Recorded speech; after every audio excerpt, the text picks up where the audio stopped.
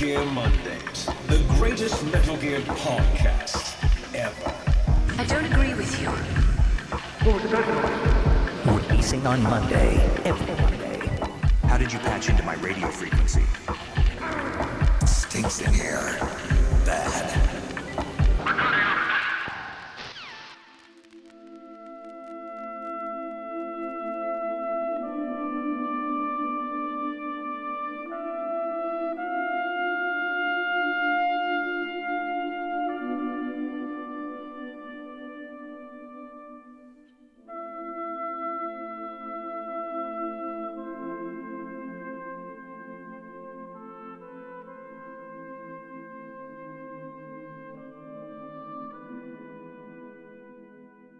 Hello, ladies, gearsmen, babies, and gentlethems. You're listening to Metal Gear Mondays, the podcast covering all things Metal Gear from top to bottom, left to right, inside and out in pseudo-chronological order. As almost never, I am your host, Chad Betteridge.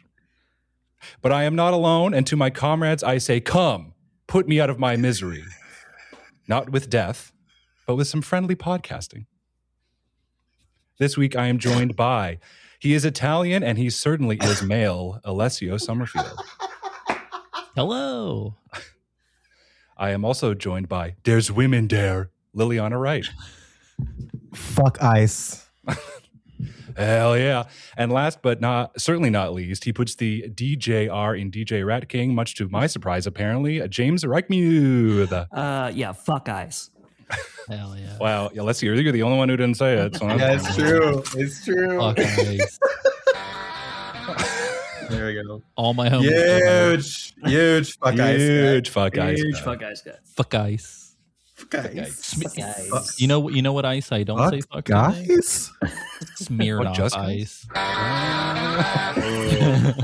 You just I've gotten iced at a party 7 times before Oh, God. In one night? in one night. It was I miserable. just gotta say no at that I, point. it was Yeah. I after that 6th one, I was like, you know what? If this happens again, I'm just gonna put it back. Yeah. I hate to say it, Lily, but that's self-destructive behavior. Yeah. No. Hey. I know. Really quickly, for anyone who's under the age of 23 who doesn't know what icing or parties are, there used to be this thing where friends would get together, and for some reason we all decided that specifically with Smirnoff Ice, if you iced somebody by calling them out, they would have to slam an entire Smirnoff Ice in one go. The shitty part is that not only is it alcoholic and hyper sweet, which means the sugar is going to fuck you up the next day, it's carbonated, and so it will numb your lips going down. Yeah, like it doesn't go down easy. It's brutal. Kill me softly, brother. It's not. Doesn't do that. Like it's, and so like back it has a different. It used to have a different. Getting iced has a different connotation than it does these days. Oh sure, Jesus. yeah.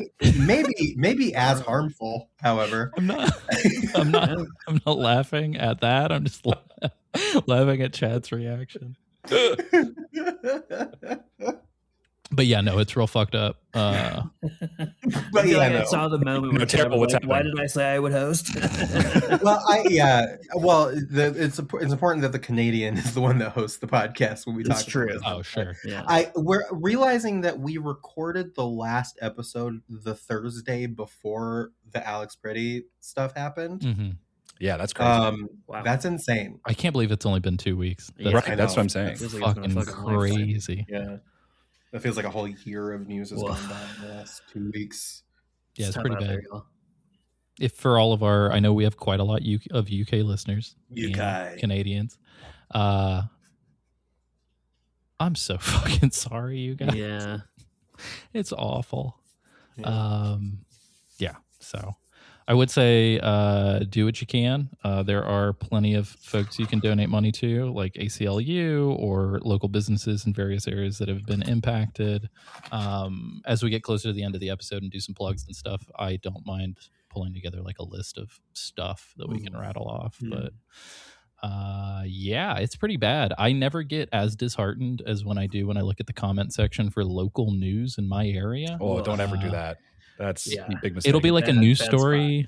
I mean, there's tons of protesting and shit happening in Georgia because we're so close to Fulton County where all the votes were recently crazy. cranked. And then also fucking Georgia Republicans just came out today and said they're going to try to shift back to a paper ballot, hand counted good system, Sure, which yeah. I'm sure they're going to say also needs to be hand counted by midnight. And then they're going to underemploy the poll workers. Yep. But anyway, all that shit's going on right now. So there are people protesting everywhere. And in every one of these news stories where it's like hundreds gather outside of blah, blah, blah, blah, blah. It could be anything. There's Congress people's houses. I don't know. They've been everywhere. Town halls. The comment section is just like the most fucking despicable, horrible shit you've ever read. Oh And my I'm just God. like, I'm like, Yeah. how do I live It's near these insane. people? I One also thing don't do know wanna what's bots say- and what's not, but Alessio mentioned like a link. He'd get links and stuff by the end of the episode to like talk about during the plug section. But one thing you can do is like pay attention to like if you're American, like general strikes happening. mhm. and do those. And I know there's going to be cases where like you have a job and you can't possibly like, I understand that, but there are definitely like, even if you have to work on a day of a general strike, there are many things you can be doing to Right. help to add to that. So pay attention to general strikes and across the country. And there's stuff we'll talk about later about that. And for Also- the love of God, like I know, I've obviously, voting is a thing to do every 4 years, but there's so much more you can do. Please get organized, get to know your neighbors, get to know your neighborhood. Yeah. Contribute politically to the community active. garden. There's Absolutely. midterms. Love We've a got community midterms garden. this year, so it's not every A lot of 4 midterms. years. Well, you might have midterms. You might Yeah. not. we We'll see. might have midterms. Yeah. This might be our Well, last midterm. It's good. That's the other thing too. A lot of people turn out for midterms and like local elections that aren't the big every 4 years thing are usually way lower than the presidential every 4 years. People just don't know about this stuff. Like pay attention to your local elections, pay attention to the midterms. Right. There are elections every 2 years in America, and you need to be paying at least. You need to be paying the fuck attention. Special elections, local, just like as much as you can possibly do. Make sure that is a right that we have for the time being. So use it while you can. Yeah. Go touch grass. Go protest. Yeah, That's touch right. grass. Yeah, Fucking step meet some outside. folks. Yeah. Talk to people. Like, Also it's for not- mental health, step outside because Yes. as a you father, gotta get some sunshine on your body. yeah, as a father who likes to spiral reading the news and then having no one to vent to except for my wife, it is And very your fucking infant important daughter. to go outside. Yeah. Oh yeah, my infant daughter. But yeah, definitely. Yeah, everything Chad said. I would say honestly, having a good relationship with your neighbors in your surrounding area is like probably the best thing you can do. It's huge. To be honest. Sorry, I just saying if it reminded me of that the line from Breaking Bad. I'll kill your wife. I'll kill your son. I'll kill your infant daughter. The way he hits infant daughter is kind of It's iconic. insane. I'm on the last episode of Better Call Saul after like a trillion years. Whoa. Hell yeah. So I've never stoked. seen either of those shows. I've seen Dude. a little bit of Better Call Saul. That's not true.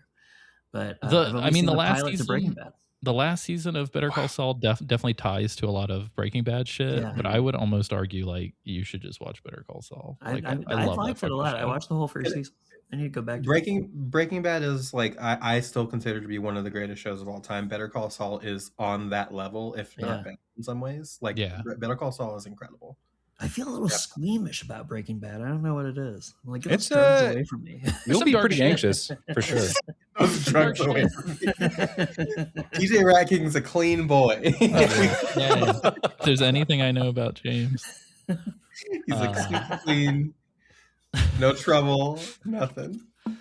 all right. Well, Good before we old-fashioned rat. fucking doom spiral, Remember, folks. Metal Gear is not political. Yeah, Thank not you. at all. It's not yeah, The not at all. least political game I've ever. You definitely don't get fondled by the president or take on a bunch of far right terrorists. Not yet.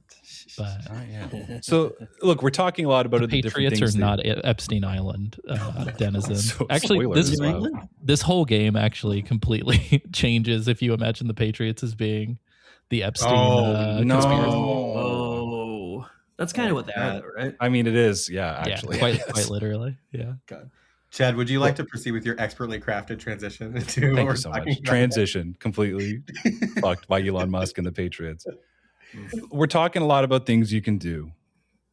And there's some would say most importantly, there's one specific thing you could do. And that's, listen, if you're listening to this in its audio only form. Oh, no. That's a reference for almost no one.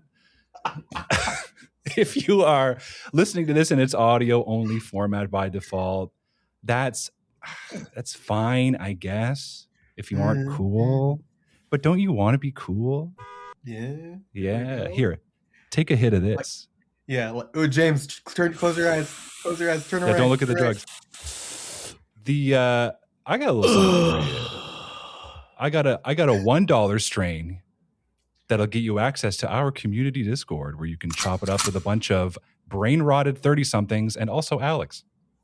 Yeah, who is a brain rotted 20-something. So then soon he'll be just like the rest of us. He's who I had in mind when I was describing Smirnoff Ice.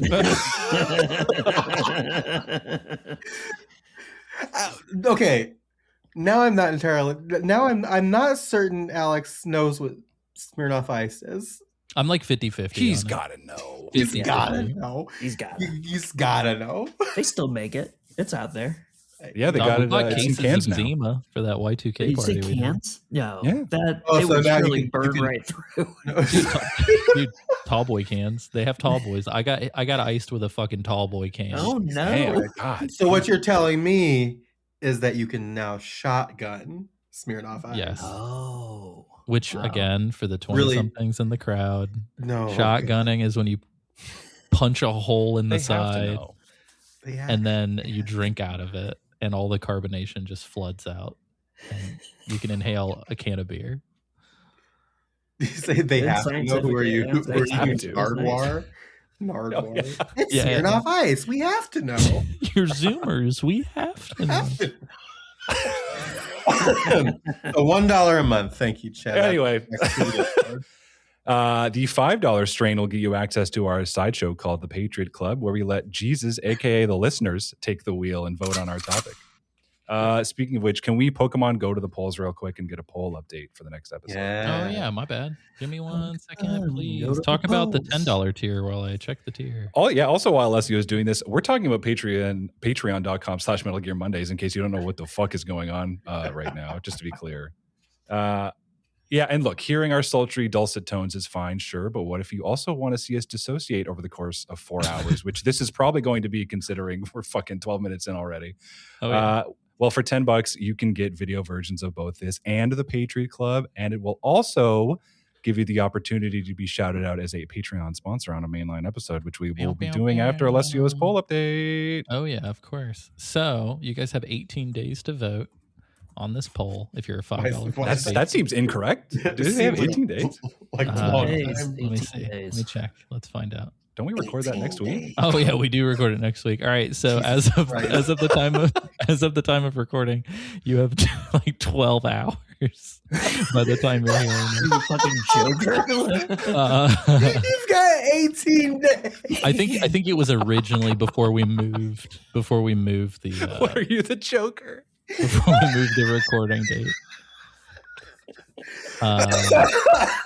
So the Patriot Club episodes, they come out once a month, but as far as when, it's a little bit of a mystery. But lately, they have been like the third week of the month. But anyway, we have our 4 categories that you can vote on. Right now, in second place is Bond films. In first place is the guiltiest a game has ever made you feel. Oh, yeah. Third place is Yakuza 7. Specifically, Which I've never played, I'm realizing. And fourth Yeah. place is Biggest Mistakes, which I am glad that one's in fourth place. But yeah, those are the options. And as of right now, we are going to be recording the guiltiest a game has ever made us feel. But if you like hearing us and you'd like to hear us talk about other things, you can 100% get your fill of that by listening to the Patriot Club. Just to rattle off a couple episodes we've done in the past. We've done a Super Bowl halftime show 2019. We've done episodes on Seven Samurai. We've done fucking Do the Right Thing for some reason. Horizon Zero Dawn, fighting games. One of my favorites was Serious Sam 3 that we did with Isaac. Yep, which we did, which we were in the same room live playing that together. Oh, yeah, that's right. Alessio and Isaac, yeah. This is also the episode where we spun out and talked about the weirdest places we've ever masturbated. So if you're jonesing to hear that, you can check it out there. But yeah, really fun show. We just we do polls, but I also just remembered we haven't done Near or Drakengard, so that's probably going to override a poll at some point. But yeah. Alessio knows all about overwriting the polls, you know what I'm saying? Oh, 100%. Yeah. As a card-carrying conservative. I'm like to give you a card, I guess. Stripper polls. You know me. The person who is giving us their sponsorship this week is, drumroll please, Warren Minix. Warren! My biggest fear is that somebody hears that part of the show and they go, oh, fuck, I forgot I'm still giving them money. And then they pull their support. Whoops. I don't think I've ever asked Warren if that's his actual last name. That's a really unique last name. It is 100%. Yeah, I don't know if I've ever heard that last That's name. cool. Yeah. But yeah, and also I noticed we had a couple free users join today. There is some content for free users, so if you want to join us, I can't tell you what that is right off the top of my head, but I know that we've done a few. It was the Picklecast. Yeah, we've done a few Patriot Clubs for freebies, but I think we've also given away a couple other things, like some interview outtakes and stuff. So. The other thing that we should continue to bring up that we don't bring up is that everything that we put on Patreon from before the year 2025 is just available for all patrons at a $1 and up level. So we're talking 65 Patriot Clubs, and all of our old thank you videos, and like everything is like on there. Fucking DJ set. How many hours of content do we think that is? Oh, well, God. Don't we have Let's Plays of like the entire? Yeah, we did Let's Plays of the first Metal Gear Solid game. Yeah, so there's a lot of stuff. Yeah. And if you want to pay $1 and just download all that shit and then cancel your subscription, that's fine with me too. Don't tell them that. We're just happy to have you listen. Don't do that. Be cool. And last thing, and all of this again, patreon.com/Metal Gear Mondays. It costs money. What doesn't cost you a thing? Reviewing the podcast, which arguably helps the most. If you go on your little podcast apps, wherever they let you hit a review, drop a review, drop some stars, that gets us visible, and then more people will give us money. It's actually insane how integral the review system is for discoverability. It's nuts. He said the name of the thing. Too much. It's too much. I also want to give a brief shout out. Oh, look at this. Somebody gave us 5 stars and a guitar emoji on the 29th. Hey! Oh, darn. Oh, shit. Yeah, hit it. Huge guitar guy. A huge review guy. The reviewer is Biggs Boss. Biggs Boss. Thanks, Biggs. I love the name of the review is huge 5-star review guy. Is it actually? Yeah. Thank you, Biggs Boss. I love. I do also want to just quickly shout out. You know how we've been talking about how we're no longer the only Metal Gear podcast on the internet?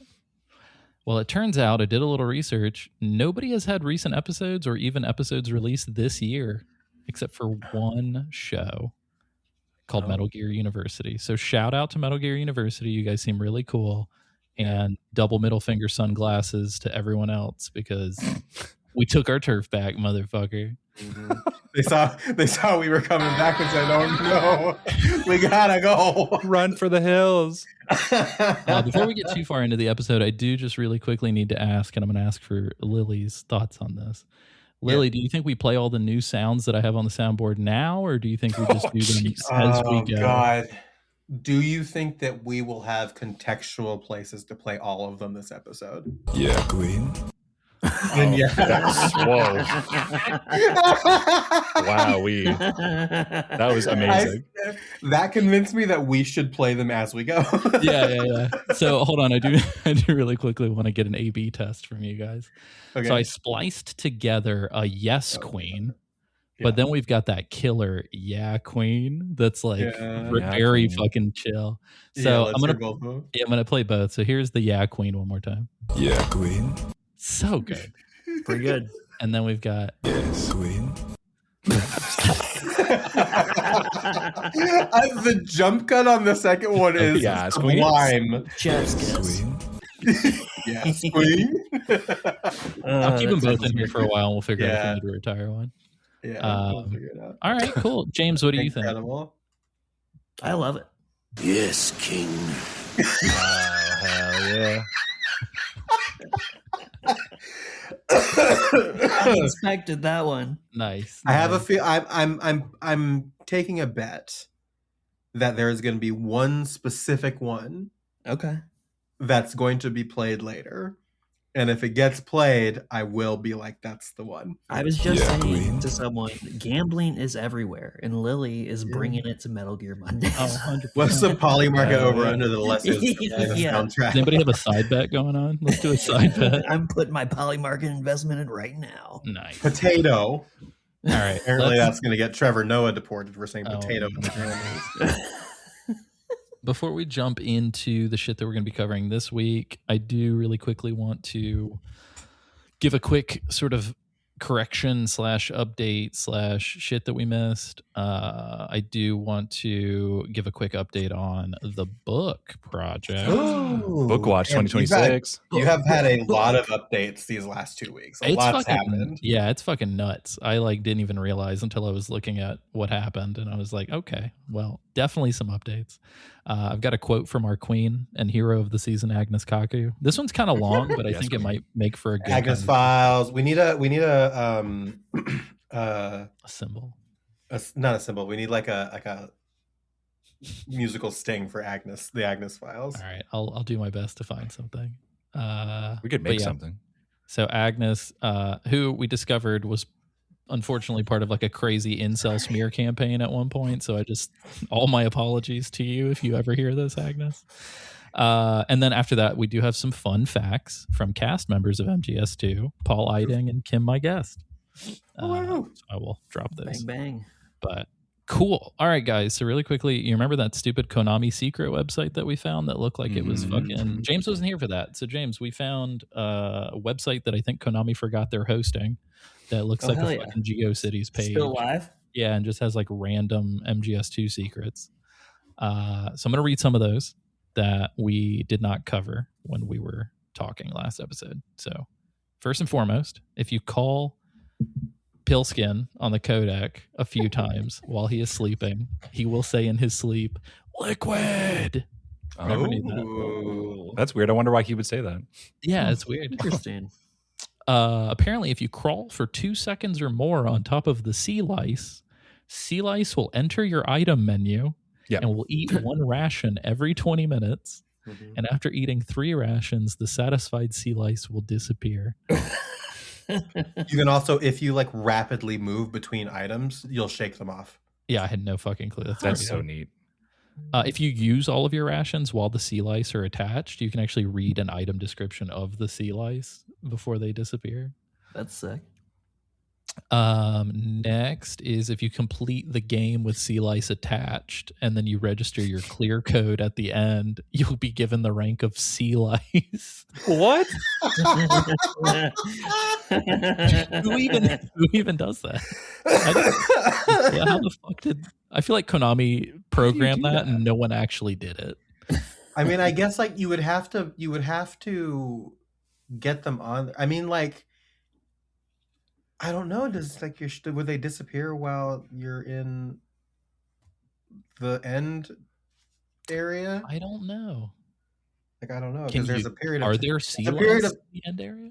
Yeah, I don't know because there's a period of time at the end of the game where like you don't have your equipment anymore for. Where would the sea lice be? You know what I'm saying? Where were the sea lice? I didn't see a single piece of hair on that motherfucker. Tell you what.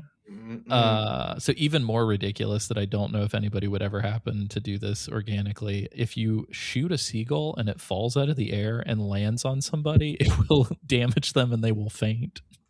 Oh my god! Who is using seagulls to knock guards out? That's bananas. If you keep attacking seagulls, Colonel and Rose will call you and reprimand you. And then if you attack over 20 of them, they will literally start beating the shit out of you. They will like, hell yeah, it's like fucking cuckoos and Zelda. That rules. And if you want them to go away, if you throw on the cardboard box 5, which is the Zone of the Enders box with the big eye, the eyes, seagulls will not attack you. They will run away. How about that? Did not realize that in Japan and rice fields, they legitimately put giant eyes on things to scare birds away. Huh. Apparently birds don't like eyes, is what Konami's official website said. Birds don't like ice? Neither do I. Yeah, that's what If you're a bird, I'm a bird. That's right. Many are saying this. Mm-hmm. One thing that I noticed, and I'm just going to put in here really quickly, is that if you're on the Master Collection, there's an option to look at the Master Book as well as the screenplay.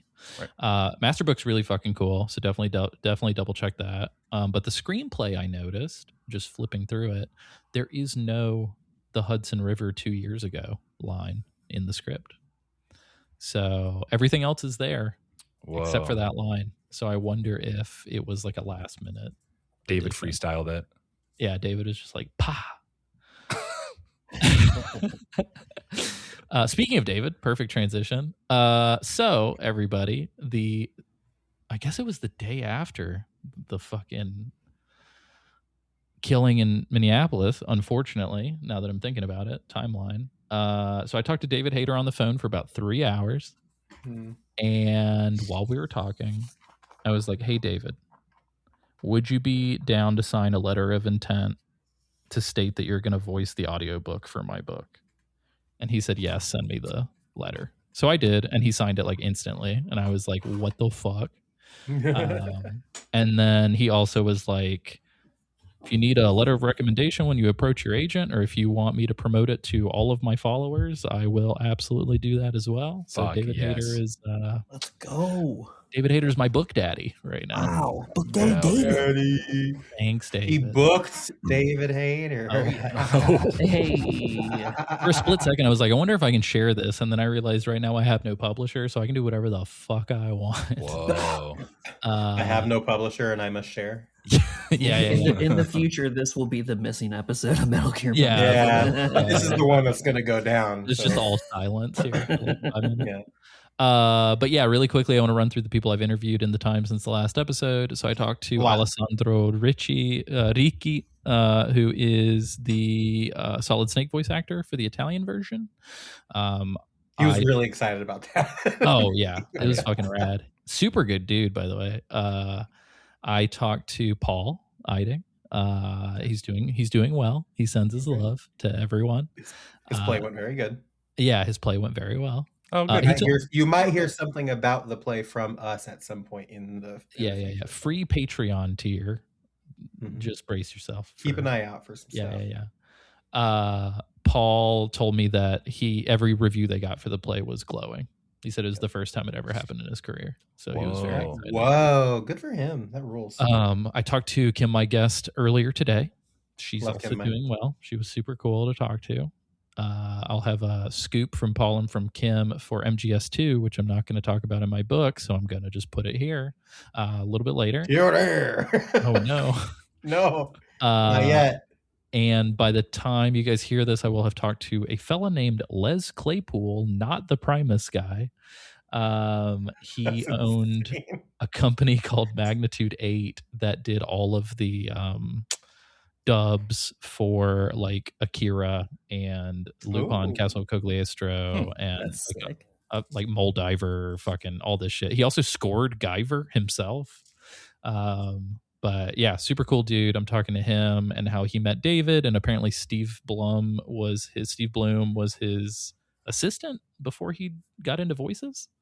So super crazy situation. But yeah, and many, many more to come. So pretty excited. Many more to what? Come. But yeah, super sick. Yeah. And then let's dive into the Agnes files. Yes. God, Love yes. the Agnes Files. Yeah. Yeah, Alessio, if you find a cool theme song for the Agnes Files, put it here.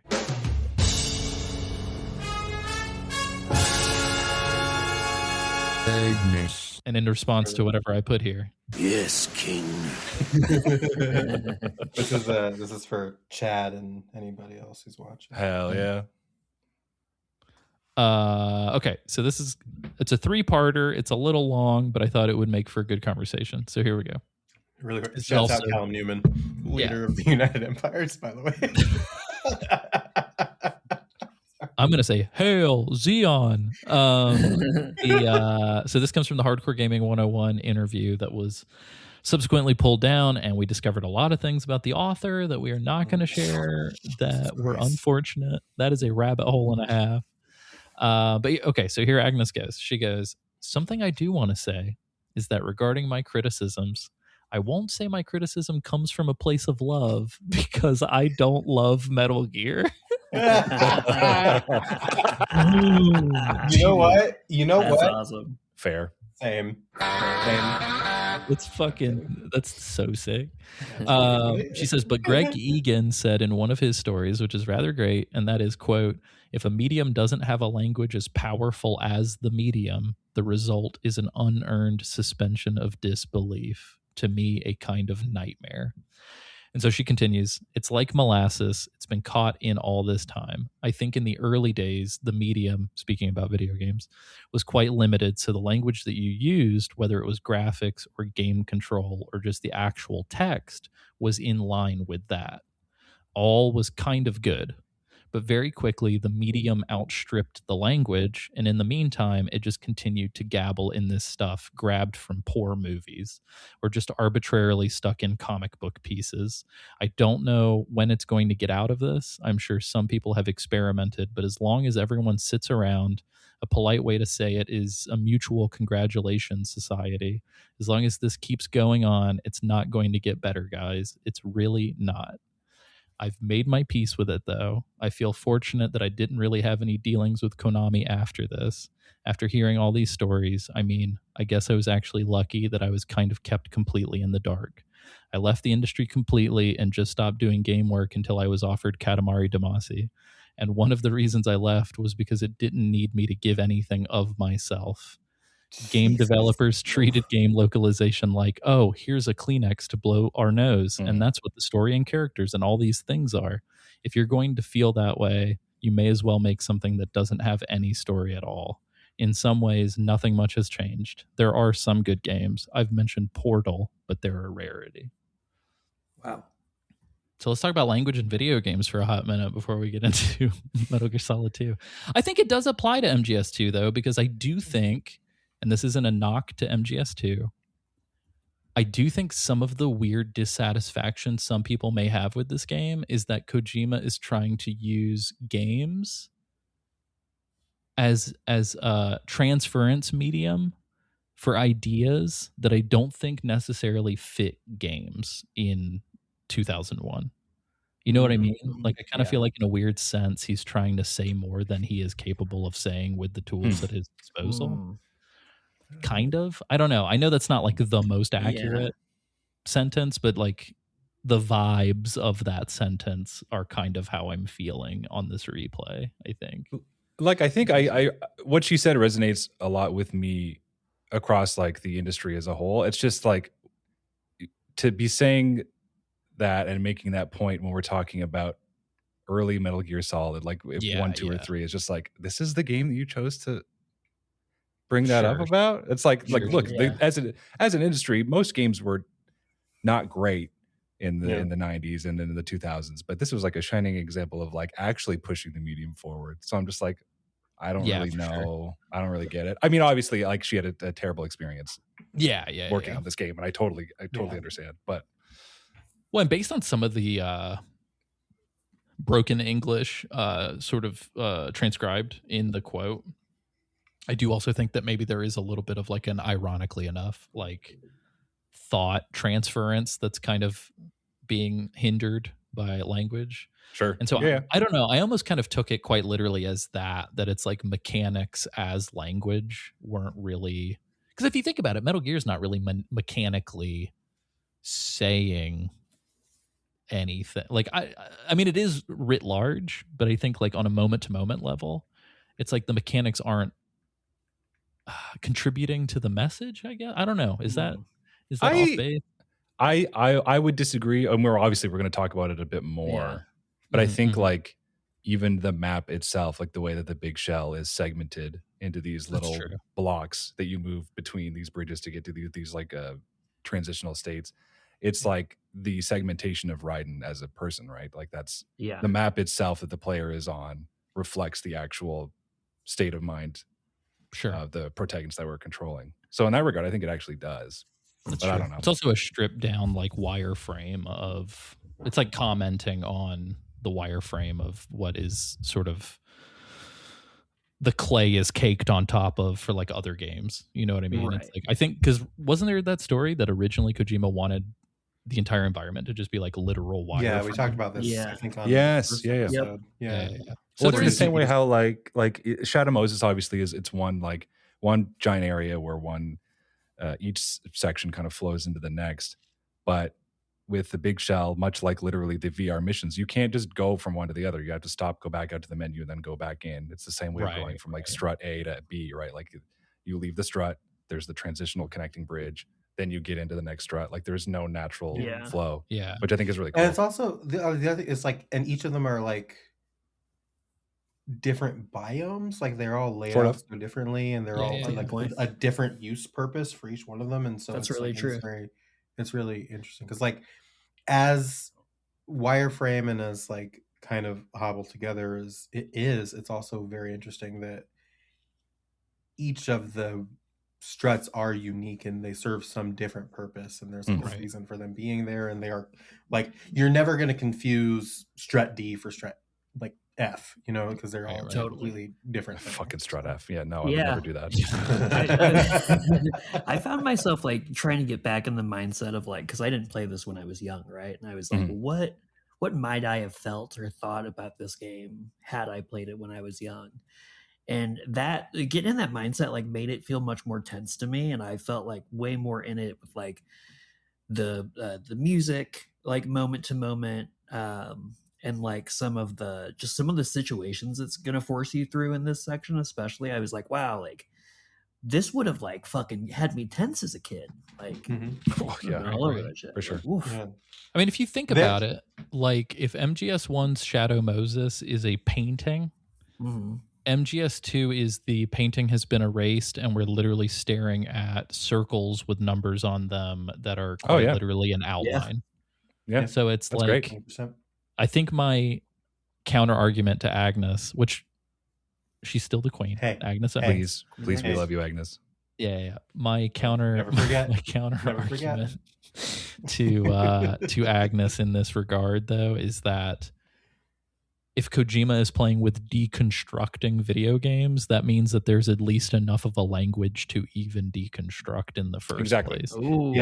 Yeah. There has to be, like, fundamentally, there has to be interesting at least something there for this to be anything worth talking about. And even if it's just a service level deconstruction, in her opinion, you know what I mean? Like, there's still something happening. But yeah, I will say the language isn't perfect, but then again, no language is. So maybe that's kind of what I'm picking up on when I say that Kojima doesn't have the words to say what he wants to actually say. But yeah, I don't know. I do think a lot of MGS2 is like up to you to fill in the blanks. I will say, I do agree with you that he doesn't have the tools to fully say what he wants to say. And I would actually argue that's true to this day. Like, I think there's something that I think he's always pushing up against those limitations, which is part of the reason I like him. I like that. I like when artists do that. I think that's fine. I don't think there's anything to be ashamed about. Yeah. I think it's why we get cool shit from him. I don't know. I like it. I will say, as somebody who also has difficulty sometimes finding the words to convey the feeling that I'm trying to convey, I get lost in it to an extent that I think even if Kojima gets lost, he at least knows enough of a way to get out of it that it makes for a pleasant product. Yeah. Whereas I think sometimes you can get lost in your own bullshit and not ever wander out and provide something of value. So That's what happens when you have hundreds of millions of dollars. Wouldn't that be nice? Oh, That does. Hideo Kojima is, I think, one of the few people on this earth that both has the juice and is lost in the sauce simultaneously. now that's language. Hell That's yeah. language. Now that 6'7". You know what I'm language saying? guy. All right. So here are the 2 bonus facts. Yeah. So Paul Eiding. Love him. Love him. Paul told me something. Best man on the planet, I'm convinced, Paul Eiding. Yeah, no, You'll never walk alone. Sweet, You'll never sweet walk man. alone, Paul Lighting. Nope. My phone call with Paul just like further solidified that he's like, I would die for him, and we barely know each other. Like, I live my life not for honor, but for Paul. Yes. very weird juxtapose against the Colonel Campbell we deal with in this game. Big time. Yeah. He's like, Colonel in this, like, well, I'll bring up some of the the specific ones. Colonel in this section of the game, he gets a little severe. oh Yeah. yeah. Oh yeah, I there's have one line in yeah. particular that I really like. I'm sure it's probably the same one. It might Yeah. be the exact same one. I had to look it up. I was like, is this still Paul? So this is totally not the fact I was going to share, but I feel like I need to, since we're talking about it, I should mention it. So when I was talking to Paul, he told me the first job he had when he moved after college, he was broke as fuck, and his first job was bill collector over the phone. And he said in order to be very good at his job, what he would do was he would call the first time as a different dude. Like he had a persona. Like he was like Mike so and so. And he was like a no nonsense, fuck you kind of a dude. Then he would call back a couple days later as a totally different dude. Holy shit. Dude. And like essentially play good cop to his own bad cop. And then he had like a third character that was like a manager that would step in. And he said literally he auditioned with these characters when he first got into voice acting. And they had names. Like I can't recall because I don't have the Holy shit. transcript, Awesome. but like it's fucking rad. And he did the voices on the fucking call, and it was Oh my god, what a wonderful. move! But I didn't even ask him to. He was like, "Well, let me just do the let me tell you voices real about quick." You gotta do the voices. You gotta. But anyway, so Paul told me his real legal name, and I swore up and down that it must have been known information. But I started poking around online, and I can't find it. So up to y'all if you want me to say it. Did he say you But- could? Are you allowed to say it? I mean, technically, the release form that he signed says I can use any of the information from that call. Here's but what I'll say. Tell us, and then censor Bleep it for everyone. Put We'll a really talk- long. yeah. Put a like, it's a really long long bleep. bleep. Yeah. That's long. I need Alright. to. I need to be able to hold this information over other people and be like, I know Paul Eiding's real name and you don't. For sure. Fuck you. Perfect. All right. So And you know, especially Nick Freda. oh yeah. So the audience, you guys got that fun bill collector fact. This one's for us. So Paul's real legal name is.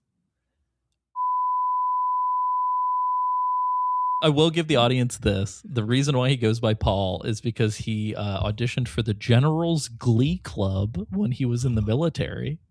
Yes. And his general legitimately just looked at him and goes, "You look like a Paul."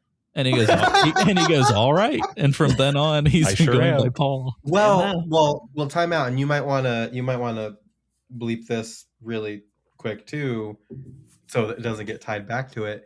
Wasn't his? All right. Are you guys ready for my second fun fact? Kim, my guest. All right. So Kim, my guest, told me, she started laughing her ass off. I was like, "Look, we're revisiting MGS2. I know this is not book related, but can you tell me what happened with the line read for the secret line?" And she goes, "Oh yeah." She goes, "I came in for 10 minutes. They told me to like just have fun." So she said her and Chris just like fucking went back and forth, just being silly. They did record what was written, and I do think what's in there is like a hybrid between some of them being playful and the actual lines. But she got paid for a full fucking session for 10 minutes of work. Good for Hey. her. Whoa. That rules. But she said they told her it was going to be like a secret thing, so not to take it super seriously. And fun fact, I told her what you had to do to get it, and she goes, "What?" She was like, "Who would do that?" Like, She goes, what if you save 11 times and you're like, there's nothing here. And then you just stop trying. You underestimate me as a child. She also said, if somebody saved 13 times and got the mailing secret conversation, will they then save 30 times expecting another bonus conversation? And that's how in perpetuity now. That's how playtime's getting inflated, ladies and gentlemen. Oh yeah. I have a second fun fact. She was not told that she was dropping the accent for Twin Snakes until she came in for the recording. Whoa. And she said she was actually pretty pissed because for the original game, she hired a diction coach. She watched scenes from Red Corner with Richard Gere and Bai Ling, and she consulted her Cantonese friend for 3 days. She did this shit. just to audition. And then she took it hyper seriously. So for her, she's like, Mei Ling is the accent. She's like, it's cute. That's the character. That's my like thing. And so she said when she came in and they were like, you're no longer doing the accent. She said it like fucked with her really hard while recording Twin Snakes. Oh, that's a bummer. Yeah. She said she like slipped into it a few times and almost as bad as I'm not telling Dean that he was going to have to pretend to shit his pants. Yeah. I wonder if we're going to get cited on Wikipedia for that one. I don't know if you saw or not, Lily, but Metal Gear Mondays is a primary source on Wikipedia for Kim I Guess. That was surreal. But yeah, those are my fun facts. If you want more of these facts and potentially even crazier shit, you should keep an eye out for my book, tentatively titled Playing Secret Agent. So that's hot. PSA. PSA. Ooh. Hey. Spicy. But yeah, so this has been, that's been Alessia's little corner. And now we're going to get into the fucking game itself. Wow.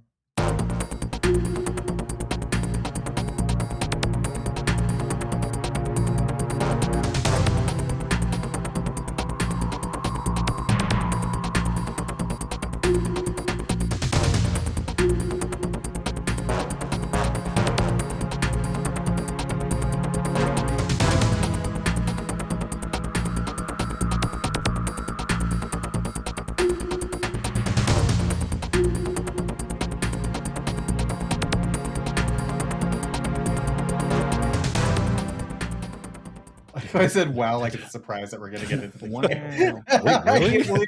They're going to talk about the game? Oh, damn. 47 minutes in. This is way faster than the last two episodes. Hey. I do want to lay bare. I did play this on PS2 Sons of Liberty, Xbox Substance, and I've now started the Master Collection. Mainly to just stay fresh. There's not really a lot of differences with this section. Yeah. I noticed more differences with the difficulty settings than I did with the platforms. So what was the big difference in difficulty? So we'll get to it, but so the two major things are there are more bombs on hard mode, and some of them are unscented, so they don't show up on your radar. This is the first time I remember beating this game on extreme, so I'm sure I've done this before, but I was very caught off guard by the additional bombs. Yes. The second thing, I'm not sure if this is true or not, so I wanted to confer with you guys, and I should have kept better notes. The Strut 1 core, I swear to God, has like triple the amount of cameras on hard for the Sons of Liberty. It has like 7 cameras. Oh. Like in that first floor. Like it's crazy. I know there's that one in the entryway, and then there's one right outside the entryway. But that whole hall was like 4. Oh, that's crazy. I think there's only like 2 or 3 on normal. Yeah. Yeah. There's only it's fucking nuts. Also, the view cones. Those are the only two I had to worry about anyway. The view cones are bullshit on hard because like if you're in front at all, they see your ass. Like they're like, oh. And I'm playing on like if you're spotted, it's game over on that difficulty. So like if you hop on Discord and you watch me stream, you'll probably see like a dozen game overs every time I'm playing. I did actually see, and we'll talk about that later too, but I did see one visual difference while you were playing versus Oh, nice. When I was going through mine. So something that was censored. Nice. Nice. Yeah, I think outside of that, as we go, I'm gonna drop some more of the Konami secrets. I figure we just do them as we cover the section, and then I didn't earmark some MGS1 callbacks. I think there's like 4 in this episode. But yeah, that's pretty much it. I was going to ask you guys, was there anything that you maybe realized between this episode and last episode that you wanted to flag before we get into it? Tight. Zero. All right. Everybody's like nodding. Like for the people who don't have the $10 tier, we will exclusively reveal that everybody's just like shaking their heads and like I appreciate Chad looked up. It was very. I asked God. Yeah. God, have I forgotten anything? Like God, sort of. I had forgotten about God. So good. Chad, what happened last episode? Last week, we covered the opening denouement of Metal Gear Solid 2's plant chapter. Thank you. You really like denouement, huh? Yes, King. That fucking delivery is so good. Yes, King. He sounds over it. Like he's just like, not really yes, does. King. Yes, King. That one's good. That one's definitely good. We cover the opening denouement of Metal Gear Solid 2's plant chapter taking place on the Big Shell just off the coast of Manhattan, though Alessio took some issue with that distinction. You said that we're not off the coast of Manhattan, motherfucker. We're off the coast of Brooklyn and Staten Island. Mm-hmm. Can I get a shell? Yeah, Mr. Geography. Shell, yeah. Shell, yeah. We took control of connoisseur of fine lobster dishes Raiden as he infiltrated the Big Shell plant to take on Dead Cell, who have taken the president hostage, if only. Sorry. Was that the splash of him in the water? The yell Dead Cell. We'll talk about it later. Along the way, we met and teamed up with a suspiciously serpentine man named Iroquois Pliskin. He's a good-looking boy. If you're nasty. We're getting blasted with these. That's one of the new ones. I gotta roll it back. It's a good-looking boy. That's David saying good-looking boy. Is that David saying it's a good-looking boy? Yeah, hold on. I gotta play the whole clip because I had not heard it in a minute and it made me smile so big. Did you ask him to do this while we were on the call? While you were on the call with him? No. This was from our panel. That's right. Oh my God. That's right. Yeah, here, let me play the whole read because you can hear his smile and it just makes me so happy. All right, here we go. In the wise words of the liquid Terminator from Terminator 2, that's a good-looking boy. Do you mind if I keep this picture? It's a good-looking boy. This is like yeah, it was like the most genuine fucking laugh I've heard from that man. It's a good-looking boy.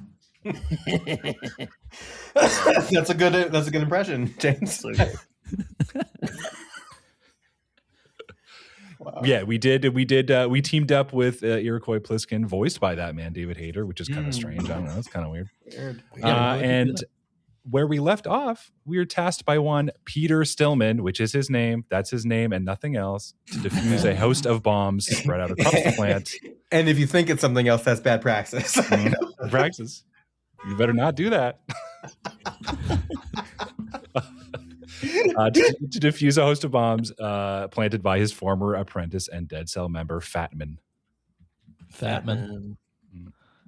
Can't wait until we get to that fight. Yeah. Chad, you were on whenever I was doing that on hard mode, right? I was. Yeah, I was watching. Those embarrassing gamer moments for Alessio Summerfield. Much easier on normal. I'll tell you that much. Yeah. We'll get to it. That was it was not expecting it to be that. It wasn't even that it was difficult. It was just a lot of shit going on. There is a lot. That's a lot of ones, yeah. A lot of shit. But yeah, so we're disarming these bombs. How did you... In my notes, I went about it from the dining hall clockwise. Me too. Okay. Yeah. I think that's also because I have the hindsight of... I guess most of us have the hindsight of knowing that the last bomb that we need will be at the A strut. So it's like, all right, let me just I got very lucky. Yeah. Mm-hmm. Except for the bullshit backtracking that you have to do no matter what, that I was very upset about. Yeah. Backtracking in a game like this is not. That's one thing I could do without, but the vibes are at least really good. Yeah, great vibes. There is like a moment before we start going after. Well, no, it's like when you go after the first bomb. Like the first bomb that you should be getting at this point is the one in the bathroom in the dining hall in Strut C, because it's like right there. So you should be going after that first. Did the hand dryer scare the fuck out of anybody else? Of course. So that was one of the things I was going to note is not only the hand dryer, where if you get close to it, it just starts going. But if you are in the men's room and you go near the urinal and then leave, it'll auto flush. And then we'll talk about it, obviously, when we get to our listener mail. But if you call Rose on the codec from the ladies' room in Strut C, she'll be very mad at you. And she won't let you save for a while. For being in the ladies' room? Yeah, just for being in the ladies' room. That's hilarious. Wow. There's so many like little touches like that, I feel like, throughout this game. That it's kind of crazy for the time that this game was made.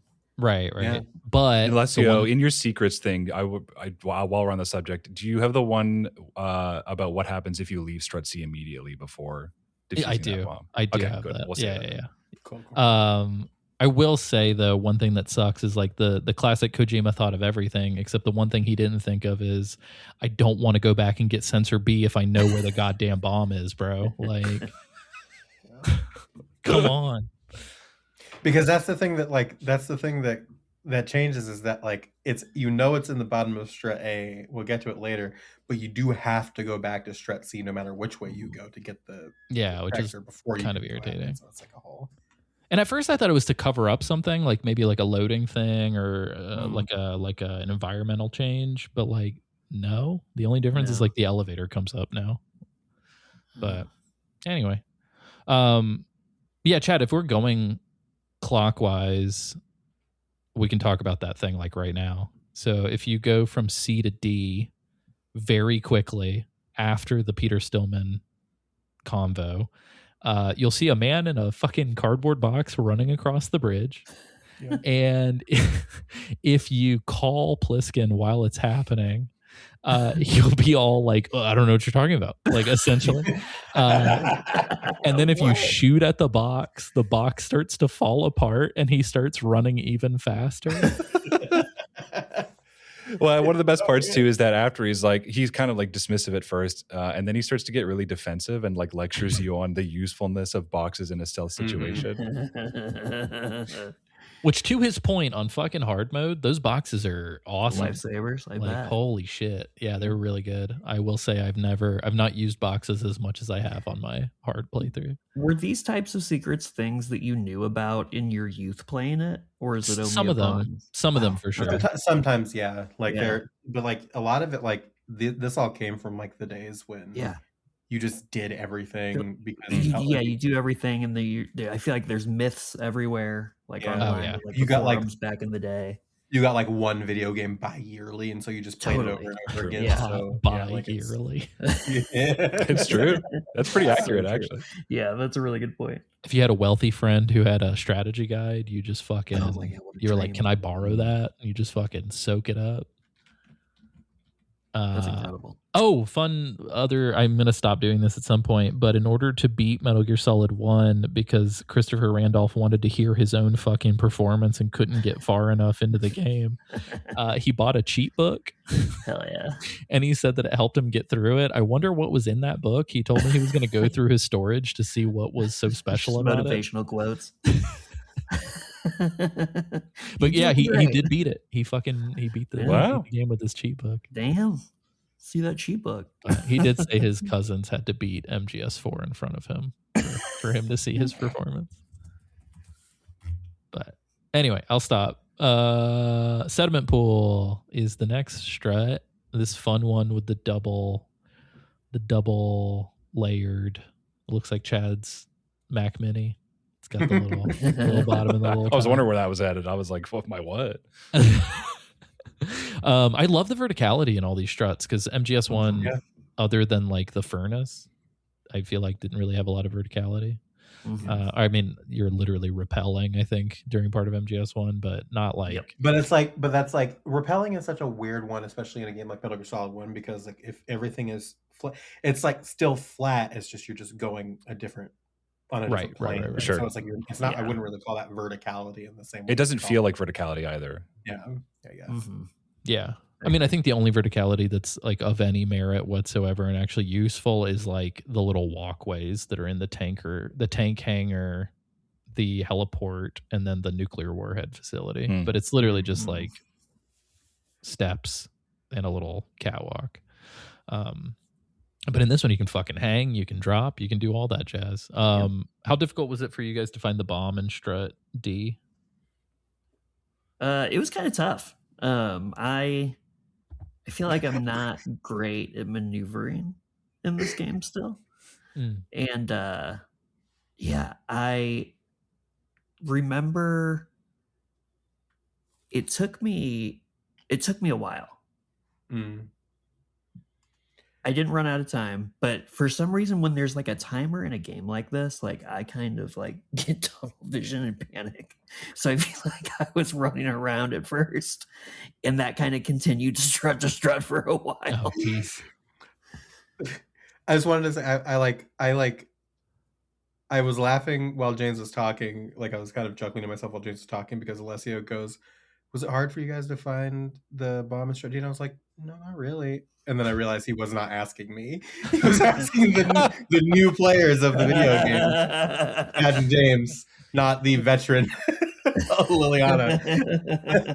I mean, imagine my surprise when I hit the fucking bomb and then I go to leave the strut and I check the map and I'm like, what the fuck? What do you mean there's another bomb in here? Like, oh, no. Oh, God. Yeah. I could have sworn... See, I don't remember because I first played this in September and I'm trying to remember how I would have figured this out. Can't you call Campbell and won't Campbell explain to you that there's like, oh, it must be around there somewhere. Just check under some shit. I think so. I don't know if I ever even thought to. Because I don't know how else I would have figured it out. I'm so bad about calling people. Like, there's like an optional call that you get like almost as soon as you run into the strat. At least I got it. Like it was yeah. Pretty maybe that was what it was. Yeah. Got it. I will say if you're close and you have the sensor, maybe even if you don't have the sensor, you hear like a little tick, tick, tick, tick. And so you do hear it like through the you hear it because the first bomb that if you're just following critical path that you can kind of run into is the one in the transformer room after the cutscene with Pliskin and Vamp and stuff. And if you close the locker, the door where it's hidden, you'll hear it beeping. So you can hear it without the sensor. Right. Oh, nice. Okay. That's cool.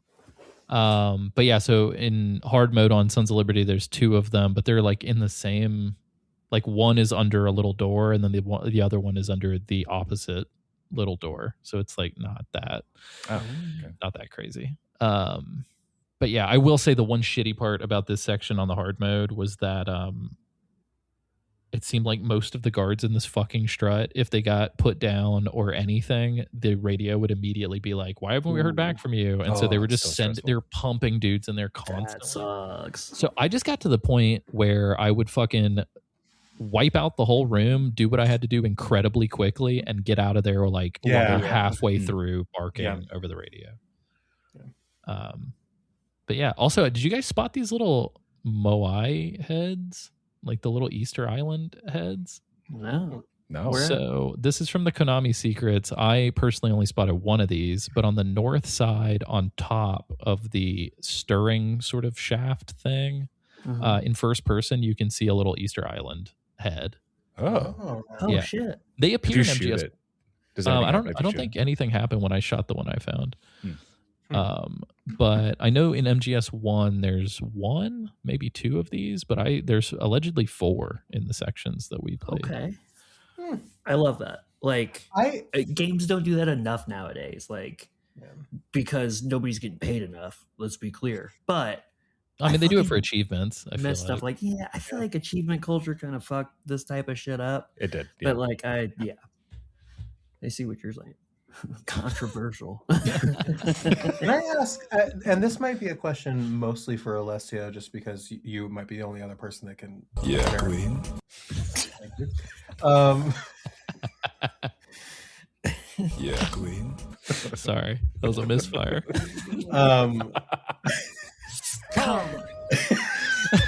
No, that's a misfire. That's a misfire right there. That's a blank if I've ever seen it. I'm just has shooting water. has it always been that you hold the analog stick forward to spray the coolant spray? No, it's square on the PS2 version that I'm Yeah. playing on Substance. Okay, yeah, for me, so in the Master Collection, at least for me, like I was trying to press the action button to spray and it wouldn't work. And it was around the time when I was doing the bomb in the dining hall in the bathroom. I was like, why is this not spraying? And then I was just like pressing stuff. In the Master Collection, at least on my control scheme or whatever the fuck, you push the analog stick forward. Which one? The right analog stick? Left, one of them, I don't remember exactly, but you whichever one doesn't control the camera, you push forward. Oh, weird. And that's what sprays the thing. I don't know if are you pressing square on yours, James? Yeah. Oh, I don't know, because he's playing Master Collection too. I don't know what the fuck. Square doesn't work for me. You had some crazy shit going on. Yeah, weird. Yeah, I press the end, which I kind of like in a weird way, but yeah, you have to push it forward, and then that's what I was having similar shit. I think it might have been on the Xbox version though, where you have to do up on the right stick to look out of the lockers.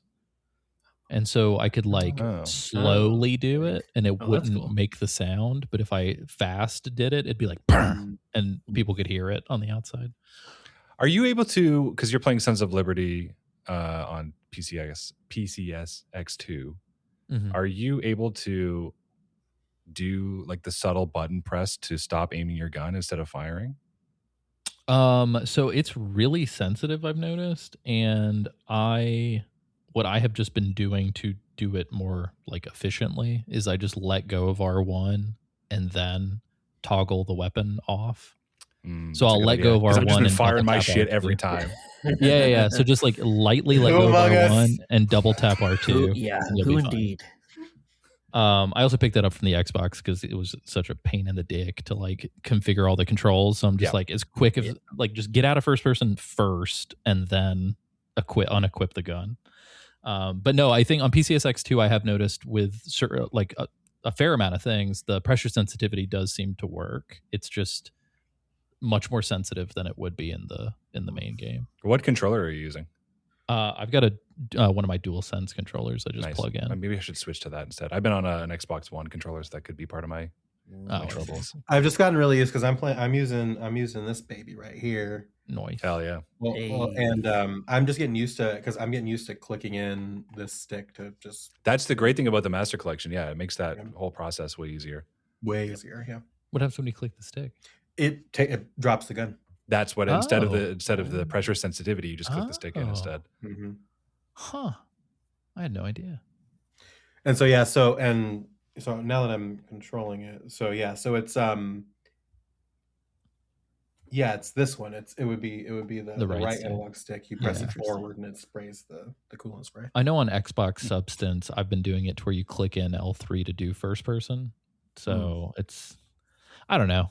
It is what it. I feel like there's pros and cons to all of the various things. Yeah. Strut E, parcel room, heliport. So I had a bomb on the heliport and a bomb in the parcel room. Did you guys have a bomb? God, that fucking sucked too.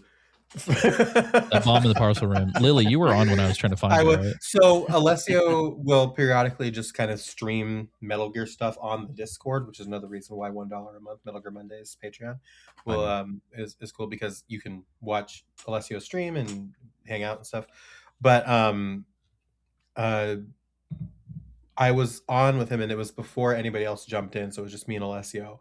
And the bomb on hard mode in the parcel room, so you've got the one upstairs, it's on a box that is moving around the conveyor belt. Oh, cool. So it took forever to get that thing to fucking freeze. Waiting for it to come. Well, around. every once in a while I'd hear a little beep. And I'm like, what the fuck is that? Like, where is it? Here's the worst. And then if you equip the sensor, it just shows the piss like air all over the entirety of the trash. The entire room. It's I'm just nuts. like, fuck, dude. The worst.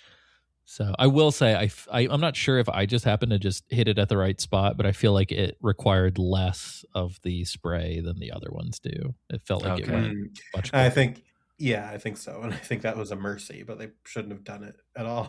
Yeah. Well, obviously the box doesn't rotate, so as it hits each of those little inflection points, the bomb changes the fucking direction that it's on. Oh, and you're like, God damn it, dude. It's really bad. Is the parcel room warp Easter egg? Is that like a common knowledge thing? I don't have a great grasp of like how the many box people know that. situation? How you can, depending on which box you get into, you can get warped to a different part of the map. I thought that was really cool. Yeah. He's done it in all his games. So you can do it in MGS1. If you get in a box in the back of one of those trucks, it'll take you to wherever the box is labeled. Oh, cool. Yeah. That's sick. But I do think MGS2 has like the best version of that. Yeah. I agree. Because even MGS5 has it, but in MGS5 it feels so fucking pointless. That is the other thing, is like it really does feel like a very progressive's the only word coming to mind, like sequel. Like I feel like everything is heightened in a way. And like that feels better. Like I do feel like going back to like the tools thing from earlier, like he still doesn't have everything he needs to say what he wants to say, but he's sharpening the fuck out of them. You know? Yeah. I will say, did not expect Big Shell 2 to be an MGS5.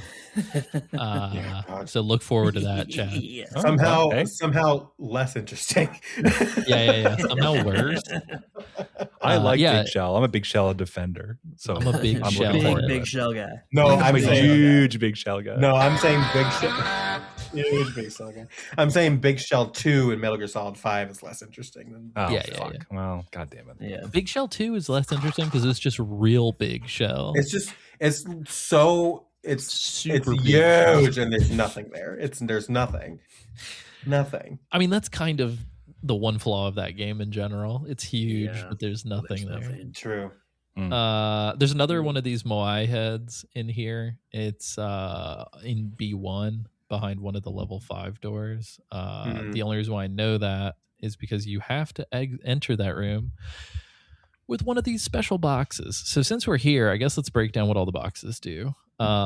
So box 1 will probably be the first one you get, and it's perishable foods is what it says in the doodad. What's up, Lily? What you got?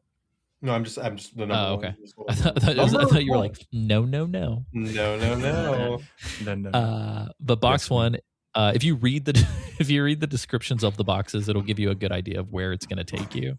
But if you stand on the little counter and you equip box 1, it'll like beep. The conveyor belt will slow down. Then you can move on to the belt, and it will just take you to the strut. And so box 1 takes you to strut C because it's food, and it drops you off in the little cafeteria. Box 2. Here's my question. My question about this is like in Metal Gear Solid 1, it makes more sense because you're just on a truck.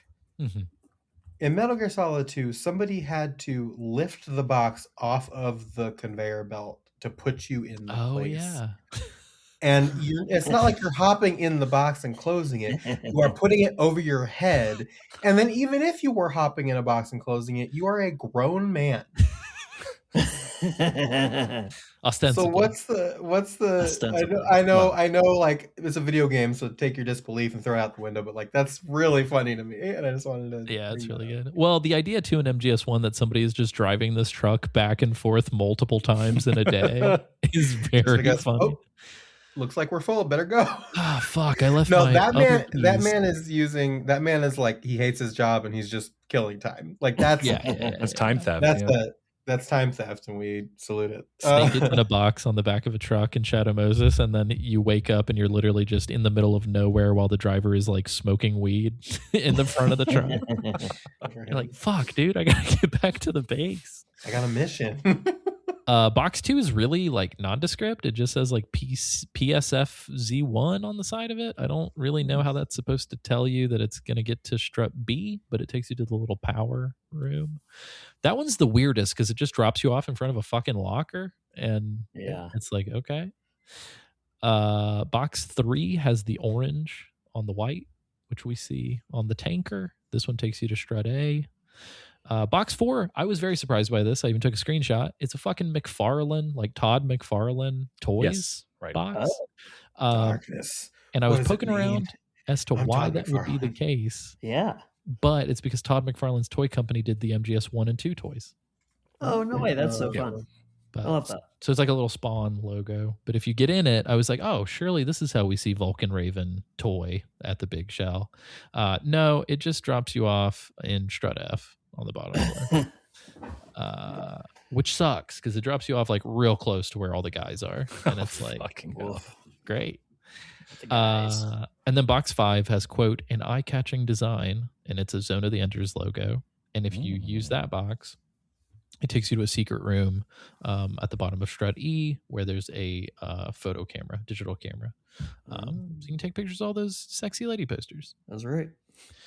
Or, That's right. if you're really quick, Revolver Ocelot. Hell yeah. Yeah, Queen.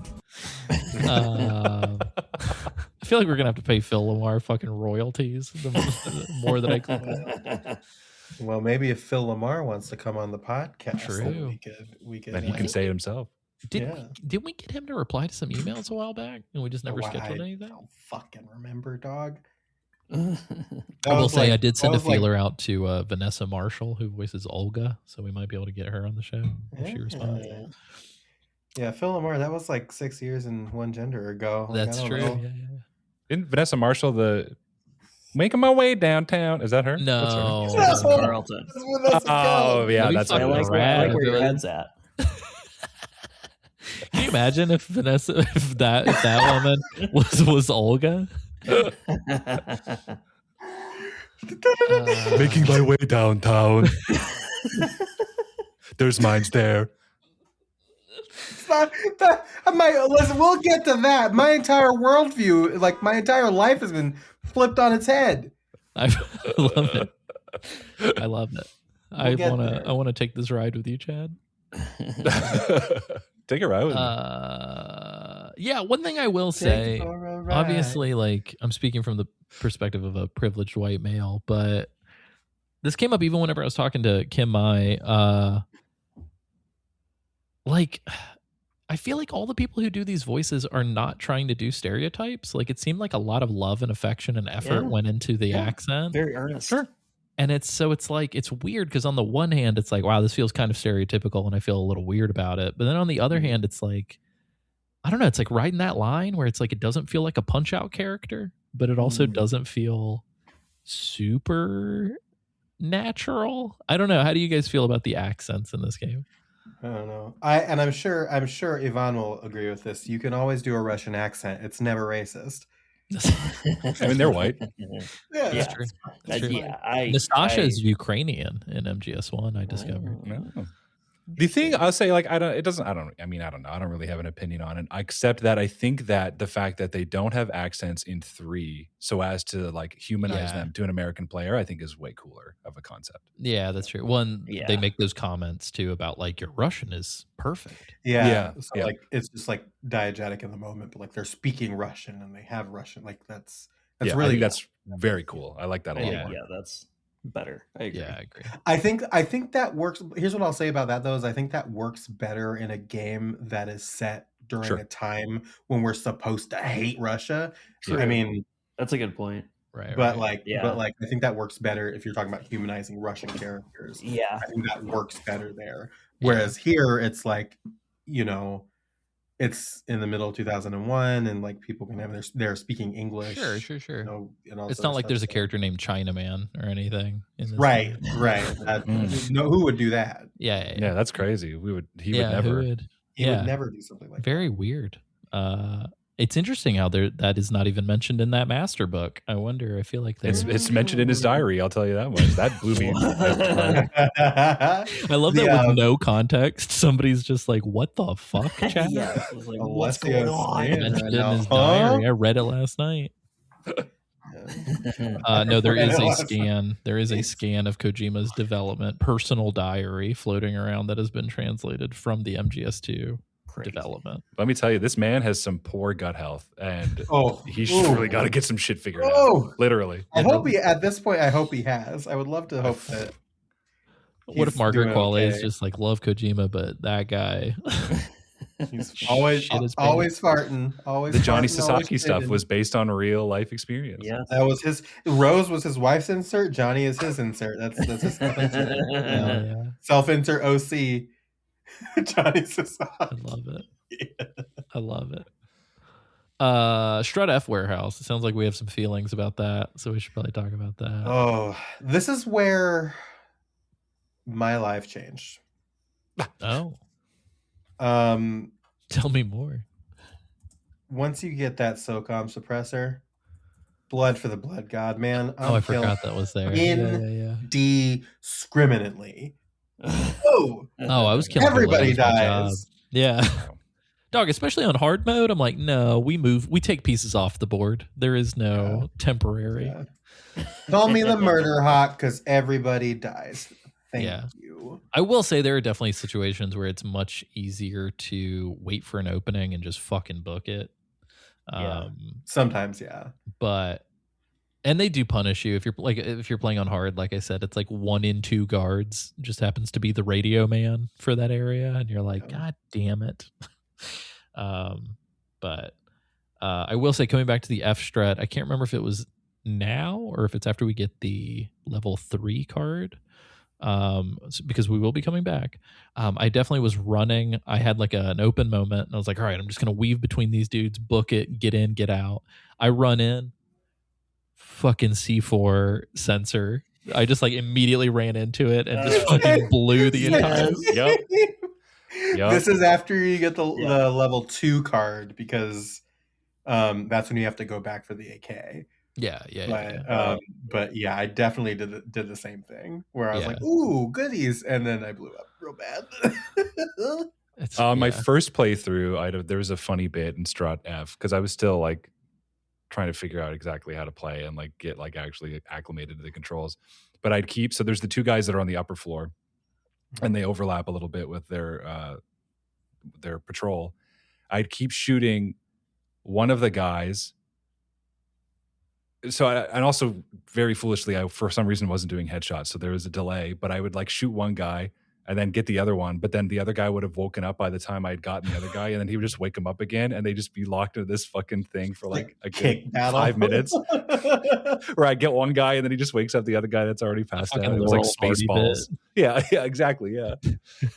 I feel like Strut F is like the comedy strut where it's just like all the weird things. Oh my god, there's so much like it's such a small contained space, and there's like what 7 or not 7 but like 5 or 6 guys. There's 4 guys in there, I'm pretty sure. Yeah, because there's 2 up top and 2 down below, I'm pretty sure, or at least 1 down below. But they walk in circles, but because like the upstairs their patterns overlap, like everybody was saying, but then downstairs it's so crowded and compact in that like wider open area that like you can just get spotted on accident if you're like not running in the right direction. So it's really tricky. I killed everybody, as you do. And I remember, and then I ran upstairs to go flip over the railing to go get the bomb. Oops. No, that's the wrong one. And as I was freezing the bomb, the radio went off and says, what's going on? Respond. Oh god. Oh no! The guy shouldn't get out of there. Well, so here's the thing. But I was in that little cubby, so they couldn't see me. So I was just gonna wait it out. And so what wound up happening was the patrol came in, and so you all know the layout of the area where you can walk in from the side and go in on the bottom floor. Mm-hmm. You walk in the door, you go up, and you're in that open area where the guy's patrolling. Oh, and they can definitely see you from up there if you're downstairs. Yeah. Oh yeah, that was 100%. A terrifying thing to figure out. They didn't come from upstairs; they came from downstairs. Yeah. So they come in from downstairs. I killed the guard downstairs in front of the hallway where it opens up into all of the storage. The guys walk in, they walk up the hallway, and they stop at the edge of the hallway.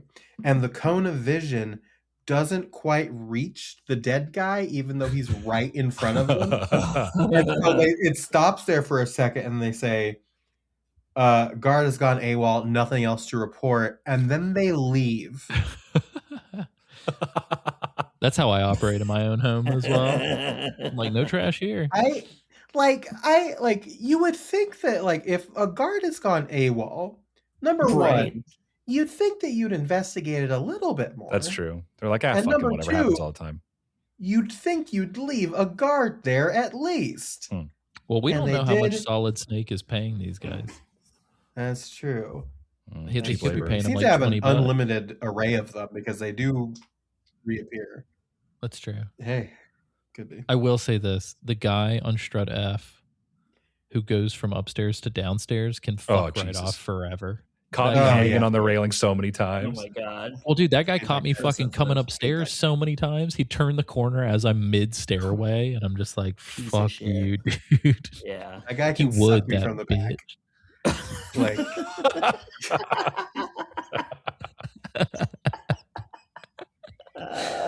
Excellent.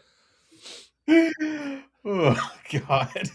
All right, yeah. So the bomb you have to hang and drop down, and there we go. So we're gonna move on. Strut A pump room. Pump it up. This one's not too bad. It's just kind of silly. It kind of reminded me of the original games because it's just like, hey, here's a little maze of pipes. Like it just feels like such a fucking like NES like 80s. Yeah, why is this happening? MSX throwback. But yeah, you just have to jump over some shit and crawl, and then you'll see the bomb strapped underneath some stuff. There's a camera in here. Awesome. There's one dude. It's not the end of the world. Well, there's one dude as you come in, but there's one dude in the literal pump room. Not yeah. on normal, I don't think. Oh, is He's it not? there, yeah. Well, on Is he? Substance, I don't know. He I'm- might have taken it out, but yeah. Maybe On I'm hard just, maybe mode. I'm just lucky. On hard mode, there is a bomb on the roof. Yep. And it is on the outside of the environment that you can be in. Yep. So You have to go like because I was there for that when Alessio Yeah. was playing. Oh, too. cool. It's like Oh, on the nice. extreme opposite end of the roof that you come up, and it's just hiding behind a fence. Like yeah, you can't even physically get distance. to it. It's Yeah, like pretty it's far out. crazy. I didn't even think the spray was going to get to it. Like I was actually very surprised that it actually did it. But Colonel does call you, and he's like, sometimes bombs can be hidden out of easy to reach areas, and it's like, okay. It does have a pretty decent range. Yeah. But then I was irritated that the fucking elevator wouldn't move. So, alas, I went to the pump or the transfer room, Strut B, transformer room, and that's the one that Lily mentioned. There's like a door covering it, and suspiciously, it's the only door that's open.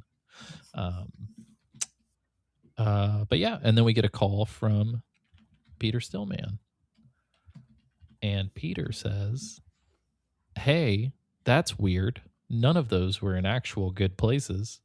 What the fuck?" And then he's like, "Wait a minute. I think there's more going on." Yeah, there's like as you like, I think like every other bomb you defuse, like you get calls where he's just like, "What's going on?" And there's like Yeah. It's like him Some and Bliskin. Something yeah, there's like fishy's some happening. fuckery going on that like Fatman is not acting normal. Yeah, the bombs are in definitely not structural Yeah. weak Right. points. There was also a call. I think this is a forced call, but you get a call from Rose at one point, where they talk about their first date.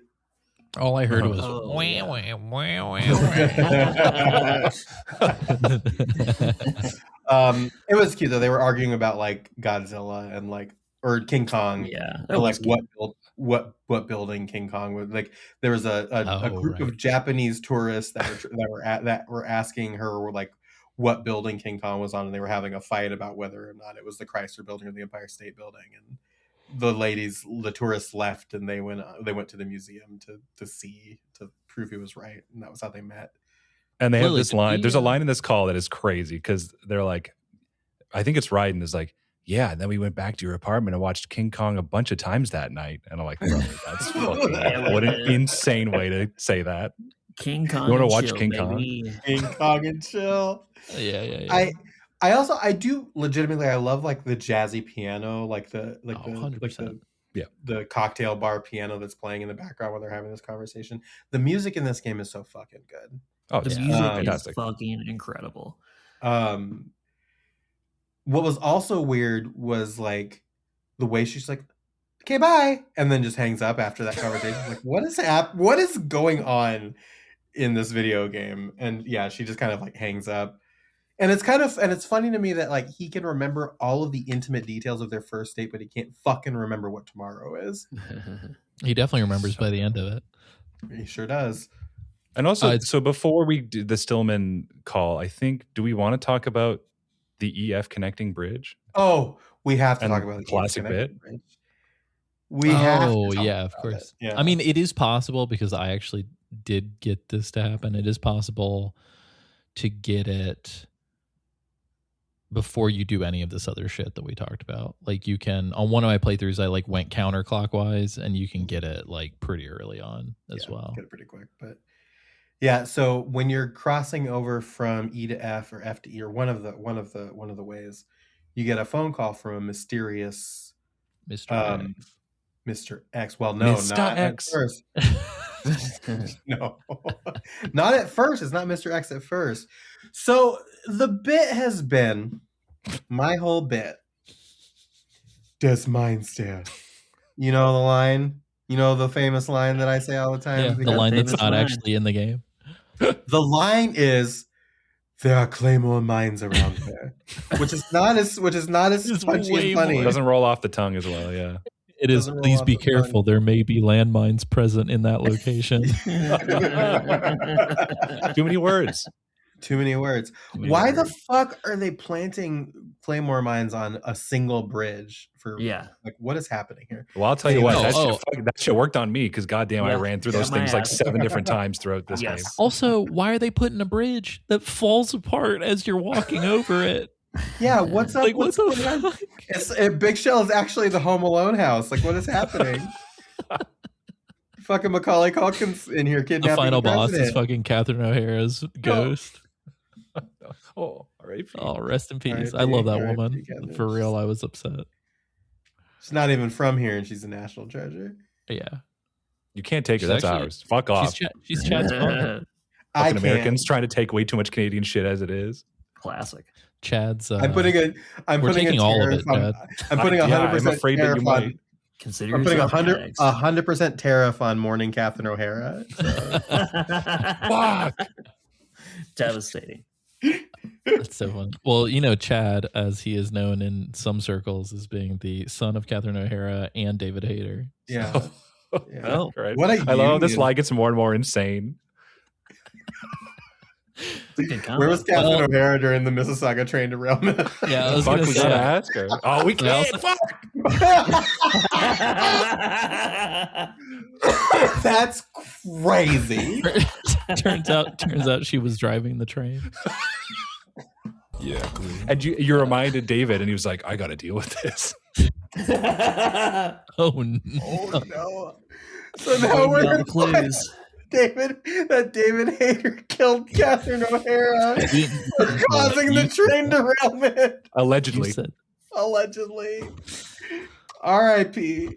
I did not expect that man to have that like emotional of a reaction when I mentioned that train derailment, by the way. Do we? I don't know. Do the listeners have context for what the fuck we're talking about? I don't Probably think not. so. Yeah. They do not. I'll let you, listener who's hearing this, I'll let you decide out loud. Tell us if you need the context or not. Yeah. You know what? Don't look it up. Make up what you think it is based on the information we've given you and submit that as listener mail. No. Well, Don't do that. The great 1979 Mississauga train derailment is famously that one train that Jake Gyllenhaal kept getting resurrected in the film source code until he figured out what was wrong. Yeah. No, if you make up what you think the context is and leave it as a review. Oh, yeah. Oh, love that. Yep. I like it. Just to confuse even more people. Yep. Yeah, that'll be a crazy It's confusion all the way down. They're like, what the fuck is this podcast about? It's actually about the gears that were in the train that caused the Great Mississauga. Anyway, yeah. So this codec call happens, and it's this like the picture of the person is like static, like TV static almost, and much like mailing. Yep. And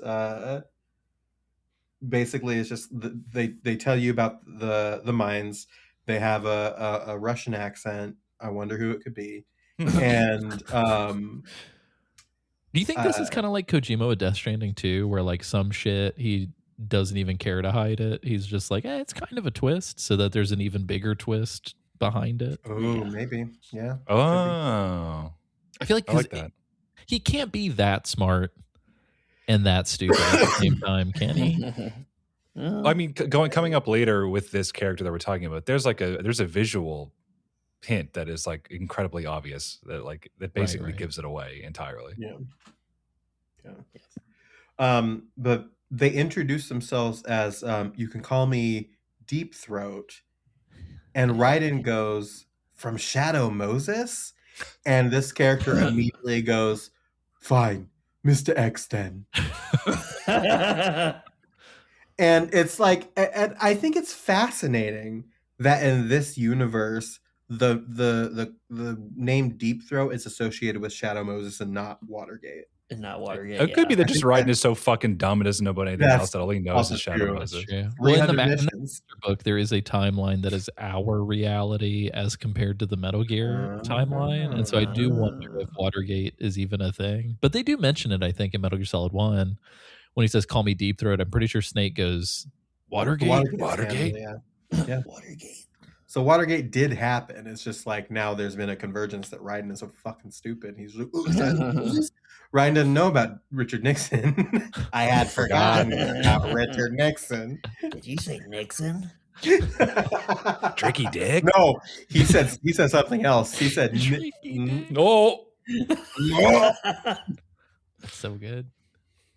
Yeah. So you can for anybody who's playing along mentally with us, if you get on your belly and crawl, you can pick up the Claymore mines the same way that you do in the first one. Yeah, and there's a mine detector. I forget where you get it from, but there's a mine detector somewhere that you get. I think it's in Strut F. I think it's like in one of the side rooms. Right. Strut F. If at any point you're wondering to yourself, like, what do I do now? The goal is always go back to Strut F. True. As every time you get a new key card, you need to be going to Strut F. Like that's Speaking of Strut F and going back to the boxes for 2 seconds, I fucking hate that the box shortcuts only work in this first shell. Because like you can't, it doesn't work anywhere else. Right. And it's like, what? Like at a certain point, you're like not even hanging out over here anymore. So it's very limited. There's also a scene that we forgot to talk about in Strut E when you go up to the heliport. You run into our hot Russian babe, Olga. Oh, that's right. I completely forgot about that. Yeah, she's talking on the phone to somebody that we'll meet a little later. And she's out here talking about there's an intruder. I saw him in a cardboard box. Huh, who could that be? Yeah. And then the voice on the other end, which I think is fascinating because I don't think I've ever clicked with this, name drops, are you sure like I saw a guy in a sneaking suit and he goes, "Are you sure it's not an Arsenal Tengu?"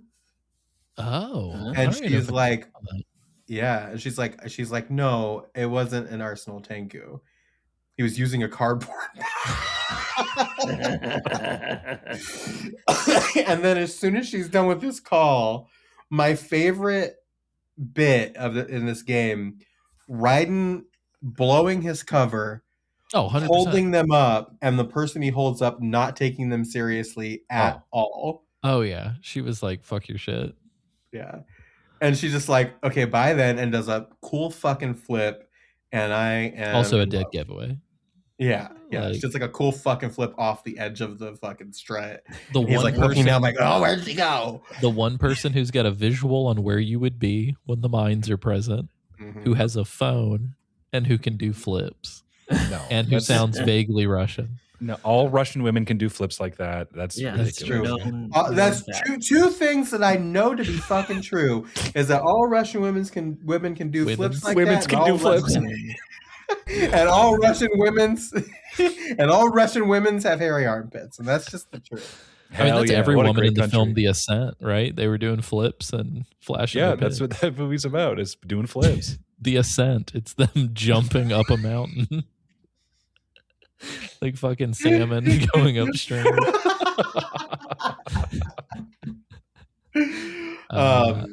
pro tip: go listen to the Salmon Dance by Chemical Brothers. That song Hey. is fucking hysterical. I'm gonna make an FMV of that to the Ascent.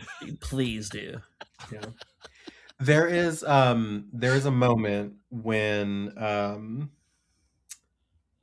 you do the 5th bomb, you get a phone call, and I remember this being like a really jaw drop moment at the time.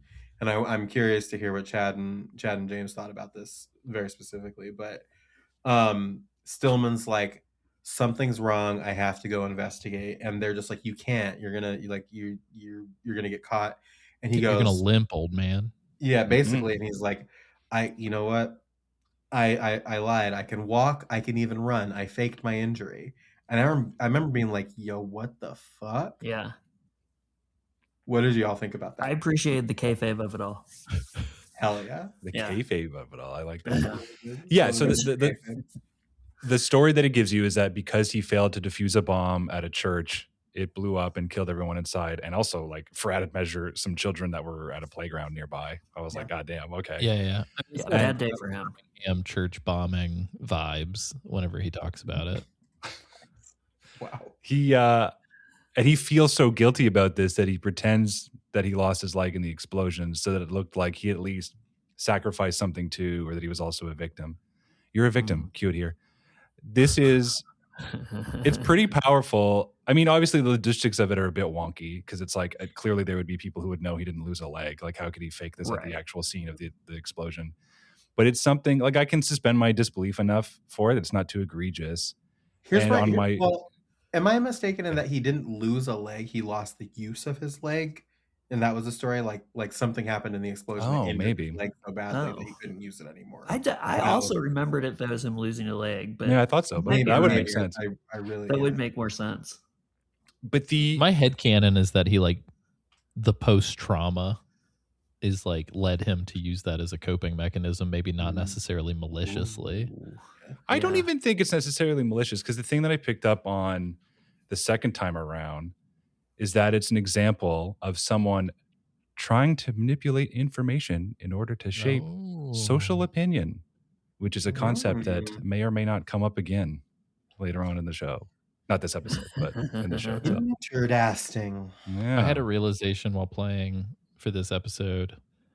I legitimately don't think that there is a single character in this game that does not lie to somebody. Yeah. I like that a lot. Every single Specifically character. Raiden. Especially Raiden. Right. Everybody lies to Raiden. And it's What the fuck is everybody lying to me? Does Raiden lie to anybody else? I don't think Lying by omission. He'll be like like he just won't like give on answers. accident, right? Yeah. Like he doesn't know. I feel like he's incapable of lying because he's not aware enough. Yeah. He's too dumb to lie, is that what you're saying? Yeah, totally. Too dumb to lie is a great. Oh yeah, he's too dumb to live. Whoa, got him.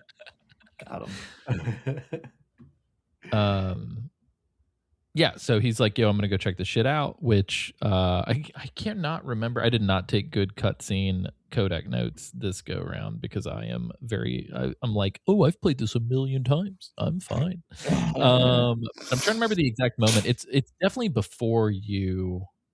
No. It happens when you get. He mentions the scentless bombs. He mentions that there's got to be one in like an actual place where it's going to do real damage. Yeah, well, he talks about this. It's when you get the second to last bomb, I'm pretty sure. I'm talking about the big moment. The big moment is once you freeze the big bomb, right? Well, the big moment when he realizes all of this is when you get the last bomb. Right. I'm talking about the lights out moment.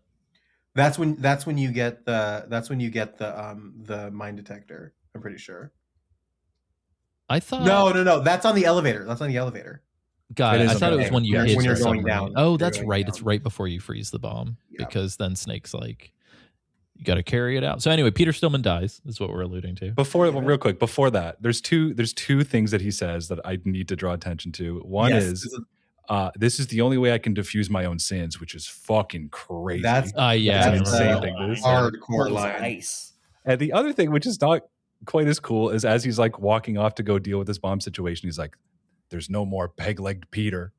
And I was like, yeah, Peg Leg Peter. I was like, brother, yeah. now that we know you were doing disability stolen valor, I don't think you can say that. Yeah. Well, no, it almost sounded like he was like, it almost sounded like he was referring to some shit that like bullies were calling him. You know what I mean? Like it was almost like, who's fucking Peg Leg Peter now? You know what I mean? But don't call me Peg Leg Peter.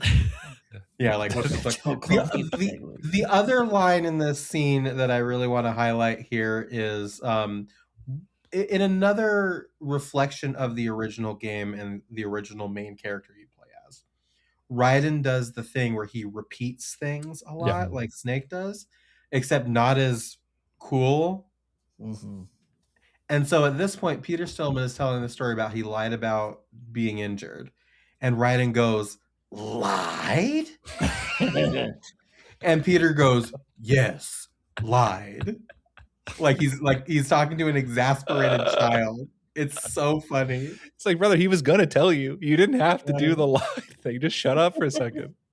Also, like, if you like do the inner thoughts during this call, Raiden is like brutal. Oh, he's a really? dick. He's a huge dick. He's a huge dick in this. Yeah, we did it on the. I'm trying to remember exactly what he said. I also found out, by the way, it's pressure sensitive. So depending on how hard you mash the trigger, the reactions will be more subdued. Okay. But I hit it. Raiden might be a racist. Yeah, I hit it. I don't know. I don't know. Might be as a thing. I think Raiden's racist. We hit it during the stream, and me and Lily were both like, "Whoa!" Yeah, because he essentially was just like, "You're the lowest of the low," while Peter Stillman's telling like this heartfelt story. And then also afterwards, if you call Rose to save, she's like, "I can't believe that no good, dirty, rotten piece of shit, Peter Stillman." Like, she's not a fan. I cannot believe Peter that Stillman. Black man. Rose, why did you call attention to that? That's kind of weird. You're really gonna believe that? Rose, why can't he just be a man? He's certainly still a man. He's certainly still male. He's like, Rose, I actually think Peg Leg Peter is his nickname for his penis. Peg me Peter. Don't call me Peg, but don't call me Peg Leg. Call me Tripod. Like from Shadow Moses? No. No, Peg Leg Peter then.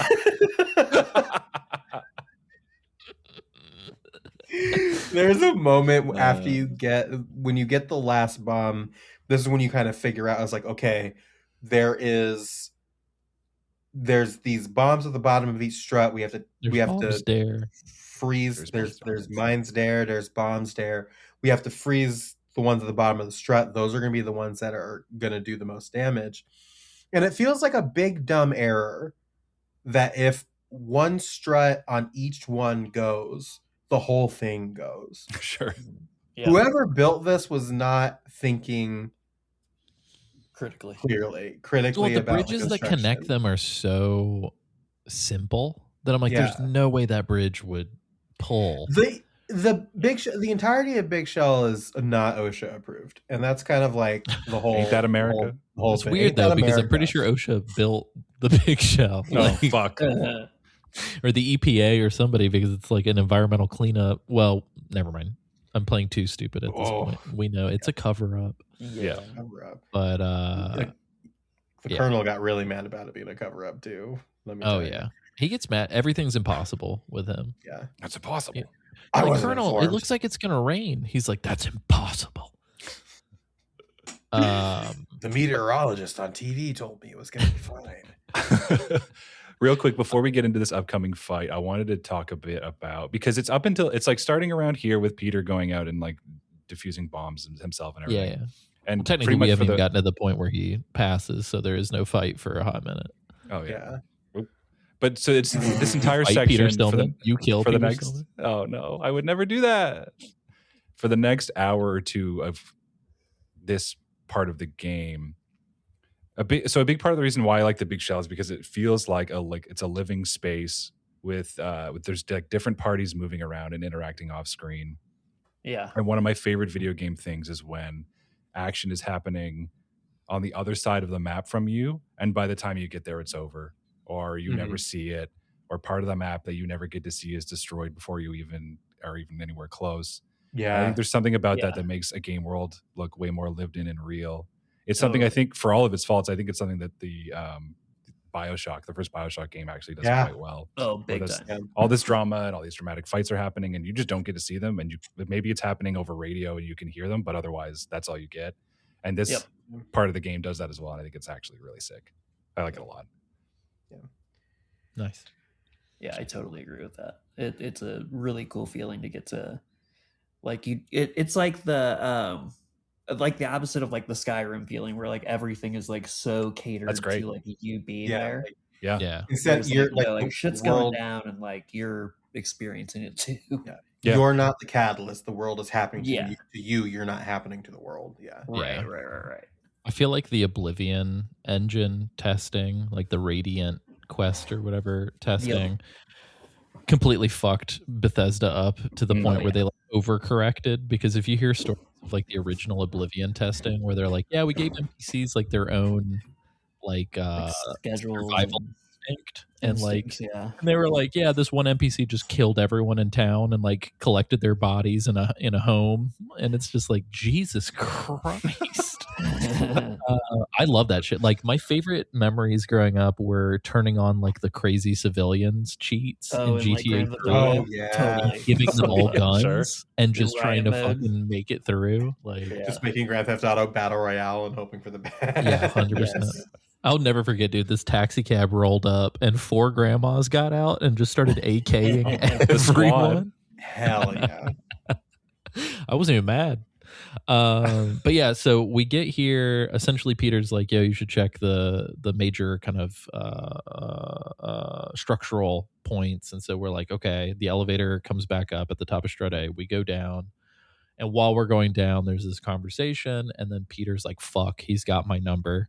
And his protege, Fatman, essentially tricked him into an unwinnable situation. And Peter's like, yo, I'm going to do my best to like take care of this side of things, but you guys need to finish up what you're doing on your side. And then we get like a DARPA chief-esque. Yeah. And then the screen shakes and you hear like a rumble, and then Snake and Raiden are kind of like nonplussed. Yeah, they're really nonplussed about it. Just another day in the office. It's also like really like it's like kind of, it sucks, but it's also kind of funny that Stillman he realizes the game as soon as like Pliskin freezes that last bomb. Right. Like, it's so funny, and it's like, damn, but like, okay. Yeah. But then when we get down here, if like I mentioned on the last episode, you can find this at any point, but there is just a bomb stuck to the bottom of the submarine that is in this little dock area. Also, MGS1 callback as we head back to this little thing. I know we talked about it some last episode, but this little deep sea dock area and the little elevator waiting room are just like straight up MGS1. Like, did we mention that like part of this is like you have to go back to the dining room to get the new sensor? Oh yeah, we didn't talk about that. Yeah, so once you get that last bomb of yours, the regular bombs, you have to go all the way back to Strut C, to the dining hall, because Peter's left this special sensor so you can detect the big strut bombs. You have to strut your ass over to Strut C. Yeah. Right. So you have to go back, and he left it in the pantry that he was hiding in. So you have to go back and get that, and then go back to Strut A. So that's what I was alluding to, where if you like do it in the right sequence, where you're basically like in Strut A, or like you do Strut A last, you're next to Strut A, it doesn't matter because you have to go back to Strut C anyway, and then go back to Strut A. So yeah, I'm not even sure there is an optimal path, because no matter what, you do have to backtrack. It seems like there is. Yeah.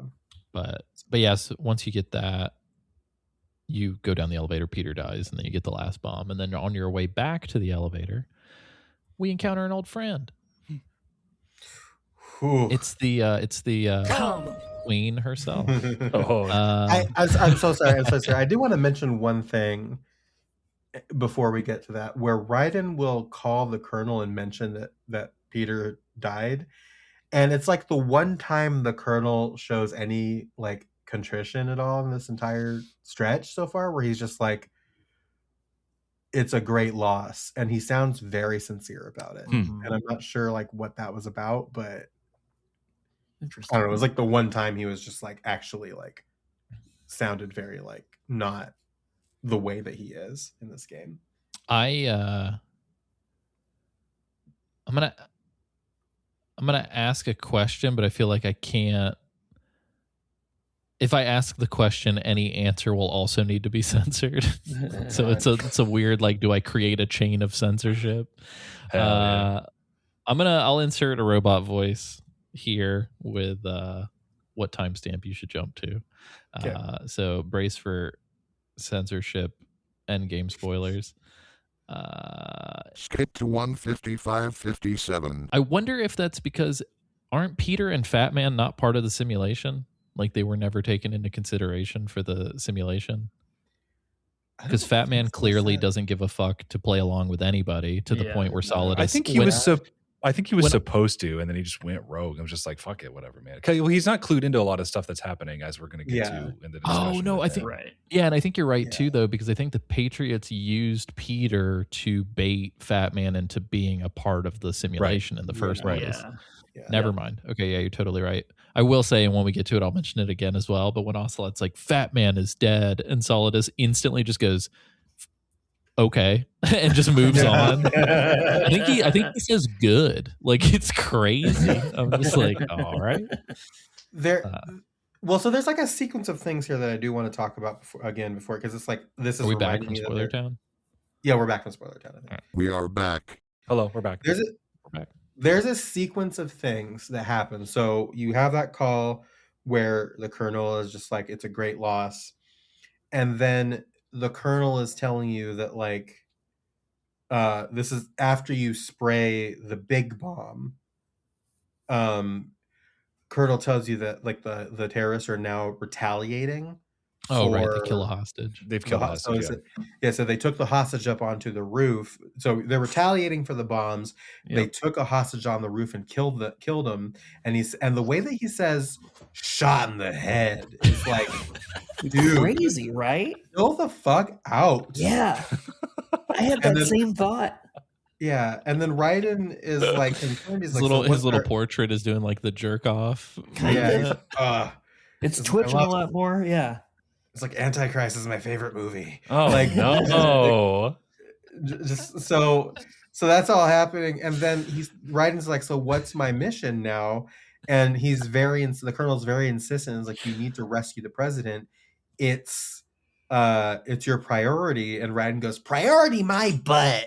Priority my butt. Yep. And he's freaking out, and he's just and the Colonel is just like your buddy Pliskin is gone and he's not there and he wasn't factored into the simulation, so you need to ignore him and do your mission. And Raiden's like, well, we have to rescue the hostages. And even Rose is like, Raiden, Jack, be reasonable. And it's just like, what the fuck is going on here? Mm-hmm. This is I don't even trust that a hostage has been executed, to be honest. Because you're gonna find out later. We're gonna talk to a man in a conference room, and we're gonna find some stuff out about these hostages. Oh yeah. But yeah, they've all had too much water to drink. Yeah, I guess so. But yeah, so you have this conversation, and like that's the thrust for like, you got to get out of here. And the Colonel's like, your first step should be getting back to the roof of Stret A. And it's like, okay, and so that's your direction. The only way you can go is up. You're like, yes, novice dungeon master. We will go down this linear path. And then it is time to come. Nice. James, quick question, because you sent us a video. Do you want to describe your video now or after we describe the fight? Because you sent us a video about Queen, right? It probably makes more sense after, because it'll tie into the how the fight goes. Yeah, I didn't have a chance to watch it, so I figured out. Yell Dead Cell is the coolest song in the Metal Gear series. I'm not sorry about it. Yeah. This song goes so fucking hard. Yeah, I wrote that down and circled it. I was like, this fucking song slaps. It fucking rips. I do. It's weird because on the one hand, I do think they overuse it, but then on the other hand, I just want to listen to it all the time. Right. So I'm just like, all right. The fucking. It's such a weird year 2000 video game track. Yeah. But like in the Extremely. best way possible. Like, it's so good. But yeah, so Fortune comes down from the elevator. She thinks you're Snake. Yes. But then weirdly enough, she's excited that you're not Snake because she's like, Yeah. oh, like maybe you can kill me then. It's a new piece on the board. Maybe you're the one. Yeah. And this fucking fight is difficult on hard. If you get hit more than twice, you're dead. This is all leading to a point that I'm going to bring up in probably shortly, because I need to point these moments out to like help illustrate the point even harder. Raiden's reaction to being fired at with a fucking railgun in a tight space, being whoa crap, is like insane psychotic behavior. Yeah, he's way too lackadaisical about what's going on. It's like, right, like fucking please. Yeah. I remember the first time I ever played this fight, I was like running around like crazy and jumping and all this shit. But when I played it on hard, and I think Lily was watching when I was doing this, I literally just like got on my belly, hid between as many fucking boxes as possible, and would wait for that cover to be completely extinguished before moving. And so it was like fucking, it was like battle royale creeping is what it was. It was like, let's just stay in the circle. And I'm actually kind of like, I'm pleased to hear that it's more difficult on hard, because I thought, so on the first playthrough, when you don't know the nature of this fight, it's very stressful and it's very exciting. Yeah. But I was gonna, did you guys actually try to like engage her in combat? Of course. Yeah.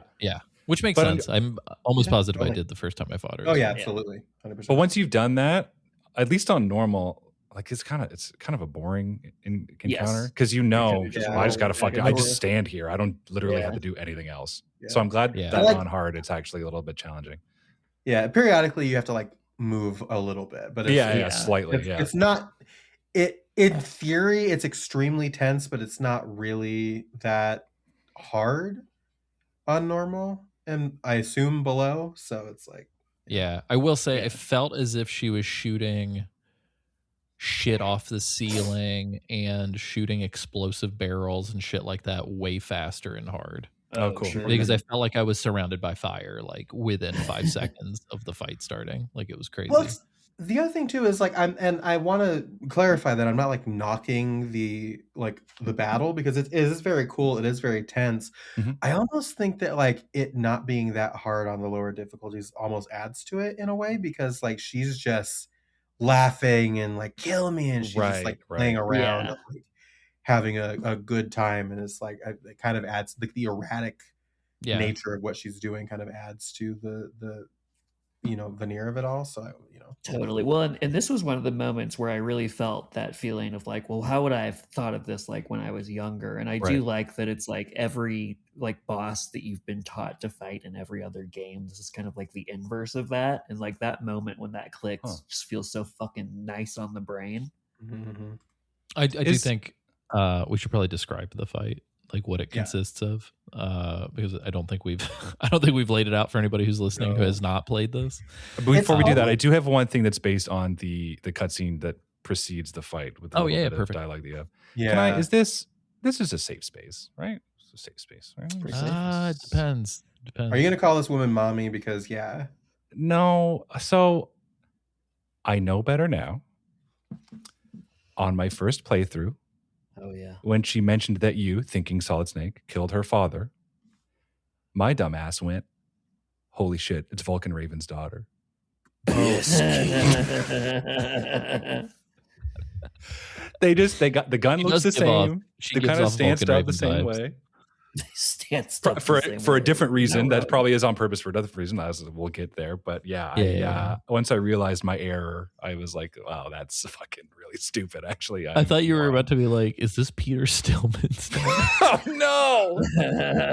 That's what to be fair, that's what I was thinking too. Oh god, damn! Is that her dad's decoy octopus? Oh man, Sigyn was my grandfather. I love that. I love this idea of Frieden just asking everybody very politely, "Do you have my blood? Do you have my blood? Who has my blood? I'm still laughing at the idea of Chad doing an anime music video for the Ascent. By the way, like I know you said FMV, but I just heard it as AMV. I meant AMV. I'm fucking dying thinking about it. It's like the bleakest fucking Soviet filmmaking I've ever seen. Set to like fucking Hatsune Miku or something. What's the 30 Seconds to Mars song that's like, wake me up, bury me. That's a good one. We'll do fucking AMV. Wake me up, bury me. I don't know what the fuck the lyrics are. It's something like that. The only reason why I know the words of that song, wake me up and then kill me. One of my exes was like obsessed with 30 Seconds to Mars. That's a red flag. Tell me about it. Well, listen, her entire life was a red flag, but that too. What? Don't worry about it. Don't stick your parts in crazy. Thank you. But she was obsessed with them, and like that's before I knew anything about Jared Leto. That's the reason why I hated 30 Seconds to Mars, because she fucking played them forever. So what are the words? Come, break me down, bury me. Break me down, bury me. Okay, that makes way more sense than wake me up, bury me. Yeah, that's Evanescence. I do like wake me up, bury me. Bury me. Wake me up, bury me. Wake me up before you bury me. The nature of this fight, basically, and it's weird because it's kind of like staged similarly to the Olga fight in a weird way. Oh yeah, because you're in this division of that little hangar where the elevator is, and Fortune is on the other side. This is when she first introduces herself to you as Fortune, by the way. She's like blocking the elevator essentially. Yeah, she's standing in front of it. These on the other side, and you have to basically like wait for it because as the battle starts, the elevator goes up. So basically, you're waiting for the elevator to come down, basically. And she has a railgun, and her life bar is like itty bitty. It's like a fraction. You're just like, okay. Oh yeah, I noticed that too. This should be fine. But of course, she can't die.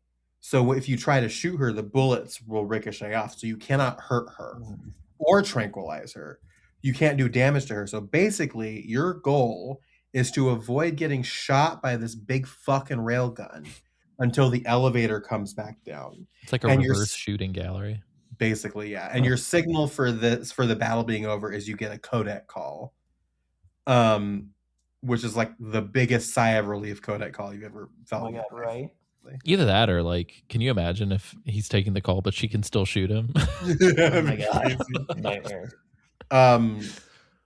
So as you're like going through this battle, you get this codec call, and it is the colonel, and he tells you that Fatman has left a bomb on the heliport, and he's asking for Raiden. And Raiden goes, "What does he want with me?" And the colonel going, "How should I know?" is really fucking funny. Like, what is happening, man? That's so good. Also, how the fuck does Fatman specifically know about Raiden if they're not telling him anything? Does he know there's an intruder? Like, he wouldn't know there's an intruder if they're not telling him shit. I mean, unless Campbell's just fucking lying. That's also true. Yeah, there's that. But there's cameras everywhere. Would he know him by name? Like, would he be That's privy true, to this though? Yeah, that's a good point. But also, would he be privy to the cameras also? Because I love the idea of there's like a secret theater video a la MGS3, but it's Fatman is hiding in various places around the big shell, just like spying. Yeah, that's crazy. I wish that codecs. I mean, I love the codec screen, and I love the whole game kind of waits for you. But I wish that codec would just like play while you're playing, because then we could get like the cheesy Joss Whedon fucking dialogue of like, "Hey, kind of busy here," and Colonel being like, "Sorry, well, she's right behind me, isn't she?" They can fly now. They can fly now.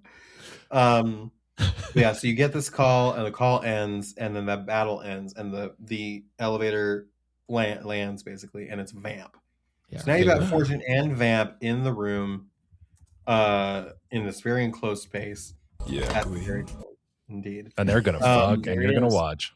Oh, That's what it felt like. They're my mom and dad. Well, yeah, no, sure. Vulcan Raven is your grandfather. That's cool. I'd probably say that Fortune is not Vamp's type. He's bisexual. Oh, that's right. He's bisexual. He does give off those vibes. That's true. Well, now that I'm thinking Snake about literally calls him bisexual. That's true. Now that I'm thinking about it too, that would be kind of fucked up if he was in a relationship with Fortune for reasons we'll discuss later. Oh yeah. Can you imagine? Hold on. Can you imagine a world in which they're just forcing Raiden to watch them fuck while she shoots him with a railgun?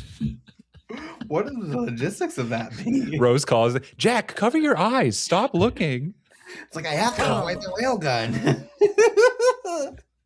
She says that at the end. She's like, it's like, you have to come, climax. I love the look on James's face right now. He's like, am I witnessing a war crime?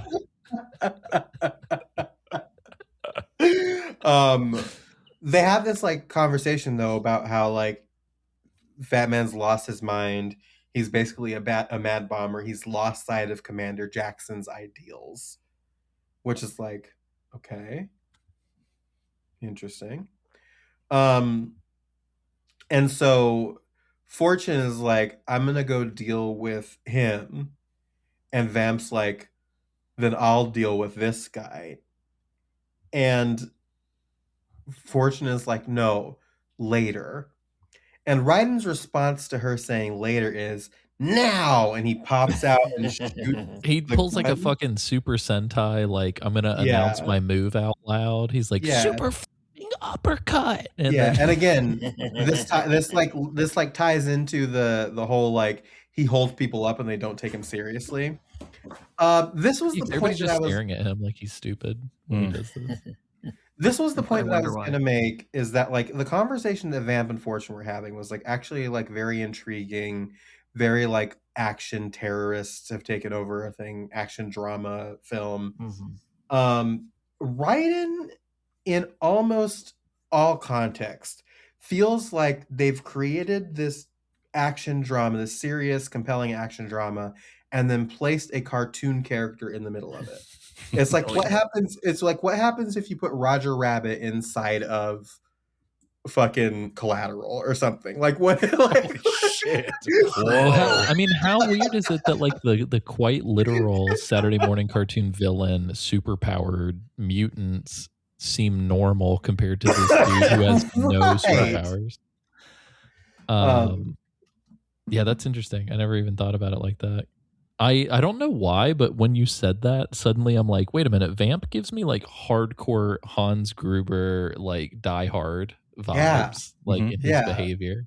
It's like if Justin Bieber was in Die Hard. Whoa. Yeah, that's a better example than what I said, which is Roger Rabbit. Roger Rabbit and Collateral. Justin Bieber in The Ascent, even better. In the Ascent anime music video, you have to wait for a YouTube. Okay, I will. Yeah, might take me a bit, but I'll do it. Fortune's like monologue here about like that bullet should have been for her and how she just can't die. That death was for me. Like very heartbreaking.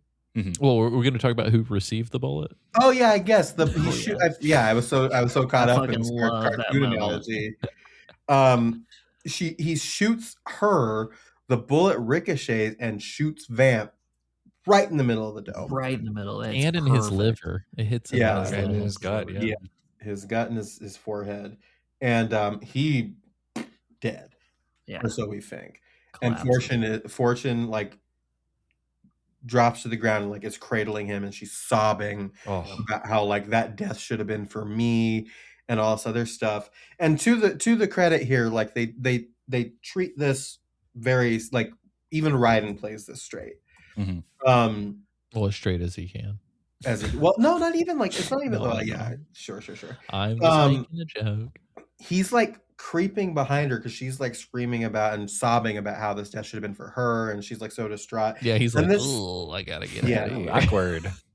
And this scene here, I think the scene did really well. It tells a very, very like it tells the story of how much Vamp means to her. Yeah. Very efficiently. Yeah. Because she is distraught about this dude being dead. And Raiden like sneaks up behind her and like aims the gun at her, and she's just like, "You weren't the one that could kill me, and I'm destined to like live forever." Blah blah blah. And he just kind of like leaves and goes up the elevator. Yeah, he like slinks away. That dude should have fucking point blank, like gun to forehead. It's not going to go anywhere. You know, I don't give a shit if she's able to have bullets whiz around her in a sort of force field kind of gun could jam. Just put the. I was going to say it would jam the gun. That would be my guess. Totally. Yeah. I really like Fortune's characterization in general, and I was thinking about it from the lens of like how on the nose Hideo Kojima is with names, like the concept of like the soldier of fortune that just can't be killed and wants to die. It just felt so like on the nose as an adult, but like I could see like, I don't know, what did it feel like as kids playing that game? Like, did you think about the names? Like, or did it kind of just wash over you? At the time, I was watching a lot of fucking Cowboy Bebop, so this felt like perfect. This was like, oh fuck, this is like this is very Cowboy Bebop. Yeah, wow. Yeah, wow. Yeah, I've never thought about that. This is very Cowboy Bebop coded. Especially with the fucking sax and stuff. Yeah, like I was like, that's hell sick. yeah, dude. Oh, I love that. The saxophone refrain. Spike, Spiegel, and Snake like existing in my media consumption simultaneously as a child was like the crazy. I was like, this is fucking insane. Like these two men are powerhouses, dude. But yeah, super cool moment. I really like this moment. And then we just kind of dip. And before we kind of dip, before we get where we're headed, can I drop some Dead Cell trivia real quick? Yeah. Oh, yeah. I don't. Yeah, because we get its own theme song. I don't. Oh, yeah, let's do I'm gonna cue Dead Cell. Hell yeah! Oh hell yeah! That's great. I can't recall whether we spoke last episode about what their purpose was pre-terrorism, but in case we didn't, they were originally created to simulate terrorist attacks for special operations forces to respond to. And during my research, I found out that this is actually real. They're based on a real-life group founded by one Richard Marcinko, who was the first ever commanding officer of SEAL Team 6. Oh, and he's that guy. He's the fucking Rogue Warrior guy. Yeah, so we're going to talk a little bit about Rogue Warrior. His books are what Jeremy Blaustein was reading when he was translating the original Metal Gear Solid. Oh, that's where he got his terminology from. Cool. So he founded this group called Red Cell, which is I swear to God, that's Jeremy. real. Well, Jeremy didn't translate MGS2. Right. No, Hideo Kojima named this group Dead Cell. He did that.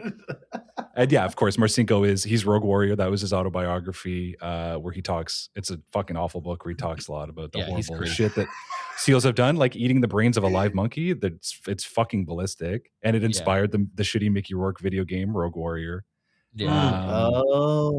I forgot that was Mickey Rourke. Sucks. Yeah, well, it's actually Mickey Rourke as Richard Marcinko, founder of Red Cell, and also an advisor on the film The Rock. Yeah, I forgot about that. Oh, yeah. Connections. Never forget. Never forget The Rock. If I were a betting man, I feel like that man's probably on the wrong side of history right now, if I had to guess. Yeah, he's dead, so fuck him. Oh, nice. Okay, cool. He would be, though. He would be. He would absolutely be. Definitely would be. He strikes me as a man who misunderstands the Punisher as a character. Oh, yeah. Many such cases. Many such cases. Frank Castle hates cops. I just want to know. I just want to underline that about 1,000 times. I'd like to again. I've done this before. I'm pretty sure on this like return of Metal Gear Mondays, like everything happening, where I was like, anybody care about spoilers for Daredevil Born Again? And it was like completely silent. Nope. There was something. There was something in that show that surprised me, in that they actually did not shy away from the fact that the Punisher hates cops and hates the dudes that are mimicking him. and like doing shit like in his name basically. And I that's was cool. very surprised that Disney did not shy away from that. I didn't realize fucking John Pernthal, who plays Frank Castle, is in that show. Yeah. That's cool. Yeah. He was in the original like Netflix Daredevil, and then he had his own Netflix The Punisher series, and then they brought all the actors back for Born Again, the reboot, and like shuffling it into the MCU basically. The guy who plays Lalo from Better Call Saul is in it, and just seeing that man's face puts the fear of God in me every time. He is the goofiest dude. Oh damn. Well, no, because he's kind of like a little sinister in Daredevil. He was in the Hawkeye TV show first. Oh really? And he plays Kate Bishop, like Kate Bishop's stepdad. And he's the weirdest fucking goofy guy. Yeah, it's very weird. That's crazy. Did you know that David Hayter, of all people, leaked Daredevil Born Again? What? Apparently in November. How is all this shit connected? In November of 2021, David in some interview was like, Daredevil's being rebooted and it's in the works at Marvel. What the fuck? How did he know? I don't know. That's crazy. He's got connections. He's made comic book movies, right? So Yeah. Well, he voiced fucking King Shark in something as well, so I know he's still running in comic book circles to some extent. Yeah, I knew about. There are 3 King Sharks that I know of, and it's David Hayter, Ron Funches, and Samoa Joe. What the fuck? Oh my god! What a fucking squad! Holy shit! I don't know. I'd ride with that squad. I don't know what David Hayter voiced King Shark in. And Sylvester Stallone, fuck that guy. David Hayter voiced him in something. Stallone voiced him in the Suicide Squad movie. Ron Funches voices him in the Harley Quinn cartoon, and Samoa Joe voices him in that fucking Suicide Squad video game that Rocksteady made. Oh yeah, that's right. About that one. Yikes! Wow. Yeah. Well, thanks for the fun facts about Dead Cell. Well, less than fun, but yeah, definitely, yeah. Not the most fun. That man swears so fucking much, by the way. The Mickey Rourke, cocksucker, fucking dickhead. Yeah. It's hilarious. Don't play the game, but watch a playthrough. It's gold. Oh yeah. Dude, I remember my boss at GameStop when that came out was like all about that dude. He was like, dude, this guy's like the greatest fucking soldier in the world. This game's going to be badass. And I'm like, dude, you're 52 and you fucking run a GameStop. Like, shut your mouth. For reasons that I will discuss at the end of the show, because I have some things to talk about. I was like, if I'm looking for a job and I'm in a pinch, I guess I could work at GameStop. And then I went to GameStop and I realized like I would be insufferable. And I'm really sorry if you listen to this podcast and you work at GameStop. I had to go, I went into this GameStop, and the dudes behind the counter were reading a Game Informer, and it's like, but they're just loudly talking about like his opinions on video games, like comic book guy, like IRL, unironically talking about. It's like, well, I'd call it a 6. They gave it I can't believe they gave Pokemon ZA an 8. It's a 6 that I like an 8. It's just like, what the fuck is happening? Gives a fuck? Who gives a shit? Yeah. So he's the guy who was rating women on Facebook when it first came out. So I probably wouldn't be doing that. But yeah, there's like, I feel like there are 2 types of GameStop employees. You're either chill as fuck and really cool, and it's like whatever for you, or you're like the biggest fucking doofus in the whole wide world. Like there is no in between, I feel like. What it seemed to me, because as this was, I was looking, because whenever I go to a mall, because or like a place with like varied like an elephant graveyard of domestic commercialism. Yeah. Honestly, the mall by our place is really fucking cool. Like it's got like a big manga shop and like a Pokemon emporium and shit like that. It's really cool. Hell yeah.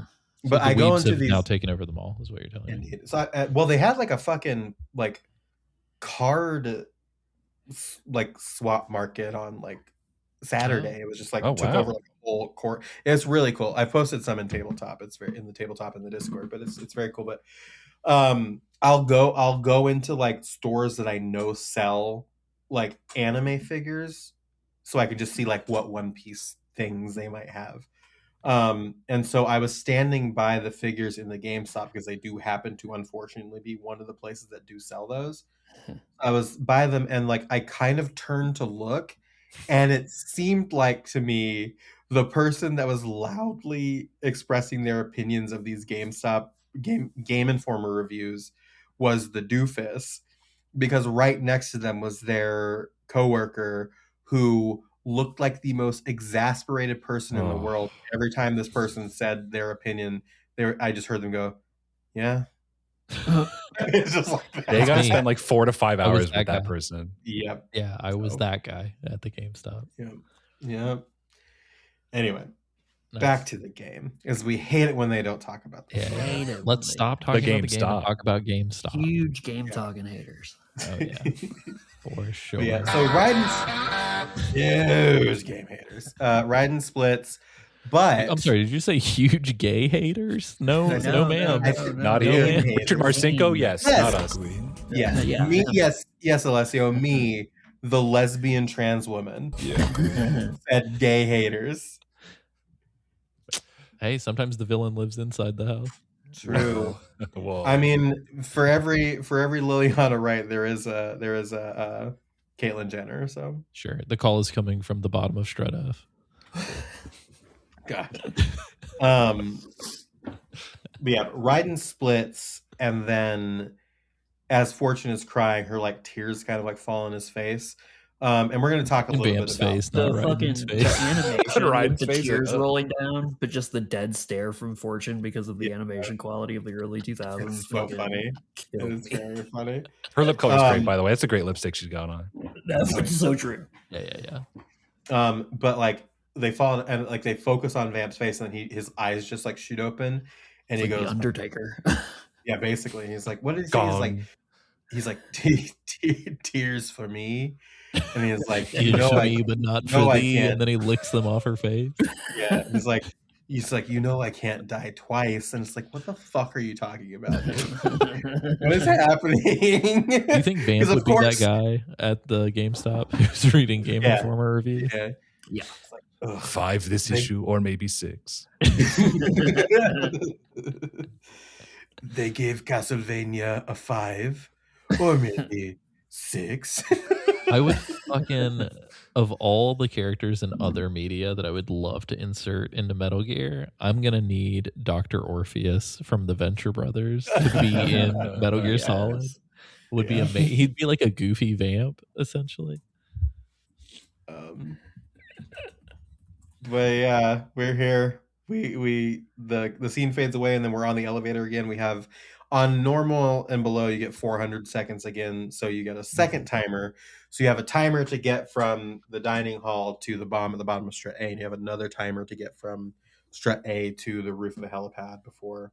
And be careful. 300. Don't die. Don't game over, because you will Fuck. restart Oh no matter my where God. you That are. was Yeah. so No matter fucking where you funny. are, Nightmare. you will restart at the Strut A elevator, Mhm. Ugh, it ain't including right. if you die against Fatman.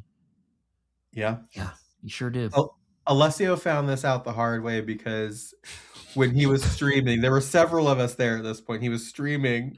Number one, he got by the claymores in the entryway to the Dude, downstairs of strut A so many almost times. every single time he did the run back. I think only once did I not. Once did That's he miss fucking it. awesome. I was like, oh yeah, Um, I'll definitely miss him this time. And just fucking double tapped. Doof, doof. When you finally get to the heliport, the bomb is just sitting in the middle of the heliport. The Harrier is missing, by That's the way, interesting. which is totally cool, because the bomb there was under the Harrier at first. Oh right, yeah. The Harrier is gone now, which is great. But Alessio gets up to the top of the heliport while he's streaming this game, and he goes, "What if I just shot the bomb?" And we all dared him to shoot the bomb, and he did, and everything blew up, and Yes. he died, and then he found out, oh, I have to do this run from the beginning, from coming up in the elevator, and then he Yeah. got by the claymores again going back. So it was very good time. Well, and yet did not prevent me from being very confident during what's going to happen, because there were these moments where I would have 10 seconds on the clock. Chad's like very clearly fucking sweating, and it would be down to like 5 seconds. And it did get me once, but it would be down to like 5 seconds. And I'm like, nah, I got time. And I'd like go do something else and then come fucking take care of it before it hit zero. Oh my God. Yeah, there was one time where you didn't get it, right? Or am I? Yeah, there was one time where I got, but it was because I could not physically get to it fast enough. Couldn't find it, Yeah, because he put it like in the opposite side. But we'll talk about it. Anyway, we're about to talk about the battle with Fatman. Is there anything that we need to cover besides just the run back? Did you guys do anything in this time in between, James and Chad? No, I just did the run back. Yeah, nice. I was panicking, man. There's a timer. I'm freaking out. The longest Dark Souls. Cinnamon in a minute. 400 seconds legit though is like extremely manageable. It's like 5 minutes. Yeah. Well, it's 300 seconds on hard mode. Yeah, on hard mode, but that's still very. Even that's a lot of time. Yeah. But yeah. So again, like I mentioned, the bomb is just sitting in the middle of the heliport where the helicopter or the plane would be, and you freeze it. And then there's nobody up here. There's nothing up here. There's no corners to check. There's nothing. As soon as you freeze it, you go into a cutscene. Where the fuck was this dude hiding on his goddamn roller skates? Where was he? He's a master of stealth. He's like the invisible helicopter or the soundless helicopter from MGS3. Yeah, I guess. But this man on roller skates in a bomb suit with a glass of wine shows up. The sippy cup. How fucking hilarious would it be if he was like, if you freeze the bomb, there's no one around, and then you just hear a sound and you look up and he's like fucking shooting star flying like Kirby. It's fucking Radon bombing the top of the fucking and then like right before he hits, he just fucking pulls it back and just lands daintily. Rocket thrusters in his roller skates, like can't spill my wine. Got to be careful. Okay, here I was like, when Alessia was streaming, we were watching this cutscene, and again, we all did go back and play this, and I did play this. I was like, why does he sound so familiar? I can't. If you're about to say the exact same person I wrote down, I'm gonna lose my fucking mind. I don't think we are, because this is I've got one. This is such an insane pull. Okay. But in certain ways that he talks, he sounds like a fucked up Tigger. Oh, okay. Well, yeah, that was not what I was expecting at all. Go back and listen to the way he delivers some of these lines, and it sounds like Jim Cummings as Tigger. Oh no, good-looking boy with like an edge. Like, it's very funny. Who are you gonna say? Larry King. Larry King. It really does. It does.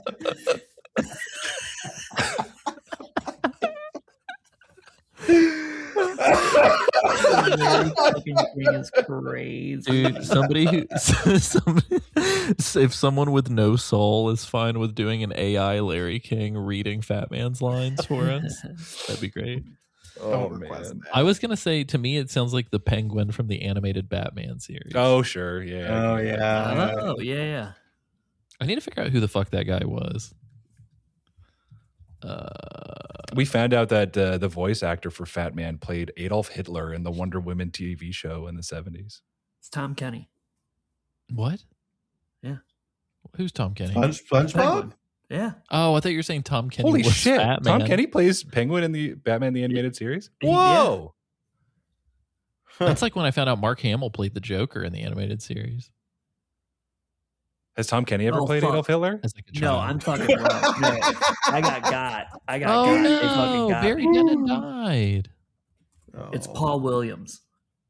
Oh, that's very weird. Wait, Paul Williams is in like the musical Man? Paul Williams? Yeah. What? Like the Rainbow Connection? What Paul is Williams? happening right now? Yeah, like Three Dog Nights. What? What the he wrote some fuck? Carpenter songs. Bro, okay, hold on. Real quick. The guy who voices Fatman in Metal Gear Solid 2 played Pontius Pilate in Jesus Christ Superstar. No shit. He's the OG in one, yeah. He's in The Dark Crystal. He's fucking Mendel in Fiddler on the Roof. Like, what? What? Wow. Yeah, this man is in everything. But he died, unfortunately, in 2017. Right. But yeah, that's crazy. Also, unfortunately, the voice of a character we have yet to meet yet, but is being called Solid Snake. He also died. No, he did. Not that long ago. Oh, wow. Yeah. We're losing them. That's why I'm trying to document their stories. That's right. Who Stories lives, live who on. dies, who tells your story? Also, funny enough, he was in the Titanic. Do you think Kojima was like, we got to hire him?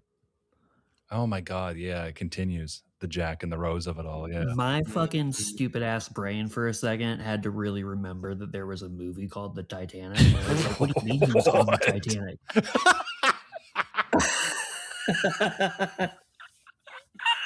What? Like, I full on was like, wait a second. We're about to crack open a mystery. Wait, like he was Adolf Hitler for real? And he was on the Titanic? James Guy was who born, doesn't understand how movies work.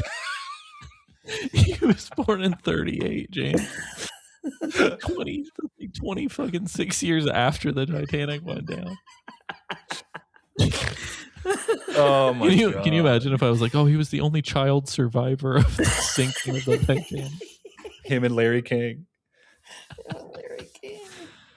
That's crazy though, dude. I did find out, by the way, speaking of fun movie facts, that there was originally going to be a guy named Maniac Cop as one of the members of Dead Cell. Oh no. A reference to that 80s horror film, Maniac Cop. Lily, I think you're muted. Oh. Yeah, the Titanic. You missed my hysterical laughter about all of that. Yeah, Oh, I sneezed, so I muted my mic. So it's whatever. Homie was in The Shining. The guy who plays Fatman Batman? was in The Shining. Who's Who he did he play in playing? The Shining? It says he played Jack a Torrance. man. Whoa! Whoa! Fucking amazing. There's not somebody named The Shining. Watson.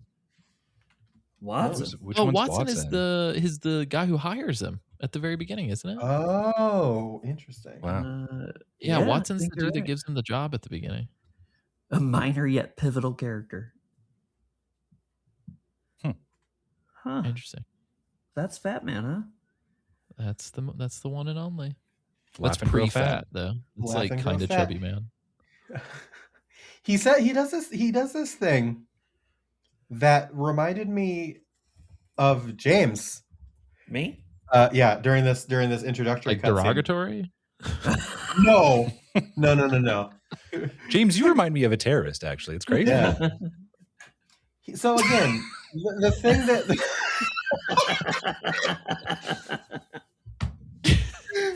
God, you guys gotta pay $10, man. I cannot stress enough how funny this fucking podcast is. You can see us, like it's just so good. I've got a glass eye here. Everybody, check it out. Whoa! That's so sick. I got a glass dick. Look at this. Whoa, that's pulling it out. crazy! He's pulling it out. Oh, he's jerking With it. Man, if we had a second glass eye, we could do something really funny with this. Oh no. Second class eyes. let's- Get the dollar. They'll never take that from us. I was Never literally will. gonna say the exact same thing. Yo, I was wearing this that day Yeah. when we had the other elevator Oh. comment. That's right. Oh my god. It's fucking all connected. Oh, that rules. I love her fucking. Their friendship is beautiful. I'm so sorry. Guys, they'll never take that away I from me. can't remember if we told this on the PRGE episode or not, but I'm wearing a Frog and Toad sweater that I literally bought just because my daughter likes Frog and Toad. Yeah. And I was wearing it in Portland, and in the elevator, this like 60-year-old woman turns around and she goes, "I love Frog and Toad." And then she goes, "They have such a beautiful friendship." And I was so close to being like, "Man, you know you're gay, right?" Like, Yeah, you did not tell that story on the PRG episode. it was so good. It was like one of my favorite moments.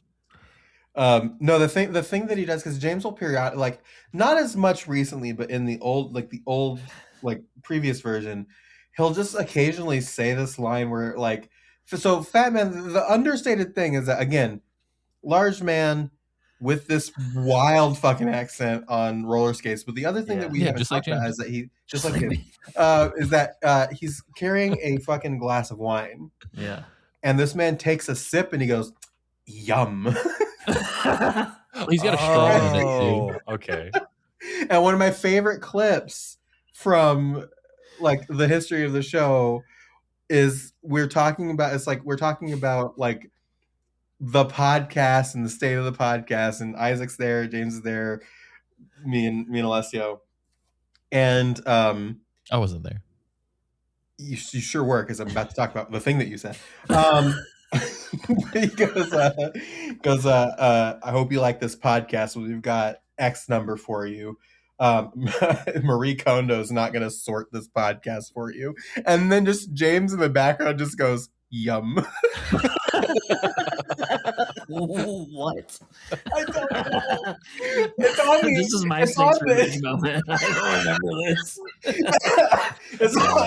If you scroll far enough back on the Instagram, Metal Gear Monday is there. It's fucking great. That's so funny. I'm gonna find that. Awesome. Yeah, so we should paint a picture of this crazy person. So he's wearing like a gigantic ballistics jacket. Oh, yeah. You gotta pay $10 for that. Yeah. Let me do a police sketch interpretation of what James looks like real quick. Yeah, and then give it to Maniac Cop. Yeah. My favorite cop, Maniac Cop. All of them. It's AmCab. All Maniac Cop.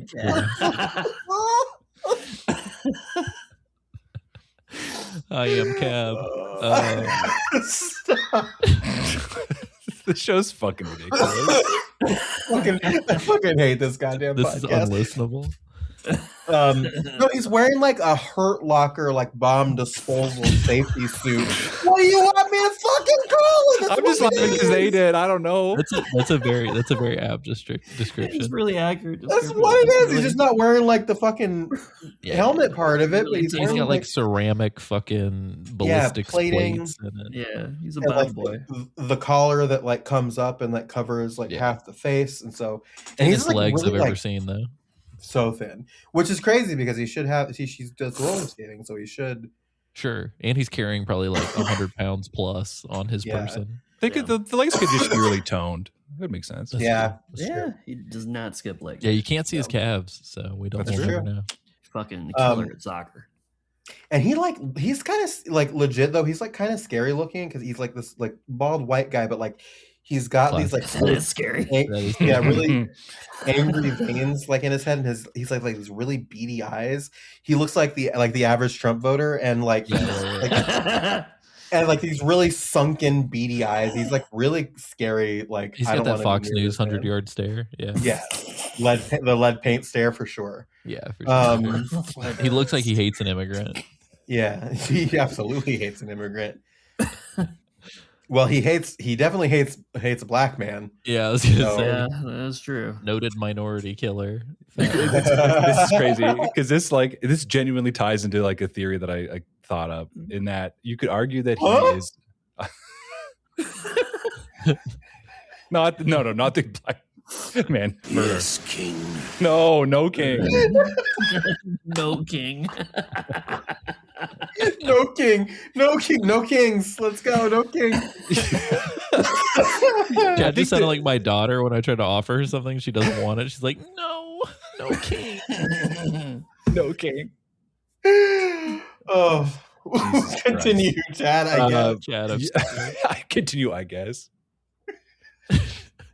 You could fucking goddamn it. This is such a stupid heady thing to say while we're all losing our minds. Oh Jesus Christ! You could argue that it's a critique of America via the personification of America, because you have this destructive force obsessed with his own brilliance. He's named after one of the bombs that was dropped on Japan. Yeah. You got the rollerblades, pierced ears, morbidly obese. Right, like these are like American cultural attaches. Yeah. And he's kind of like, I think he's both like a representation of like upper middle class to elite class American culture, but then also like America itself on the global stage as like a hegemonic entity. Sorry that I had to say all that serious shit in the middle of us laughing I like this silly little I like to imagine my country as a roller skating obese man with a sippy cup. That way most days. With a sippy wine cup who can blow shit up. Yeah, that's kind of where we're at. Well, but that's the other thing. But like he says all these like really grandiose things. Like I think at one point the one that I wrote down, I wrote down because it struck me really hard was he wanted to be the emperor of detonation devotees. Yeah, that kind of who among us down. I gotta ask Agnes if she came up with that one. Yeah, it's weird, and I feel like a lot of the villains in Kojima games are this way. Well, actually, I feel like they all are. Even though he's batshit crazy, even though he is definitely like representative of some pretty heinous ideals, he just has the charisma to just bring you along. Yep. You know what I mean? Like I'm like, I don't even know if I don't like this guy. Like I think I kind of want to see more of him. Like just do whatever, dude. Like here we are. He's got the charisma, uniqueness, nerve, and talent. Yes, he does. In America. He really does. I would fucking die if somebody brought Fatman to the fucking stage on a runway. Holy shit! A Fatman inspired look. It would kind of go hard, like the wine and with the straw and everything. Yeah. Oh my I god! love like a Metal Gear theme with drag competition. Well, dude, there was I can't remember who it was, but there was one of the contestants came out, and I swear to God, I clocked it instantly. I was like, "That's a fucking Shin Megami Tensei demon." Oh hell! And I like looked it up, and it was 1-for-1. Yes. Oh, who was that? Yeah. I don't remember, but I do remember seeing that. Was it like like Sakura something? Maybe Rock'em Sakura. It could be. Yeah. Yeah, I guess it could have been. Yeah. But yeah. So anyway, we have this situation with Fatman. He reveals himself. You hear these like creepy roller skates before you see him, which I found to be really cool. I love that. And then he pretty much tells you what his whole shtick is. You know, he's like, I don't really care about what Dead Cell is doing at all. Like, my ideal sort of victory state is I just want to blow this shit up and be known as like the one with the coolest, biggest, historically relevant explosion. And to that, even on the stream, I was like, you picked the wrong fucking target, dude, because like who gives a shit about this oil containment platform. So yeah, I don't know, I always found it strange that he was here, but I do think we do get additional context for what brought him, and obviously we talked about it in our little spoiler zone a little earlier. But the fight mechanically is actually very fun. Like I know on hard it was kind of a pain in the dick. It's a great fight. It's very fun. Fight. There's a lot of fun. When I was a kid, so again talking about like doing shit the hard way when I was a kid, I was so timid about everything. What I would do, and I would get so pissed when he would plant the bombs because I'd have to leave. I would hide the fight first.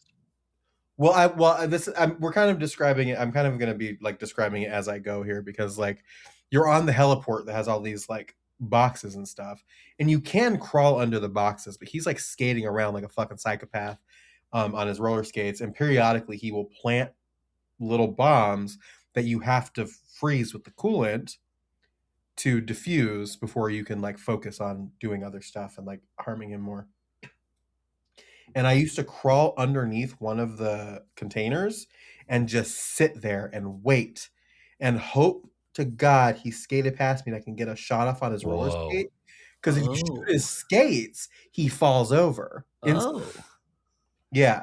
So I used to like wait for the moment, shoot his skate, pop him in the head, and then just do that over and over again until I needed to leave to spray the That's so good. And then I would just hide under another thing, and eventually he would roll by. And it was the most inefficient way to do it ever. But that was how I did it. Yeah, it worked. It did work. Oh, sorry, go ahead. I was just gonna say using L1 to lock onto him and just plug it away at him with like the SOCOM as he rolls around. Even if he's off screen, it's like a complete game changer. I don't know. Like I've seen people suggest using claymores. Alessio it was not working out. Yeah, I not going every anywhere once in a near while that would. shit. I think it hurt me more than it hurt him. You kept running into them. Yeah, because I would forget about it and then come barreling. I around. had forgotten about the claymores I planted. Alessio, can I please request an addition to the soundboard? Oh, not the whole thing, but just that clip. I had forgotten. And just add that, please. Thank you. I will say the L1 thing, I don't know why, but every time, and Nick brings it up constantly. He's always like, hold L1. Every time I stream, he pops in and he's like, hold L1.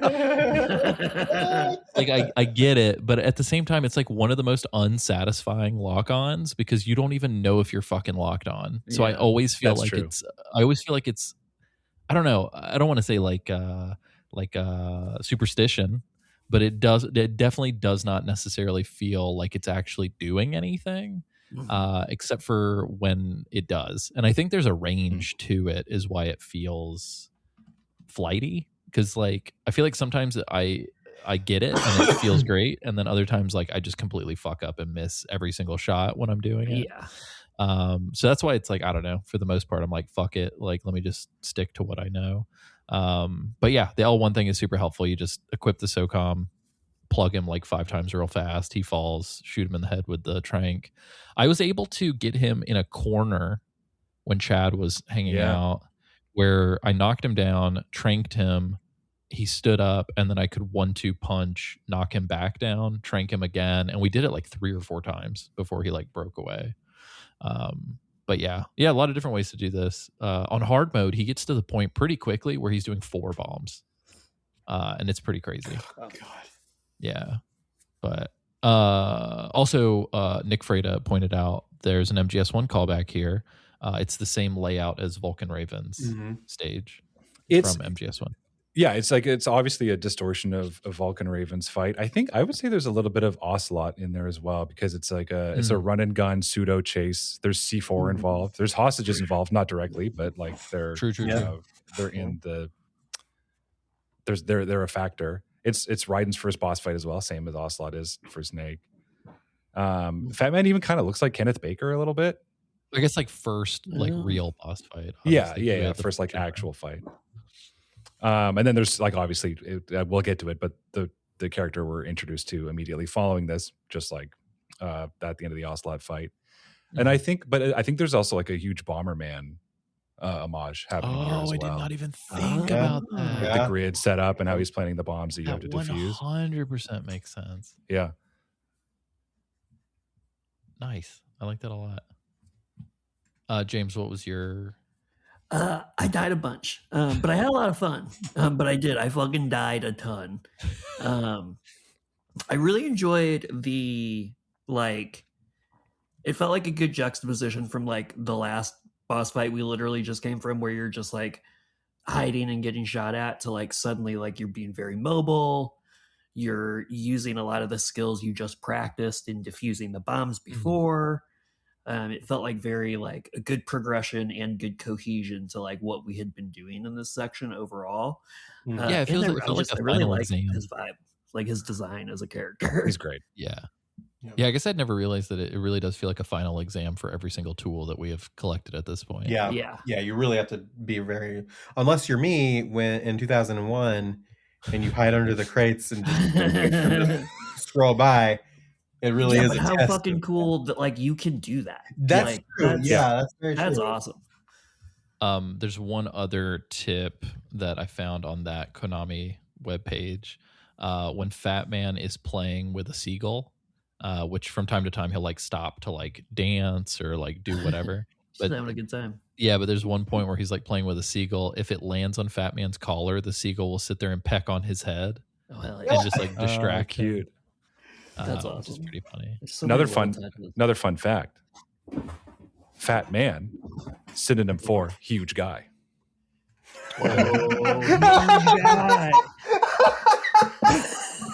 That's awesome. That's awesome. Chad, I just want to say I want to say something right now, unequivocally more than ever before. I hate you. Yikes. Chad, Lily's hate makes me love you more. Fat hatred man. I almost said guy. I almost fucking fucked it up. Is it weird to say fat man? I feel weird every time we say it. It's his name. That's his name. Yeah, it's his government name. He picked this. Yeah, this is government. That's true. He picked it. He picked it because of the bomb that was called Fat Man. Yeah, that's true. Do we ever get like an actual name? No, I don't think I so. don't think so.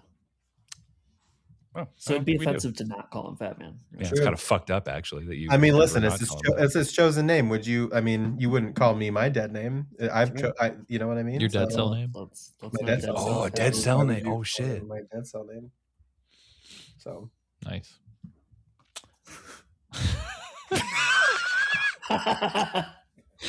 So I don't know why. That's all I can think of in that moment.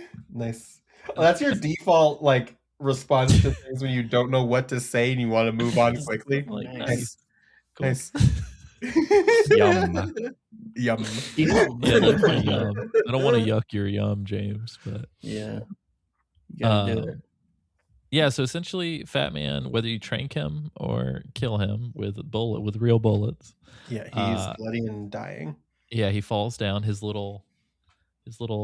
I don't know why. I always thought his design looked like shit once the collar disappeared. I'm like, he just kind of looks like. Yeah. He reminds me of that dude from Dune, like the fucking. Oh, dude in like the floaty Skarsgård, chair. like Stellan Skarsgård. Yeah. No. yeah. I'm sorry. In the better version, the Oh. Toto scored Kyle MacLachlan 1980s David Lynch dude. That's incredible. Oh, Dave Bautista. But yeah, I don't know. I almost get like Darth Vader head at the end. Oh, of sure. Return of Yeah.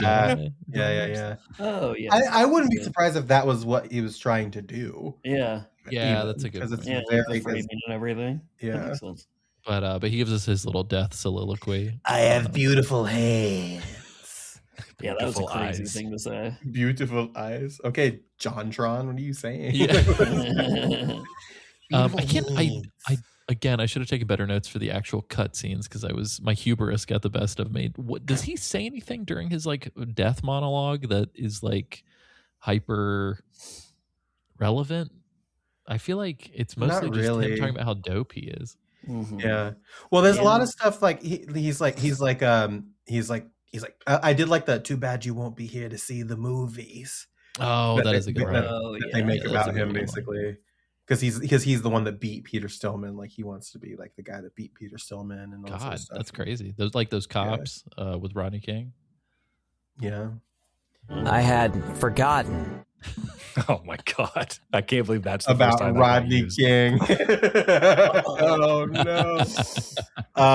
Yeah, he mentions too about like he doesn't know anything about like the ransom or anything like that throughout this whole That's right. thing. And, Yeah, like, he does. I this think is he the does first- let that slip.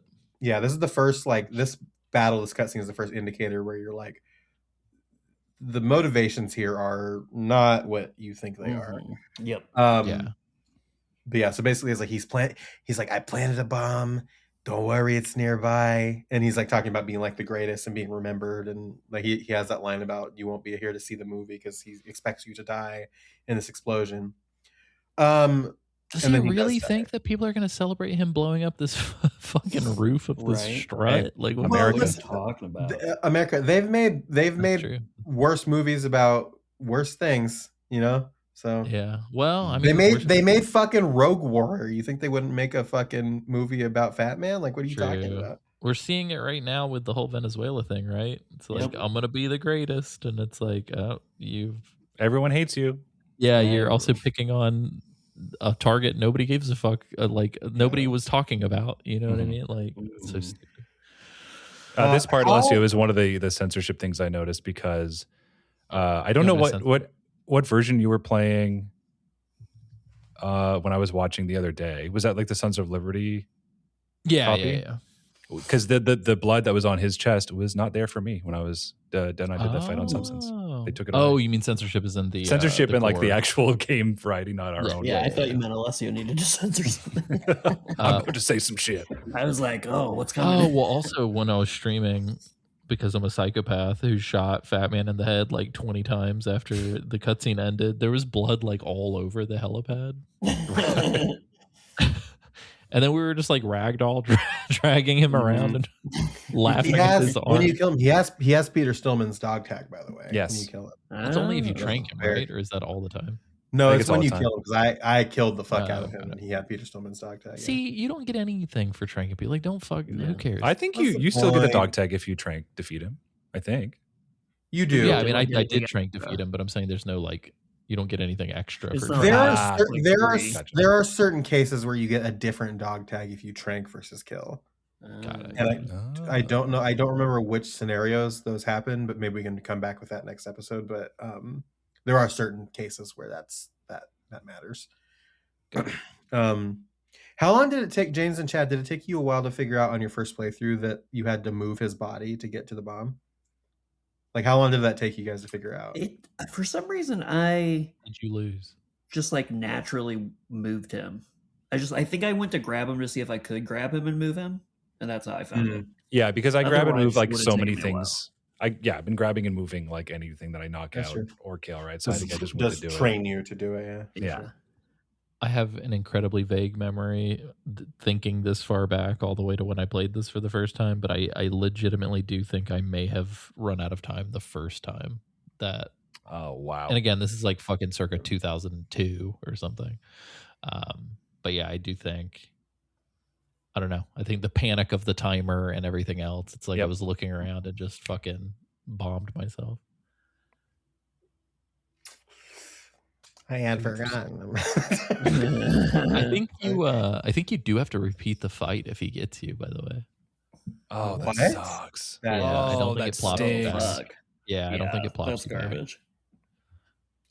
Also, where the fuck did this thing come? Because it's huge. Where the fuck did this thing come? Talk about him like that, bro. Goddamn. Huge hidden bomb guy. Huge hidden bomb guy.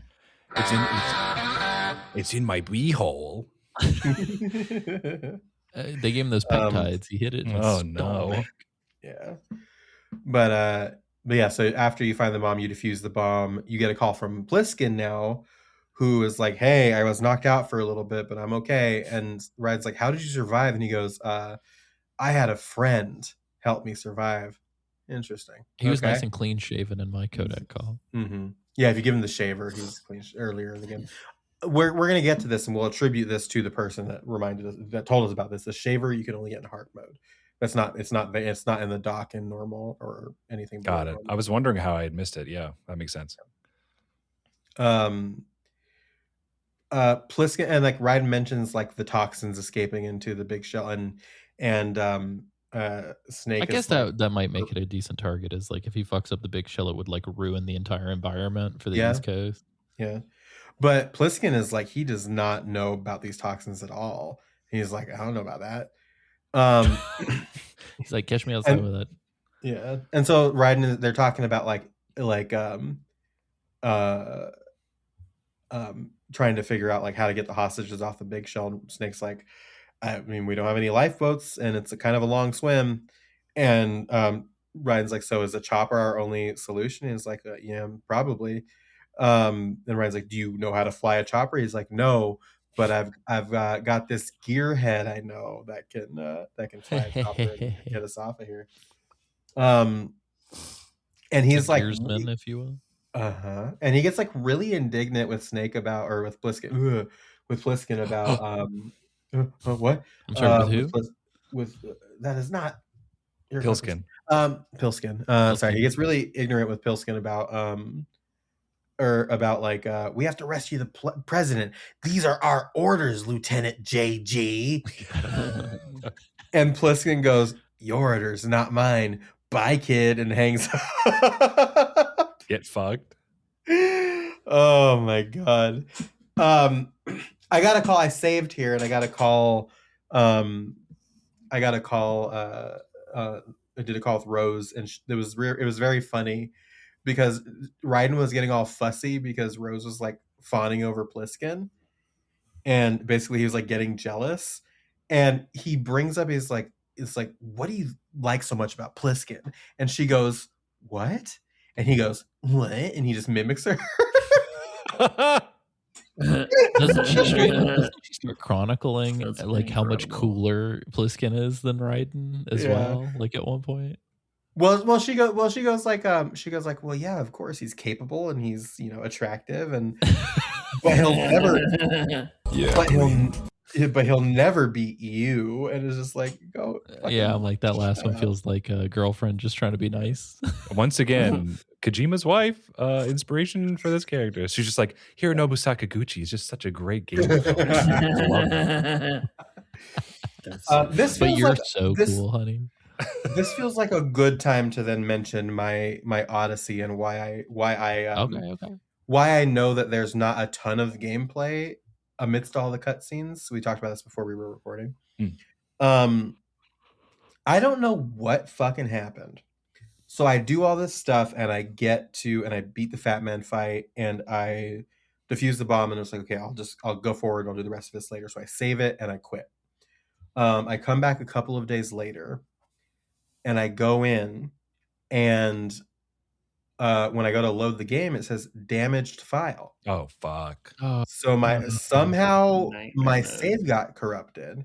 And you're on Master Collection? Yeah, on Steam. Go emulate everybody. I should. I need to. But yeah, my save got corrupted, and I'm just like, what the fuck? So I had to play the entire thing again. So I just skipped the tanker. I skipped the tanker, and I started from the plant. Not so brutal because I got back here in like 30 minutes. That's wow, speed run. Skipping the cutscenes and because there's not a lot of like gameplay in between all the stuff. Oh, sure. It's very quick to get back to all these places. If you skip the cutscene, it takes not a lot of time to get back to the Fatman fight. So that was my little odyssey there, and I was like, shit, I'm not gonna have enough time to do this because I was so frustrated that the save got corrupted that I just turned it off and I was like, I'll come back to it later. And then I realized later was 5 p.m. today. No. So I was like, shit, I gotta play the rest of this section. And that's why I was asking the question about like, are we doing this? Because I'm wrapping up. Got it. Yeah, because I asked the question about like where we're ending because I need to make sure. But yeah. But yeah, it's pretty, if you're not watching the cutscenes, it's pretty quick. Yeah. So and then from here, essentially, there's nowhere to go except for down the stairs. And whenever we do, we have an interaction with a friend. Neither friend nor foe. Sure. And she's Mr. X. No. We don't know this yet because everybody's referring to this ninja as a man. That's so true. This very obviously Russian ninja. Yeah, we have Where there's a Kojima game, there's a ninja. I remember the first time ever as a kid I saw this iteration of the ninja and I was like, they're jacked. Yeah. Like compared to Gray Fox, I was like, shit, son. Oh yeah, they are fucking jacked compared to Gray Fox. I know in the conveyor belt in Strut E, I guess literally one room down from us, you can see Tokugawa Industries on certain things, which is also the brand logo you see on the forehead of the Cyborg Ninja in MGS1. Did anybody catch if there's a Tokugawa on this current iteration of the ninja? I did not catch that because I didn't know any of that. I'll level with you. I didn't after you because you mentioned that a couple days ago when you were streaming, and I did not notice when I played. Got it. Okay. Yeah, I'm gonna see if I can pull up a picture. I did not. Can I say the thing that really just like caught my brain on fire just a second ago? The virgin South African twink ninja versus the Chad muscle mommy Russian ninja. Oh yeah. There is a Tokugawa logo on the forehead of. Is there? Okay. This cyborg ninja. Yeah. Interesting. I did not notice. Also, just looking at some pics, totally unrelated. Not sure why this picture would have been even on this page.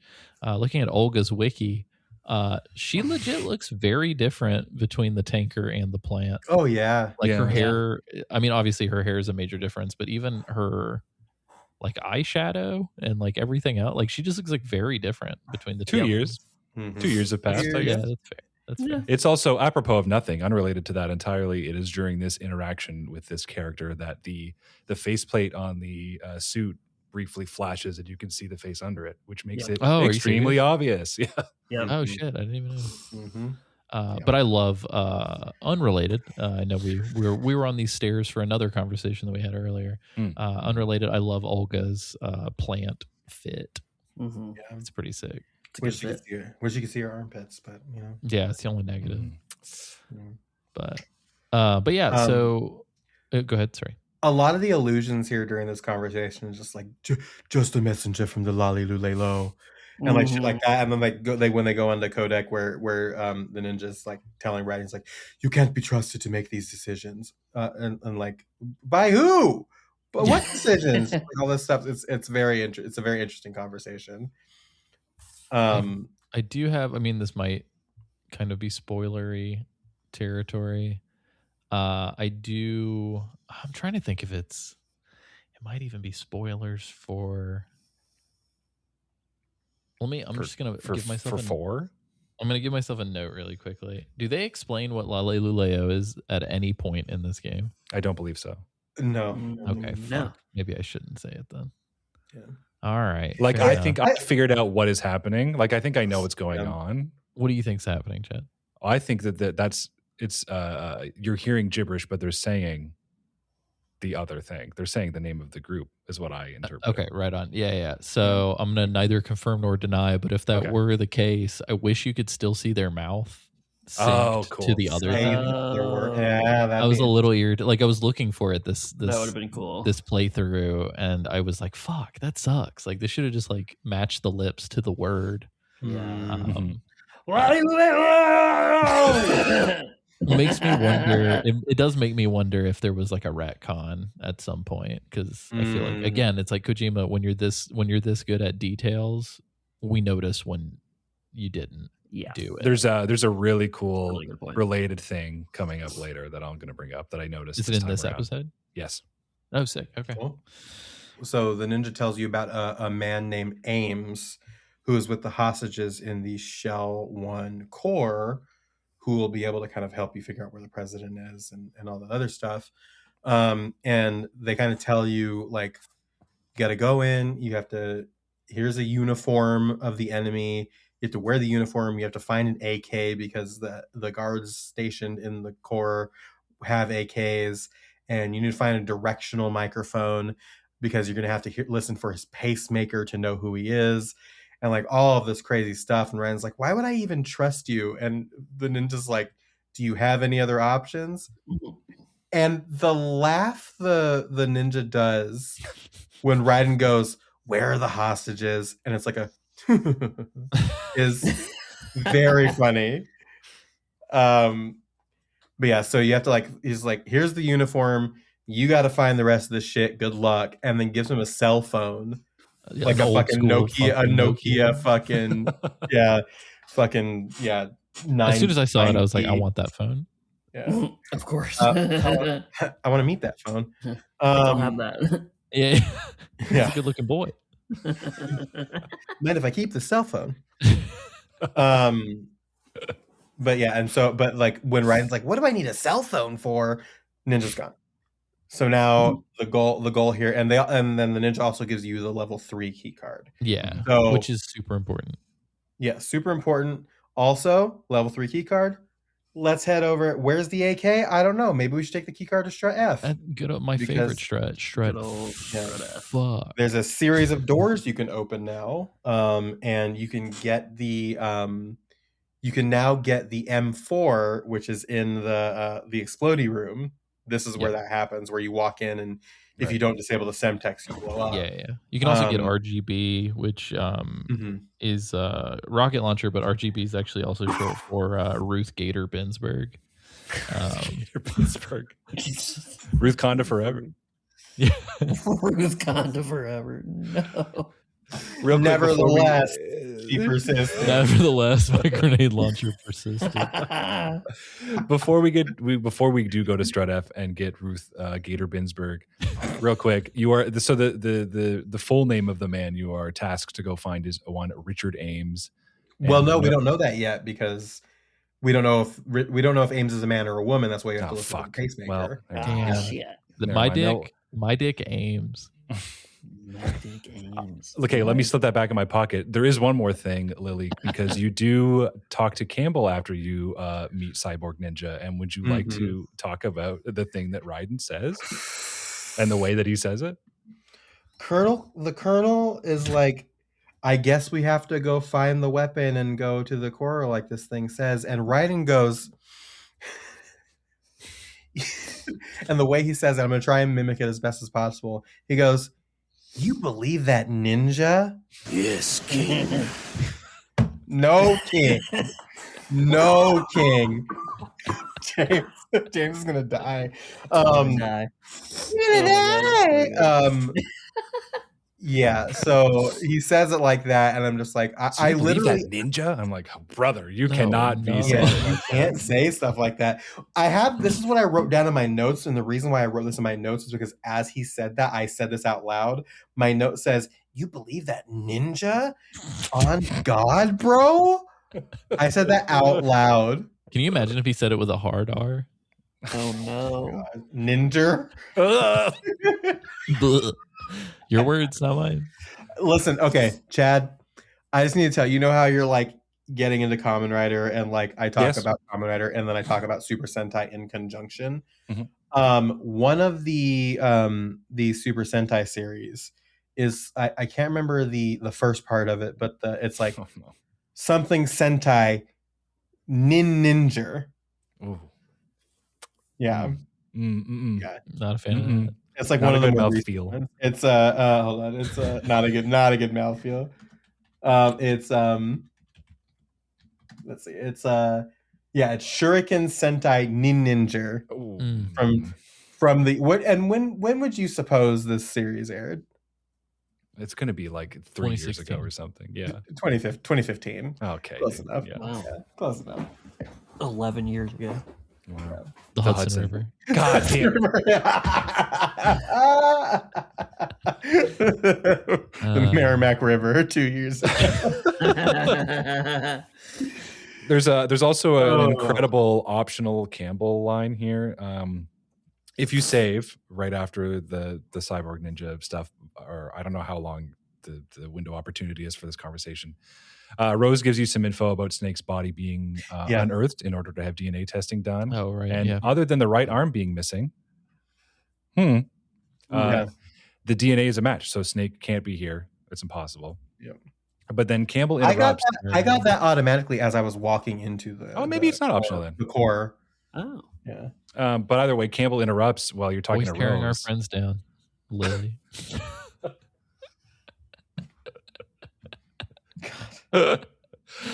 Campbell interrupts the call and he goes, "Stop! Like, Raiden, quit fucking talking to your girlfriend. Stop the president it. needs you. I think." I think it's so crazy. The president needs you. Raiden, The president needs you. I think.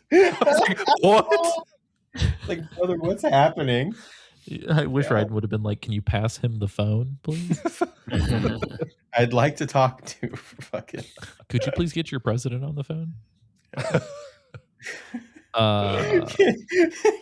Can your president talk to my president? So we can coordinate the sleepover.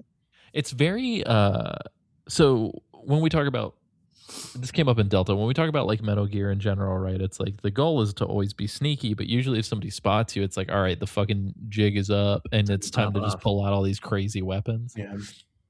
I was thinking about that and I was like, oh cool, I got the RGB, I've got all this shit, this is gonna be great. And then I remembered, I'm like, I'm playing on hard, and if I'm spotted, it's over. When can I use any of these tools? Yeah. So I'm very curious to see. There's one area in particular towards the end of the game that I'm very curious about. Oh yeah, you're going to be unloading. Oh yeah, 100%. Yeah. So I don't know. Other than the weapons of mass, you're going to catch me. Is there anything else that I'm forgetting before we take our AK and our bad dude uniform, the BDU, to the core one shell? Shell one core. There we go. Shell one core. If you're not careful, like trying to get across the bridge, like the bridge to get into the shell is like kind of brutal because the guy is now back on top of the building, on top of the helipad. So he's like looking over, and then you've got 3 ciphers with gun turrets. Yeah. also floating around. And then, for some fucking reason, the bridge to the shell core, just the fucking plates drop out underneath you as you're running. Yeah. I'm glad I remembered that too, because the moment I hit that bridge, I was like, gotta run. Don't stop. And it's just like, and then mysteriously, if you exit the shell 1 core, mysteriously they're all back. So I don't know who this poor fucking window washer is that they hired to put all these fucking back. But James, what were you saying? Did you fall? I was saying somebody didn't know they fall out right away, and somebody fell. Oh no! Oh, no. You got that cool. So good. Yeah, that's all. I like the shell 1 core a lot. Mm-hmm. It's cramped. It's really cool. It's cramped. It's cool. Cramped. Like it's such a shift. You're gonna cramp my core. God, it's such a shift in the vibe of the sneaking, because like you can technically just walk around in front of guards and it's fine, but it's a different kind of stress, because like if you bump into them even a little bit, the entire facade just falls and you're fucked. I hate that like your entire outfit just vanishes. Yeah, it just goes away. Yeah. So you have to like track their like route patterns, like go around them. Stuff, And there are certain places like, so the goal here, you have to get the directional microphone first, which is in the B2 of the core, which I had completely forgotten about. So I entered I had forgotten and did everything without the directional mic. Yeah, so that sucks. But it's down there at the very bottom, and you have to go into this office room, and there's like 4 guys in there, and they're all like just hanging around, and periodically it'll like do like a weird cutscene of them like interacting with each other. Yeah, what the fuck? Yeah, I don't know what's happening. Like the guy is just like yawning in front of the thing. So there's like 3 or 4 of them in this office for some reason. And a bird. Maybe they're slacking off, and a bird who is saying like some crazy stuff like "Hal." Yeah, also has a very distinct voice. Very distinct voice. And then for some reason, the bullpen around the office, there's a guy and he's like jazzercising. He's fucking got it. He's fucking booking it. Yeah, so he's just fucking booking it. But the direction, there's another cardboard box in here, but the goal is to get the directional microphone, which is in the top like left of the office area, and like avoid hitting these guards. Here was fuck up number 1 for me, and I don't even necessarily know. This one was more chaotic than the second one, I'll say, because I do not know why this happened. I went around the jazzercise guard, realized it was jazzercise guard. I get around the corner, and as I'm about to go up to the elevator, it does a cut scene of 2 guards in the office like doing like just like, arguing. The jazzercise guard does not stop moving while this is happening. So when I get control again, he is like here, bumps into me. He's like, no. What? Alert, everybody's fucking going crazy. I'm just like, fucking God. So I'm just, it's like indiscriminate. This is why we put the game over on being spotted on, because it makes it so much easier to be like, let me try that again. It does definitely make it easier, which so I wound up just dying. I just letting them kill me because there were so many guys, and I just tried again. That sucked. Yeah, that's Can I talk about my saga? Yeah, absolutely. The first playthrough, I wasn't sure what I was supposed to do. So I thought that, so again, because of there's these cutscenes on B2, it showed me that one of the guards was sleepy.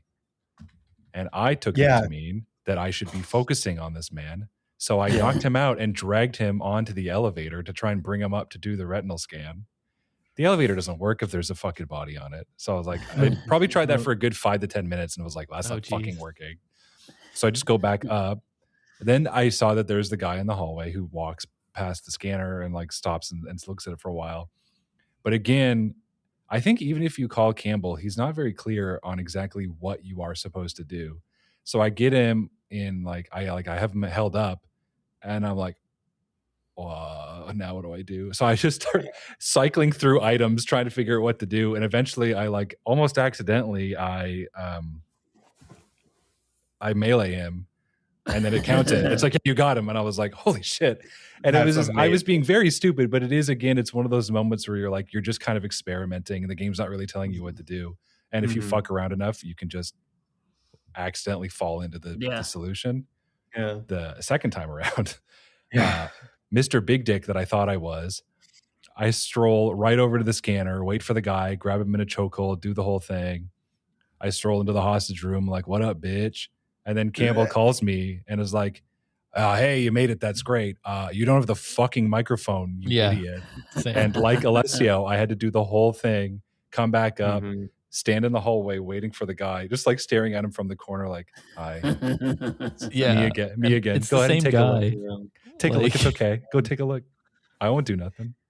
My fuck up here, this is fuck up number 2, and again, way less chaotic than the first one, but I had forgotten that I had it because of the bomb section. I had it on when you quick press the item button.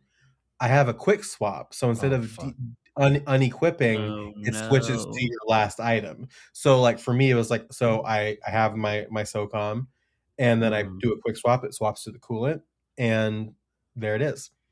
And it's just quick to go back and forth.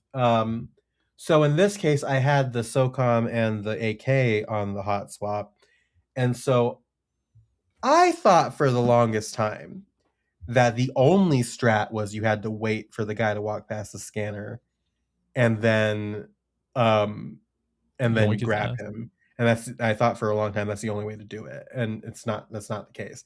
I hot swap back to the SOCOM and press the action button immediately and shoot this man dead in the middle of the hallway.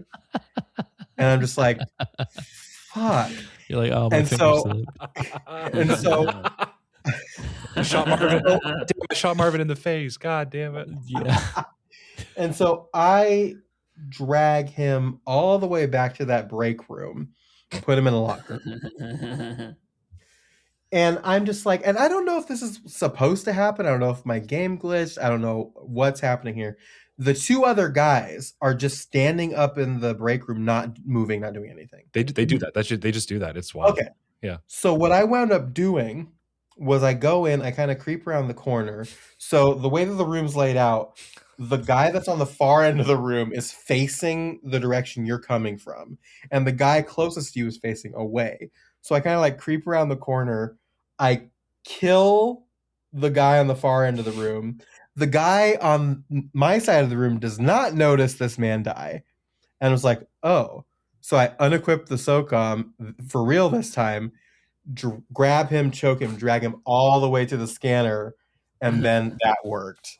And it's like, what would have happened if I just killed everybody? You have to leave and come back? What's just leave and come back? I don't understand why you can't open dead eyelids. That's true. Yeah.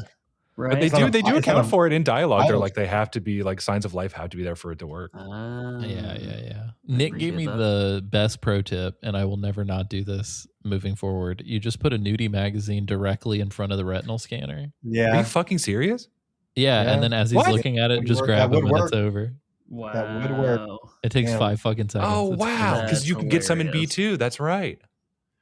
Yeah, I had 2 of them. Holy Also, shit. there's a locker with books on it, and if Yeah. you kick the locker, it drops 5 books on B2.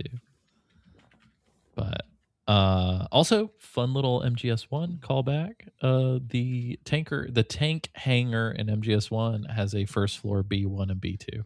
Exactly. Oh, fuck. Wow. But what was I gonna say? Yeah, I also when I went in, I felt like such a dumb fucking idiot for whatever reason in my head because I'd saved it after the Fatman fight and come back to do this last part on my most recent play. And for some stupid fucking reason, I was like, oh yeah, Olga handed me the directional mic when she gave me the BDU. And so when I get in there and Colonel's like, you fucking idiot. You need to go get something. I was like, God damn it.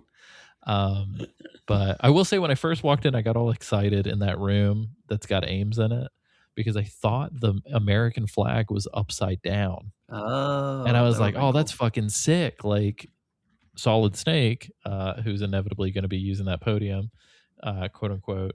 I was like, oh man, him using like an upside down flag for his like speech is a great detail. And then I got closer to it and realized that it was just like curled to where it looked like it. I was like, God damn it. Why are there thermal goggles on that stage, by the way? It's like the weirdest spot for them to put those. I do have some secrets real quick before we get into the cutscene. So in the shell, the core hall that we're talking about, where you use your mic to ask people if they're Ames or whatever, you hear their heartbeats. If you engage with too many hostages too frequently, trying to ask who's Ames, eventually Raiden just says, it'd be a really big help if you happen to be Ames. That's really That's funny. fucking A couple of them, like one of them will like piss themselves if you talk to them. Like it's yeah. If you try to attack the parrot, none of the bullets will hit it, and if you throw a grenade, it won't go off. A dud. A dud. The parrot will mimic the enemy and bring about alert mode if you shoot at it. Whoa. If enemy soldiers are talking about girly magazines around the parrot will memorize them talking about it and then give you hints on where the books are. No way. That's awesome. If you point the microphone at the parrot and keep asking, you must be Ames, after you do it 10 times, the parrot starts saying, you must be Ames. That's awesome. I think we talked about this a little bit last episode, but after you beat the game and you do a second run through, Ames is randomized, which hostage he is. Ooh, cool. Yeah. That's cool. And then there's another one of those Easter Island heads in the computer room, actually really close to. This is the one that I found is really close to the parrot. We just talked about the books. If you're in the core hall with the hostages and you crawl under a table, you'll be like upskirting one of the female hostages, and Rose will call you and get mad at you and not let you save. Mm-hmm. And then the last one is during this cutscene we're about to discuss. If you spotted the lavatory on your way in, you can aim the directional mic at the lavatory door. And while the cutscene is going on, you just hear Johnny fucking fighting for his life. Shitting his brains out. And then not having any toilet paper and crying. Did you or Chad or James, did you try finding that? Did you think to look the first time you played? No, I didn't. Not the first time. I did it this time, and it's fantastic because he's also like he's got this whole monologue where he's lamenting that like Shadow Moses is where it all went wrong for him. Yeah, but then he's like, man, but you know what? Woman. Well, the woman, and then he's like, you know what? These Russian guys are all right. What a great group of dudes. Essentially, he's like, they have benefits. This is great. Right. It's so fucking funny. We'll follow up soon too, because there is a second Johnny encounter. In this game. It's really good too. Yeah, he's great. Straight up calling out favorite lines too. So I did write it down. I'd completely forgot about it. So when you aim the directional mic at the window when the cutscene starts, and we'll talk about what's going to happen before you aim the mic, but when that cutscene starts where you're aiming the mic, and I do love like these interactive cutscenes. Ocelot just says Fatman is dead, and then Snake just goes, it doesn't matter, and then just moves on. It's like, Jesus Christ, dude. Doesn't matter. But yeah, so we should talk about Lily. Do you want to talk about what the mechanic is in this room? Yes. So you go into the room and there are a bunch of hostages that are just kind of all like tied up and clustered around these tables. A decent variety of models too. Yeah. A lot of different things. And so the goal here is you have to find Ames. And you don't know what this person looks like. We don't know, like we're going to find out soon that this man he's a man named Richard Ames. But you don't know that. You just know you're looking for somebody named Ames. And that's why we got the directional microphone, because the ninja tells us that they have a pacemaker. And so when you use the directional microphone to listen to their heartbeat, you'll hear irregularities, and that's how you know it's Ames. And so ostensibly, if you don't know what Ames looks like, you go around and you kind of like listen to like different hostages until you find Ames. I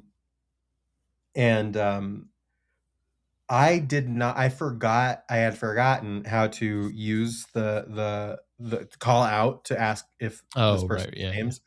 So I beelined for Ames because I know where Ames is in the first playthrough. And I was like, how the fuck do I do this? And then I hear, what are you doing over there? And I was like, oh God. Fuck. Because a guy kind of saw me kneeling down and looking. So literally what I did is I stood up, equipped the AK, and fucking power walked away. And he's just like, no. And then he goes, soldier. Yeah. And then you have to press the action button to say Ames, or are you Ames, or whatever. It would really help if you were. It would really help if you were Ames. Yeah, with Aim 2, it's like I've played this so many fucking times that I like immediately ran over to him and I'm like, hey, what's up, bud? But you can, when you aim the mic and you hear the like unique. Does anybody know anybody with a pacemaker? Is that what they sound like? I can't imagine that's what it sounds like. It's like a weird like dink, dink, dink, dink, like next to their heartbeat. It's I don't know, it's strange. I would be so terrified if I had to have a fucking pacemaker to keep my heart pumping. Oh my God, like, my nightmare. Yeah, it's like an EMP goes off, you're dead. Like, you know what I mean? Like, yeah, it's awful. But yeah, essentially Ames is like, you take the bandage off, you say, hey, I'm not a terrorist, I'm here to get you out, blah blah blah. And Ames is like, oh. And he says, like, yo, it'd probably be safer if we use nano communication, which is interesting because I never realized that the codec as described in MGS1 is it just vibrates the little bones in your ear so that only you can hear it.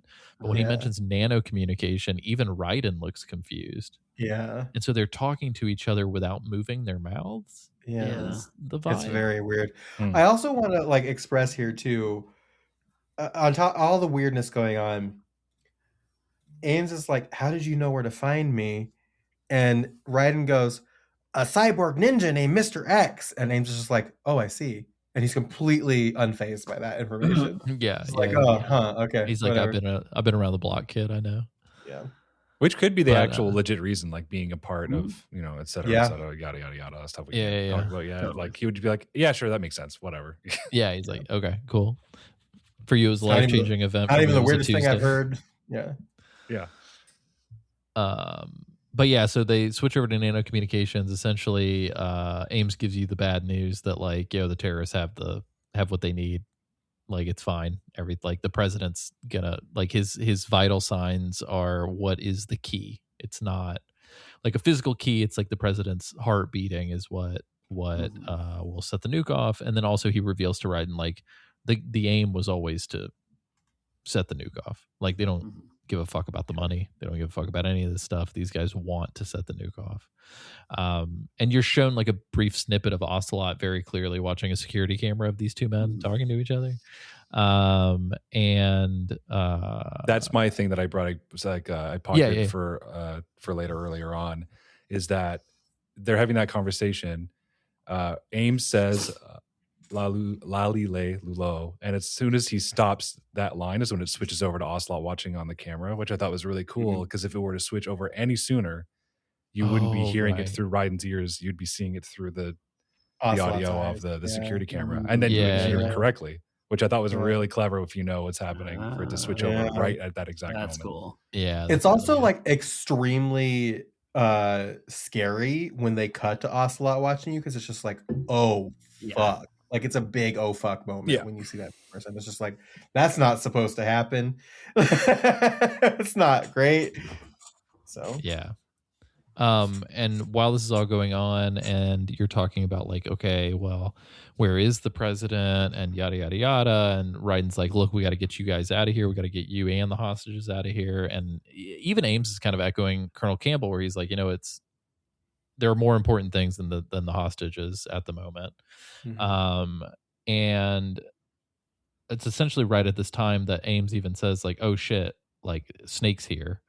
And then it cuts to this like first person kind of interactive cutscene. I love a sort of dynamic subtitle. And so the fact like the subtitles shrink and shrinking and growing depending on how close you are to the source. Fantastic. So cool. Yeah, so good. Yeah. I'm and so anyway, growing and shrinking, you know what I'm saying? So you get this profile shot of Ocelot and Solid Snake yes. talking on the other side of this glass. And yeah, essentially, hey, Fatman's dead. Okay, whatever. Like, is the plan still proceeding? And they're like, yep, everything's good to go. Like, president's cooperating. He's gonna set it off or whatever. He's gonna do what they want him to. I can't remember what they say. I think they said that like the president didn't want to play ball, but then he changed his mind after they like told him what was going on. So it sounds like the president has like potentially flipped. You know, because he has to, right? Like because the password is his biometric data and it won't work under duress, is what they say. So he has to be a willing participant. Yeah, he can't be chemically altered. He can't be dead, and he has to re-up it every hour. Yeah. So if it's not reauthorized every hour, then the login's revoked. So right. And so while this is all going on, Olga comes in and she gives them like a little bit of a sit rep, and then Ocelot starts talking shit. And Olga's like, bro, she's like, you were my dad's best friend. Like, what the fuck? And she's like, I wouldn't be in this mess in the first place if my dad wasn't dead. And Ocelot plays this fake ass, like, oh, that was 2 years ago. Move on. And I'm like, dude, 2 years? Like, what the fuck? Like, my mom still cries when her parents' like death day comes around. And it's been like fucking 8 years or something. And so anyway, she pulls a gun on him and he pulls a gun on her. And dude, one of the best fucking lines, he's like, never pull a gun on me again, blah, blah, blah. And so she goes, fine. And she puts her gun away and she goes, I'll put 2 in your back. No. Like so the reason why this is such a cold-blooded line is because what he says is, never let me see you pointing a gun at me ever again. Right. And then she goes, okay, well then maybe I'll shoot you or I'll shoot you in the back sometime. Yeah. I really wish that she delivered it just like that. Well, maybe I'll shoot. Yeah, well, maybe I will shoot you in the back or whatever or something. I don't know. So I would have fucking said it. I would have been pissed. Like what a cold. God, it's so good. And then our favorite line, yes, King. That comes when Solid Snake says like essentially quit fighting, you fucking idiots. Like, and so Olga goes to leave, and then Ocelot goes off about he's like his arm fucks up. And Snake's like, what's going on? I thought we were done with this. Yeah, so the way he says it's happening, because he sounds so like he's like tired of his 6-year-old acting up in the store. He goes, it's happening again. Yo, same. Me too, brother. And Ocelot's like, oh, I think it gets worse when that man is around. Could he be talking about Raiden or Pliskin? And then that's when Solidus is like, dude, we paid a fortune for that French doctor to like hook you up with this arm. And Ocelot goes, I can never trust a Frenchman. Oh, I could have sworn. Callback. I could have sworn that was going to be on the soundboard. Yeah. This is literally the line after. At the top of the episode, that was when I was saying, like, I have a feeling I'll call it out when he does it. That was the line that I thought you had. Damn. Yeah. Maybe it'll be on here next time. But then when Solidus is like, get back to work, we get hit with the Yes King. Yes King. And then Ocelot sees you pointing a fucking directional mic with headphones on. And he's like, what? Yeah, and then he starts to approach you, and then in this strange... for a second, he sees you talking to Ames again because you go back to talk to Ames, right. And he's just like, "What's going on?" And he says, Ames says something like, "He's like, ill. He was helping me." Yeah, he's like, "I'm ill." He's helping. You also have to manually re-equip your AK, which is that's what I was about to say. Yeah. Well, no, because this is where you find out about Metal Gear here. Well, no, Ocelot doesn't get to you to even ask you until you equip your gun. I know, but this happens after the conversation. Ames tells you that about before that about even Metal happens. Gear. Yeah. Oh, I see what you're saying. Ames is dropping Because a bunch of knowledge on you, and Ryan's Yeah. like, I don't know what the fuck you are talking about. Yeah. It's information I love for riding. You listen to Ocelot and Olga and Solid Snake, and you listen to all that, then you stop listening when everybody disperses.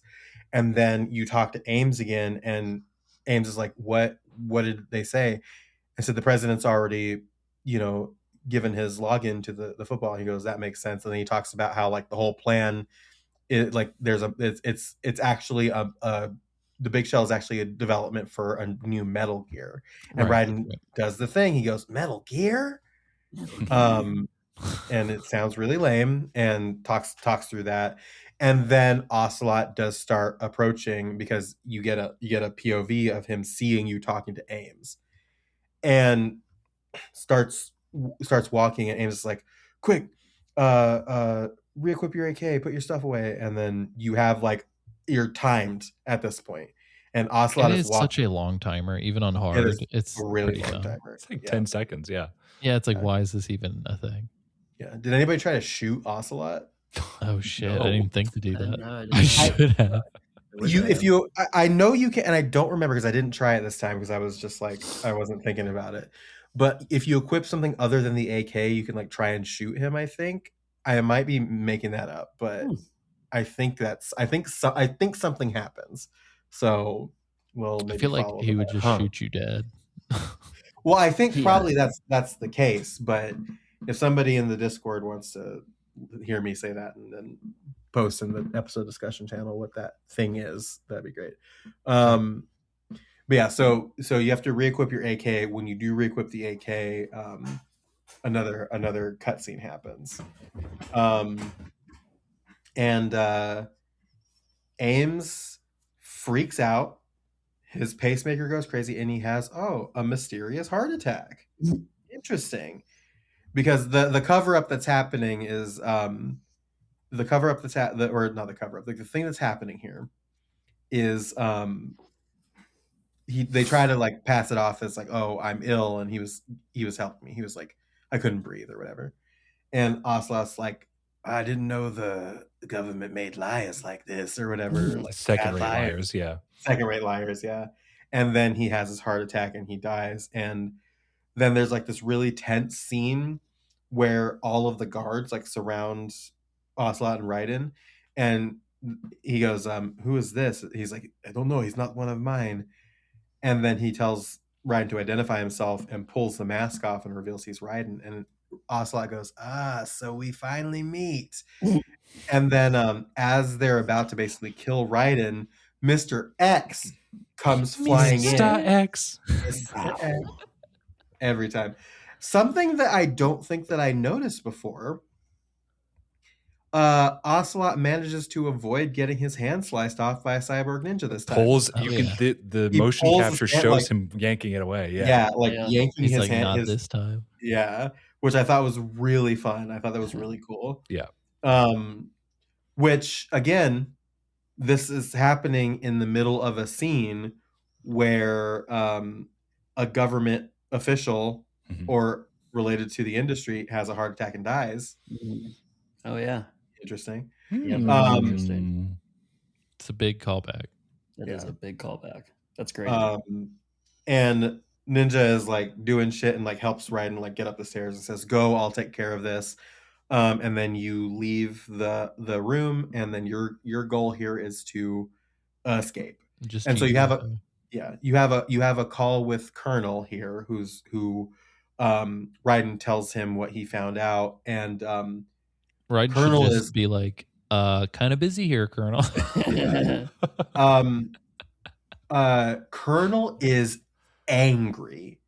He's like, it was a cover-up, of course, and he's just like really mad in this scene. But basically, your goal here is to escape the core, just get out. And this is where I went on some indiscriminate killing. Shot guys, gotta leave. Yeah. I was killing, bang bang. Gotta do it. Yeah, you don't have to. You could do it. You don't have to. No, you don't John. have to. No, you silly boy. You silly banana. He's a silly I was about to say something that would definitely get me put on a list, so I'm not. Oh, but shit. Oh God. but you get no. It would be a good thing technically, but it would sound like a good crazy. list. Yeah, like a good list. The naughty or nice list. Not a Little You St. wanna be James on list. the good list. No, not Little St. James. But yeah, I essentially what I ended up having to do is go all the way around the long way into the locker room, and then just very discreetly creep the corner by leaning and just shoot like fucking 4 cameras and 2 dudes and then run. Yeah. Dude, Chaff grenades are great here too. That's really well, chaff is good, except you lose your fucking radar. And when you've got like 3 or 4 dudes like all patrolling the same hallway, it just gets like a little antsy. Because as soon as you get out of this room, you're on evasion the entire time you're in here. The dudes are patrolling. They're required to do face checks of all of the friendly guards, which doesn't matter because they took your fucking mask. Right. So they're gonna know it's you anyway. They're gonna so see it's my like, luscious locks right away. Yeah, no Russian soldiers have a think- bob like that. If you keep, I don't know if you can keep the BDUs all the way until the end, but I know the last cutscene will show body armor if you have it equipped. Can you do the last cutscene with the BDUs on? I think you can. Oh shit! I'll have to take a look. Interesting. This is like carrying the sea lice with you all the way to the end of the game. It's also worth noting here as well that before he dies, again, Ames gives you another key card. So once you escape the shell, and this is where we're going to end our coverage for the day. Once you escape the core, next time we're going to start with a little trip to our friend Strut F.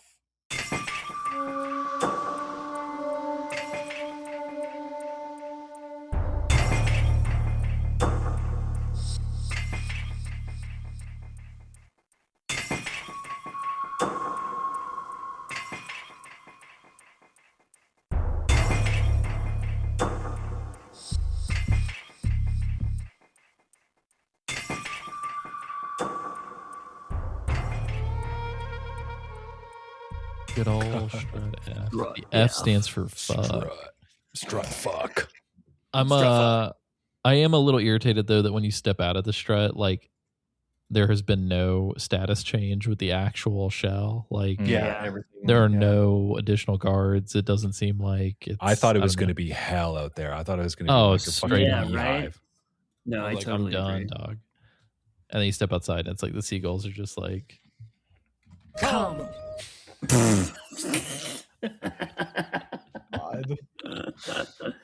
but yeah, that's pretty much it.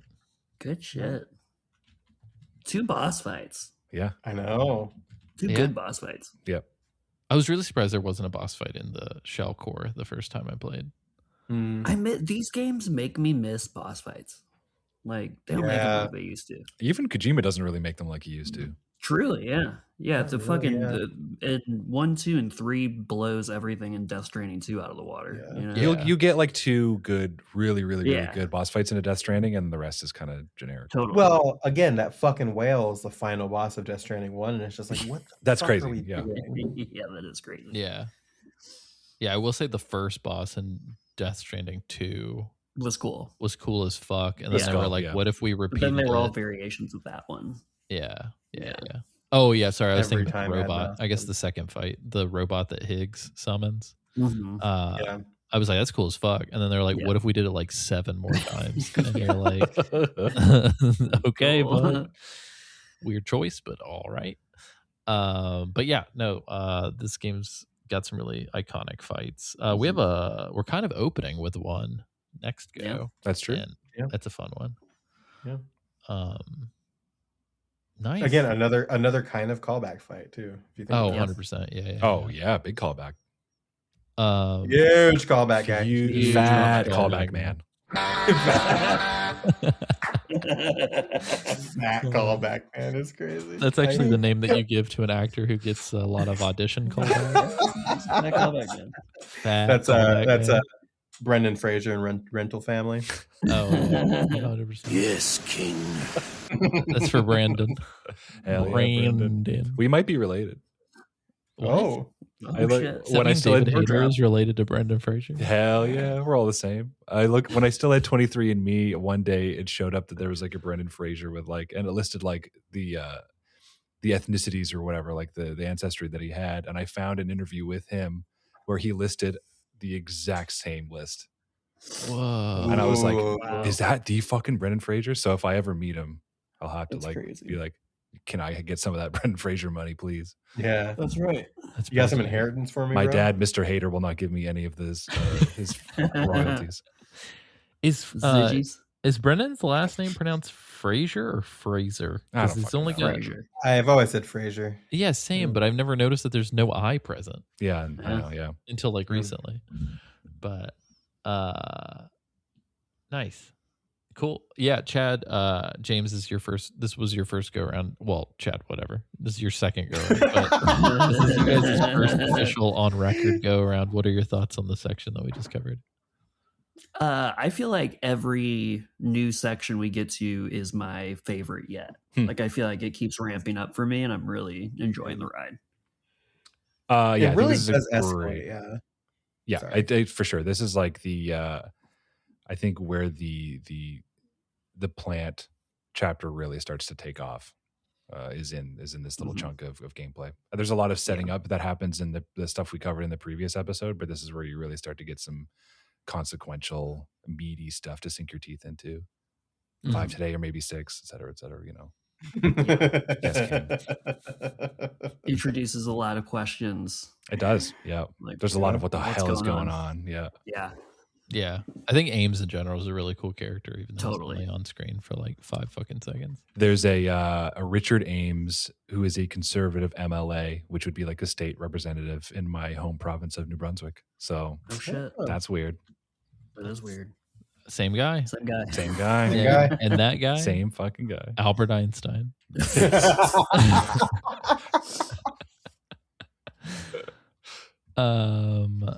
Nice. Sorry, I'm just triple checking one quick thing. There was something, I don't know why I thought there was some connection with Baker with some of the stuff happening in this episode, but I guess not.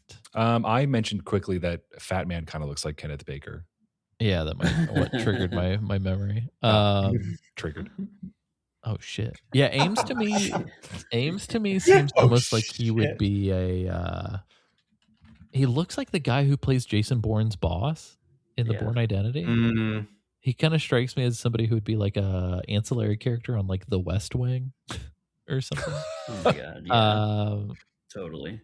Yeah, I don't know. I dig. It's funny too. So when you beat the game and you unlock casting theater on the substance versions, you can actually change the character models of people in cutscenes with people from this hostage room.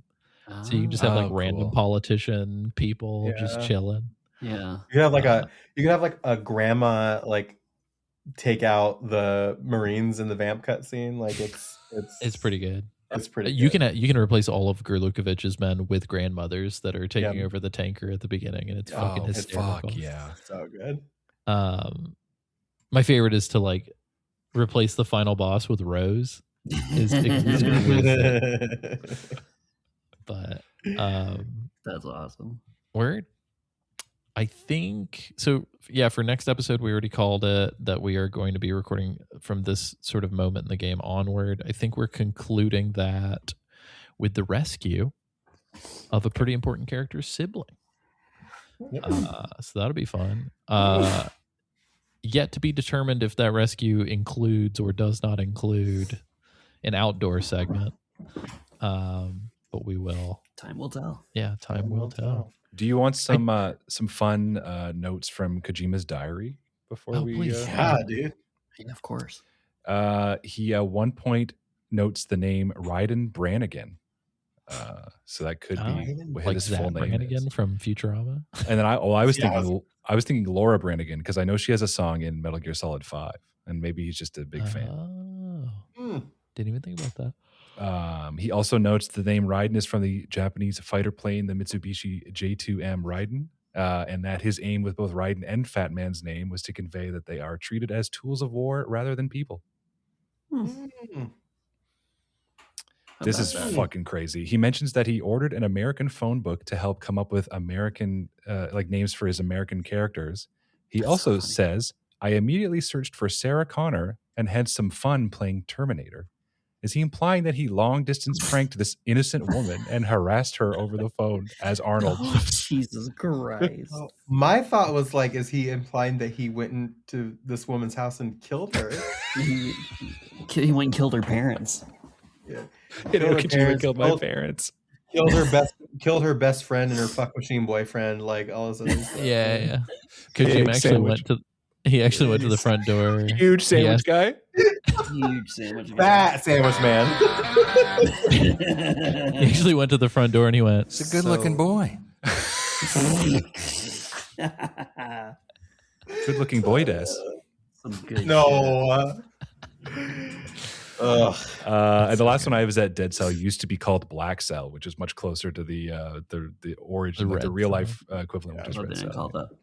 Nice. And then Kojima heard Dead Cell and was like, "That sounds like Red Cell. I love English. Let me show them how cool I am." I know English is crazy. It's very good. I am, because we're gonna tackle some fan mail real quick. I am going to paste them into the Discord. Okay. Lily, do you want to start us off with Kyle? I feel like should one of the others read Kyle's, because I feel like I should read the last. Oh one. yeah, it's fine. Well, we have 4, so okay, for all of us. But yeah, so Lily, you read the last one. Chad, do you want to read Kyle's message? I got Kyle. Here we go. First of all, let me say I apologize. I'm sure it's difficult to read my emails without punctuation, but I'm an artist, not a well-behaved third grader. God damn, spitting. Ice cold line. Secondly, I am so stoked to be playing a game at the same time that you guys are recording. This is the first time in this whole podcast. I've been playing up to date with the episodes, ! Bi-weekly, baby. Giving everybody time to catch up. I started a little late, but I will catch up by the next episode. I hope to God, because we're only like 5 hours into this video game. Yeah, for real. Holy shit, yeah. This morning, I pulled out my PS3 from its dusty crevice and gave it a little tender, loving care, vacuuming out every section I could try to make it run smoothly and not overheat. But alas, I hit the power button and it would just power down over and over again. That sucks. Looking online, it looks like it would cost more to repair it than it would just to buy the package on PS5. So that's what I did. All right, almost done.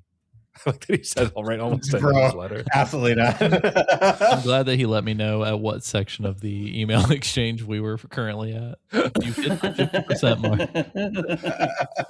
I want to say I'm having so much fun playing this game again, and I'm not sure exactly what it is, but I just like Solid Snake so much more than Big Boss and Snake Eater.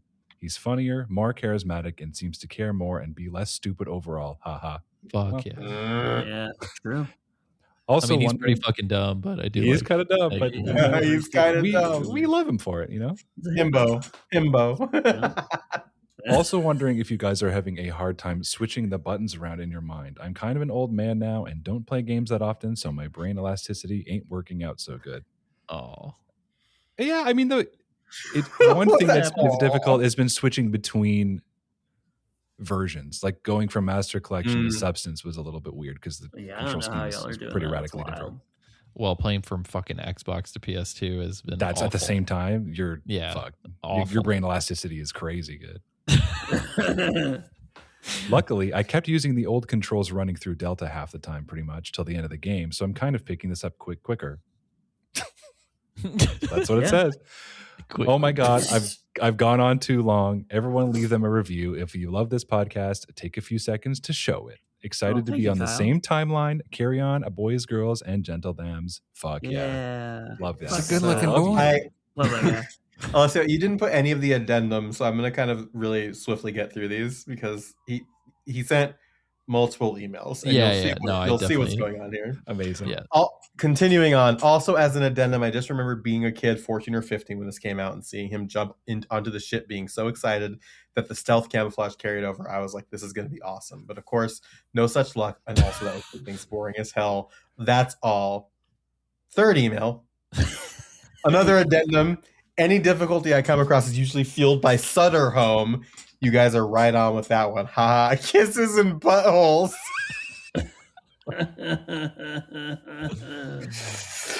Email 4. Also, the drops crack me up. Sorry, that's probably just the setter home talking. Email 5, and this is where I realized, oh, this is Kyle. Also, I sent to put an apology note to Nick, which I think is supposed to say I sent an apology note to Nick.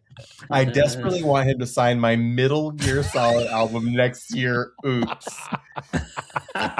I love that this is still going on.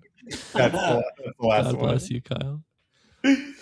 Alessia responded, amazing to read through. We may edit these into one message. If that's cool with you, we'll read on the next episode. And he goes, but of course. Yes, King. It's incredible. Yes, King. Yes, King. James, do you want to read our 2 fan mail text messages? I would love to. The first comes to us from Villanova, Pennsylvania. It says, good to hear you, old comrades. And that's from David. Lali lo Leiden. Leiden? What's that second one say there? And then this one from Cleveland, Ohio. The foreign country. Looks like Patrick Stewart kind of. Can you hit us with the patty stew again? Yeah, the patty stew. Oh, gotta hit the patty stew. I don't even know if I could do a Patrick Warburton come because it's such a quick word. Oh, Peter, come. No, that is hard. Yeah, you gotta try. Come. I can't do it. That was pretty good. That's good. That was good. You got to hit it with the his little aftermath. If you do the fucking my warm up phrase, obviously is just the hey Peter, but it's like that. It's that. So you got to just come at it with a little come. You have a little chaser in class. Here I will read. We had a wonderful listener connect with us for the first time. This is Hannah. Hannah says, hey team, I'm a female in my late 30s, first time mom and lifelong gamer from the UK. This is Alessio speaking. I am a male in my mid to late 30s, first time dad, lifelong gamer from the US. Hannah, thank you for reaching out. She continues, as someone who is both neurodiverse and adjusting to be a mother of, as they say, a spirited toddler. Jesus Christ, don't I know it right now. It's been a great outlet to listen to during my work lunch break and always makes me laugh. I identify with a lot of the MGS obsession, and there's something about that era, including replaying MGS3 a lot as a teenager and MGS2 far too many times. Yes, all dog tags and Euro Extreme mode back in the day. Go off. Yeah, fuck. Yeah, Hannah, you need to give us pro tips. I always felt a bit strange for my specific interest in video games growing up, as seemed to be few female gamers, but discovering podcasts such as this and realizing there are many others who share the interest feels like home. I've played all Metal Gear Solids in chronological order, with Metal Gear Solid 1 being the first. She wrote MTG. I'm assuming it's not Magic the Gathering. And was always fascinated by the storytelling and detail. Brilliant podcasts. I've really enjoyed hearing all the personal cast stories and what brought them to MGS. Thank you for all of your hard work and making the show so fun. Thank you, Hannah, and also thank you, Hannah, for you. That's consistently my favorite part of the podcast. I love hearing stories like that. Yeah, from people who enjoy the show. That's so cool. 100%. So cool. And Hannah has also been commenting on some of our Facebook posts. She was the one who made the comment about the shaver. Yes. Yeah. But then she said something else. I'm trying to remember what it was. She said, don't forget to cover how you can cartwheel a full level if you need to and knock everyone over at the same time. You'll immediately get caught, but it's just fun watching Raiden's hair blow around. That's very good. She said, in no way did I misspend my youth doing just that. So yeah, thank you, Hannah. It's also very comforting to hear from non-male presenting listeners. And I will say your story is very similar to Amanda, who runs the MGS convention. Yeah. I just spoke to her not too terribly long ago, and she pretty much told me the same thing. She said, like, other than her older brother and her dad, she didn't really have anybody to talk to about Metal Gear Solid. She said that all of her like young girlfriends would come over when they were in middle school, and she'd show them Metal Gear, and they would all be like, "What the fuck is this?" and just like leave. Oh no, it's so sad. So yeah, but I love hearing about like I don't know, just again, like folks our age who had different experiences but also similar, you know. Because that was the thing, like with me and Alessio too, is like neither of us had anybody to talk to Metal Gear about, and so like having that, the reason why the podcast exists in the first place, having that connection and being like, oh, now we can. This podcast was basically born for our desire to have friends to talk to Metal Gear about in our youth. Like that kind of, if you really think about it. And it's kind of a dumb idea that we've done because we can't actually hear from anybody. So, except for with these notes. So still not having any conversations, but now you get to hear them. Well, we're having that's what the fan mails are for.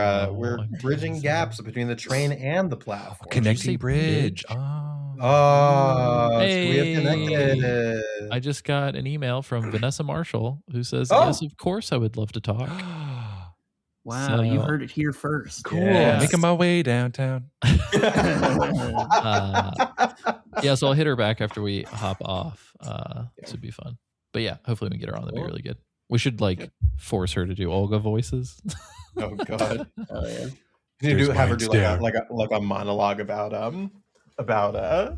oh my god, I get to talk to Vanessa Marshall about There's Mines There. I don't know what you're talking about. That's not an Olga line. You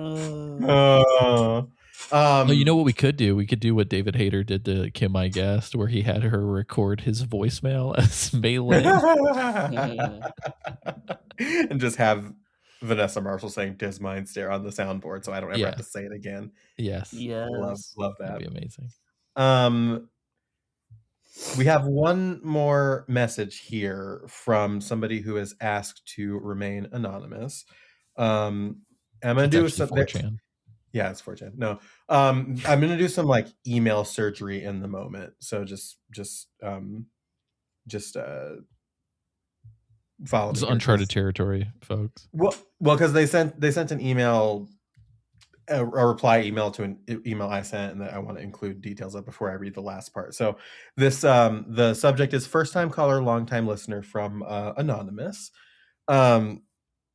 And you'll see why we read this with permission, and you'll see why in a little bit. So, hey MGM crew, long time listener here. I wanted to write in on the 10-year retrospective episode, but life had gotten so busy in the last few months of 2025 that I really didn't have much time to, so I'm writing in now. I wanted to get some of this in before you started covering Metal Gear Solid 2, but this will have to do. I've been listening to this podcast since 2020 when I was working long hours in a factory. Was on Metal Gear kick and decided to look up Metal Gear in the podcast tab on Spotify since I figured there had to be at least someone who was long-winded enough to talk about this series. You're goddamn right. And I'm so glad I did. The show has provided me with hours of entertainment while at work, and I'm eternally thankful for that. I always love these stories because it's just like, I love the people like we have truck drivers who listen to the podcast. We have people who just like found us like postal working workers, their like third shift jobs, postal workers, just people who just like need to kill time and just really love Metal Gear. I love stories like that. It's so nice. Community. Yep. They continue. Nowadays, MGM isn't the only Metal Gear podcast, but it's still my favorite.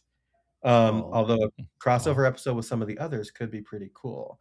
Yeah, exactly. We get them all in one room, and then we board up the room, and then we set it on fire. Yeah. Well, it seems like University is the only one that we could probably do a crossover. Yeah, I know, and I don't think I want to beat up the hosts of Metal Gear University. I can. Yeah, that's true. You're we can watch. You're our only hope. Our only hope. Speaking of crossovers, though, that's going to be coming soon. We have a little crossover. Oh, that's right. I forgot about that. Yeah. We'll talk about that at the end during the pitch. Yeah, I know we had said fuck ice earlier in the episode, but we're actually doing a collab with the DHS. Oh, Yeah, cool. totally. Christy Gnome's coming on. I'm sorry. Anyway, let me continue this email because that's much better. I wanted to share some small things about MGS2 that you may not have known. For instance, you can get Otacon to name drop the Patriots in a pretty ominous codec call in the tanker. You have to dig through all the tutorial calls, but it's there. The video they link videos for us for this. Cool. Also, if you do the bathroom in Strat C with one of the girly magazines equipped, you can trigger some pretty humorous dialogue with Rose and Colonel if you call them. One of the original theories of Vamp's superhuman healing abilities was that it was contact with water that healed him, as every time he gets shot, he's near water. The tears. Even after the Fortune boss fight, the camera makes note of her tears falling on Vamp before he wakes up. I really that's sick. Yeah. Pretty cool. I'm skipping certain parts for the benefit of spoilers, but a pretty cool theory. Metal Gear fans think of everything. And then comes the last part of this email. I think I should read this part, Lily. Yeah, I definitely think you should. And I figured that I've gotten my emotions about this out already, but please forgive me if I stumble here. So I'm going to try my best here. Lastly, and this is going to get a bit vulnerable and emotional, but I wanted to send a special shout out to Liliana. Her strength and courage in coming out as trans in one of the most difficult times to come out as trans has inspired me to make another try at a failed transition from years ago. It will probably be more difficult these days because my hair isn't as thick and luxurious as it once was, and things are much more terrifying for us now. But to paraphrase Michael Bolton from Office Space, why should I change? They're the ones who suck. Fuck yeah. Hell yeah. Fire. That's beautiful. Amen. That's fucking cool. Felt appropriate. You're such an asshole. I took a couple days to respond to this. I did respond to them. I read this and I was sobbing the first time I read this because holy shit. Mm-hmm. And I've always been very open about this is and the reason why the reason why I said with permission, we asked them is hey, I know this is very vulnerable. I know we can anonymize it. I know that it's scary and everything like that. Do you want us to read that part of the email on the podcast? And their response to that was very similar to what my philosophy is about stuff like that, which is if I can tell a story, because I've been through stuff and I've my life and everything like that. If I can tell a story that resonates with somebody and it helps one person, then it's worth telling that story. Mm-hmm. And their response was saying, yes, you can read this was the same thing, on the off chance it helps even one person come to terms with who they are. I decided in favor of reading that part of the podcast. So, that's amazing. I'll read some of my response to that, and this is kind of how I feel about it. I'm sorry, I'm pulling it up, but so I'll just read it because I said it truly floored me. I think for me, I had a point of if not now, when. And at the time, I wasn't thinking about the world or anything else. I was thinking purely about survival. But I think choosing to survive is an important act in and of itself. So, yeah, that's so it meant a lot to get that message. So if my story, if my experiences, or this listener's experiences, help anybody out there who's listening, it's worth sharing that story. So. Awesome. That's beautiful. There's a little bit more to get here. They say this is a lot longer than anticipated, so I'll cut it here. Thank you for all the years of top-notch AAA quality podcasting to get me through my work days, even though this is my first time reaching out. The show and everyone on it mean a great deal to me. And then they said, P.S. I've heard you speak about Neon Genesis Evangelion a few times on the show. I want to present this without comment. And I think that you guys may have seen this, but it's the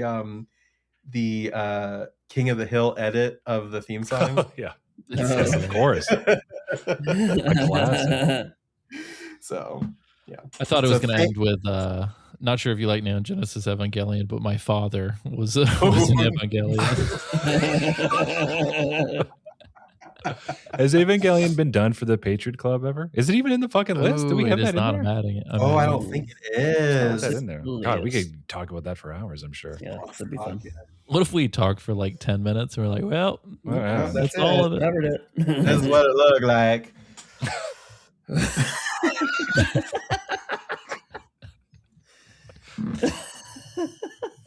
All right. It's getting late. My mental state is deteriorating. Let's plug some shit. Plugging holes and taking souls, you know what I'm saying? Oh, yeah. Plugging holes and taking souls. I like that. My plug's going to go to Phil Lamar with the "Yeah Queen" quote. That's what went right for this season so far.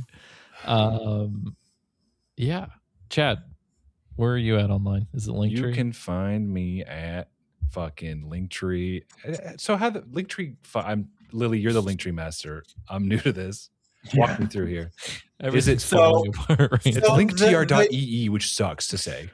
You can say so linktr.ee/your username, linktree.com/your username also gets you there. Oh shit. So okay. I just say linktree.com/ linktree.com/kilometers Davis, but fuck it. I don't have any charities or anything off the top of my head. I don't know, maybe you have some, Alessio, but just go give some money to people who need it. Do some do some outreach, do some mutual aid. Just, I don't know, look after your people. Oh boy, do I have an opportunity for you here in a little bit.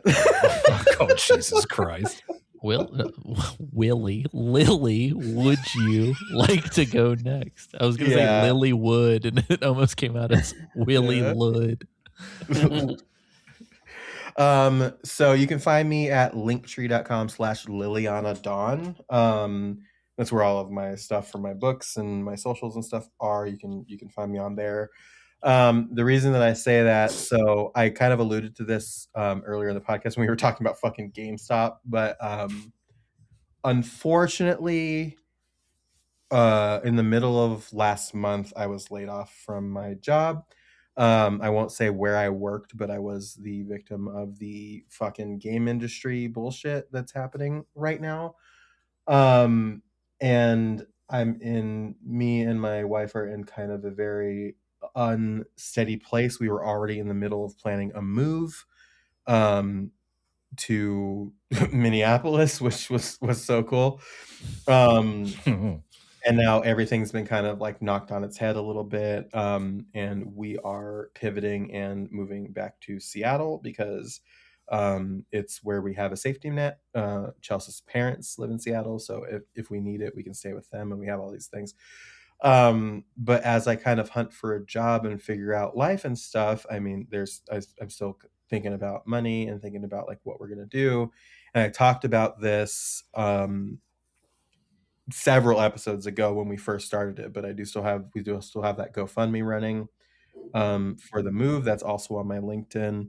I know there's so much going on in the world right now, but talk about outreach, mutual aid. It's going to a good place. It's we could use the help. So if she's spending it all on drugs, don't listen to her. Yeah, I sure am. Anything you can, if you can spare anything, that would be wonderful. If you have places you can share it that you think it would get good signal boosting, that would also be super helpful. It's been a really difficult couple of weeks. I kind of like fluctuate in and out and of like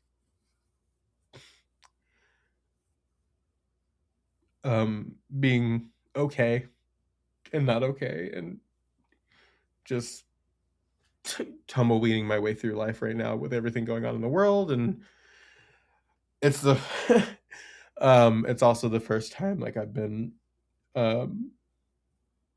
unemployed while trans and trying to navigate all those feelings and everything like that. So I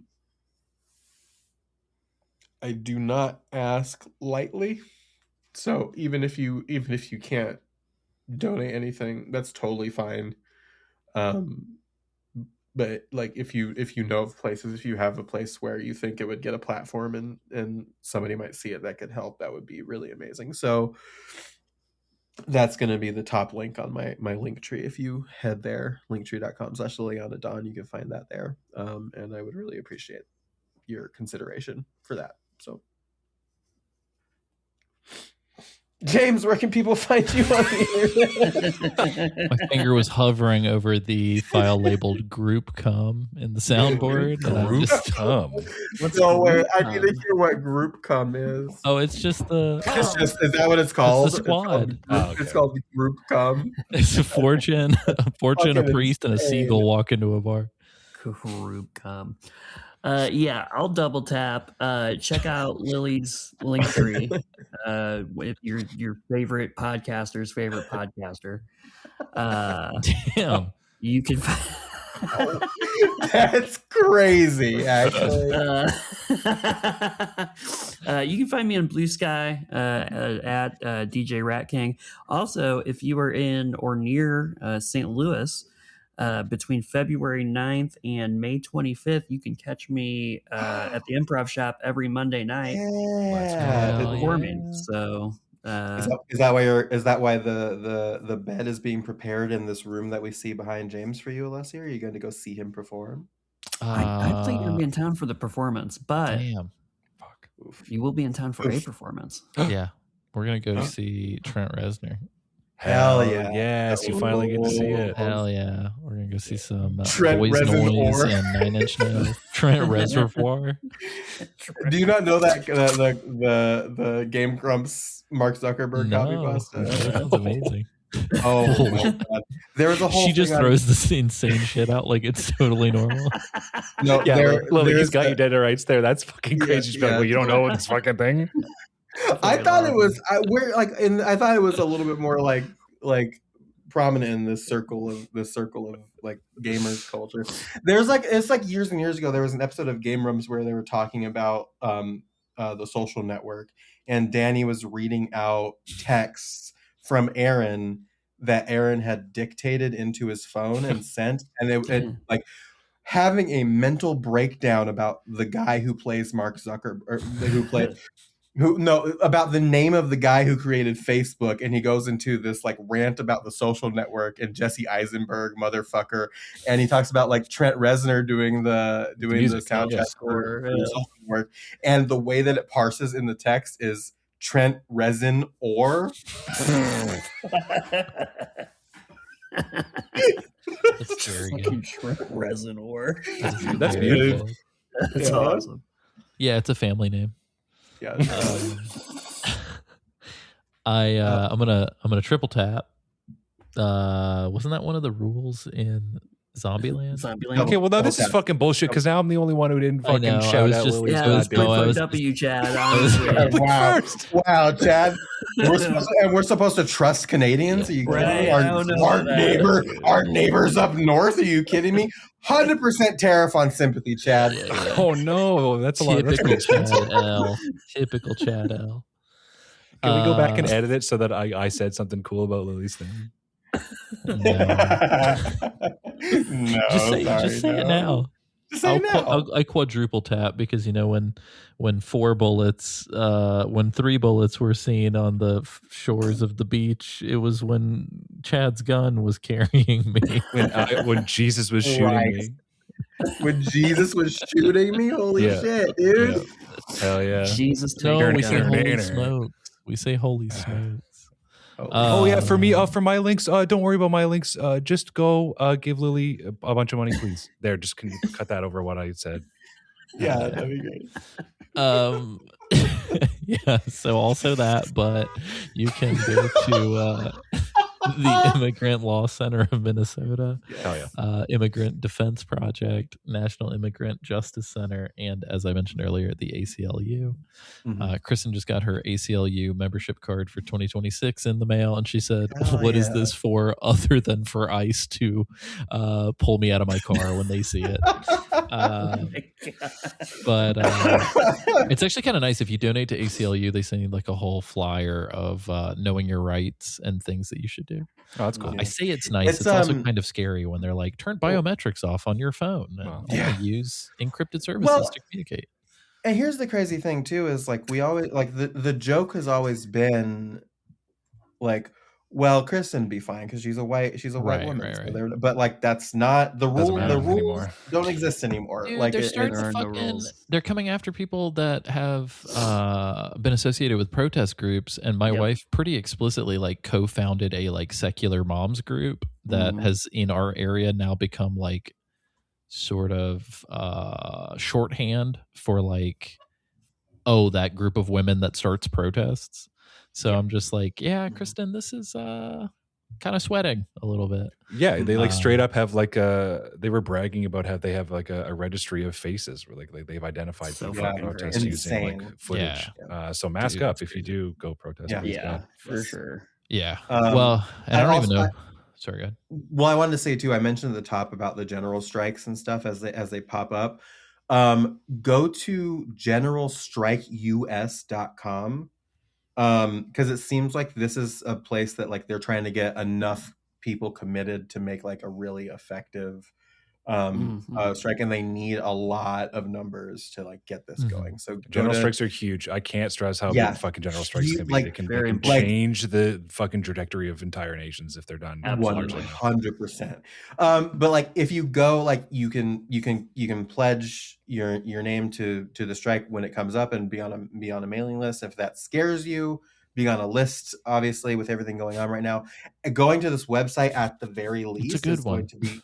It's a good list, but like going to this website at the very least is going to give you some information about like what a general strike is and why we're doing it and like what the demands are and what we should be asking for and all this other stuff. So go to generalstrikeus.com. It is the most organized version of this throughout this whole thing that I've seen at all throughout this. So check that out as well. And take a first aid course. You never know, just in case. Yeah. Like you want to make sure that you can help out somebody if they need it. Yeah. And maybe some gun safety courses. You never know. Yep. Also, and this is something that we've been kind of doing. This is going to be fucked up to say, but like check in with teachers because the group that I just mentioned has been like trying to help take care of a first grader and a 1-month-old who was breastfeeding when both of their parents got abducted by ICE. So they're staying with their uncle who happens to be married to an American, but we're not sure how long that's going to be deemed okay.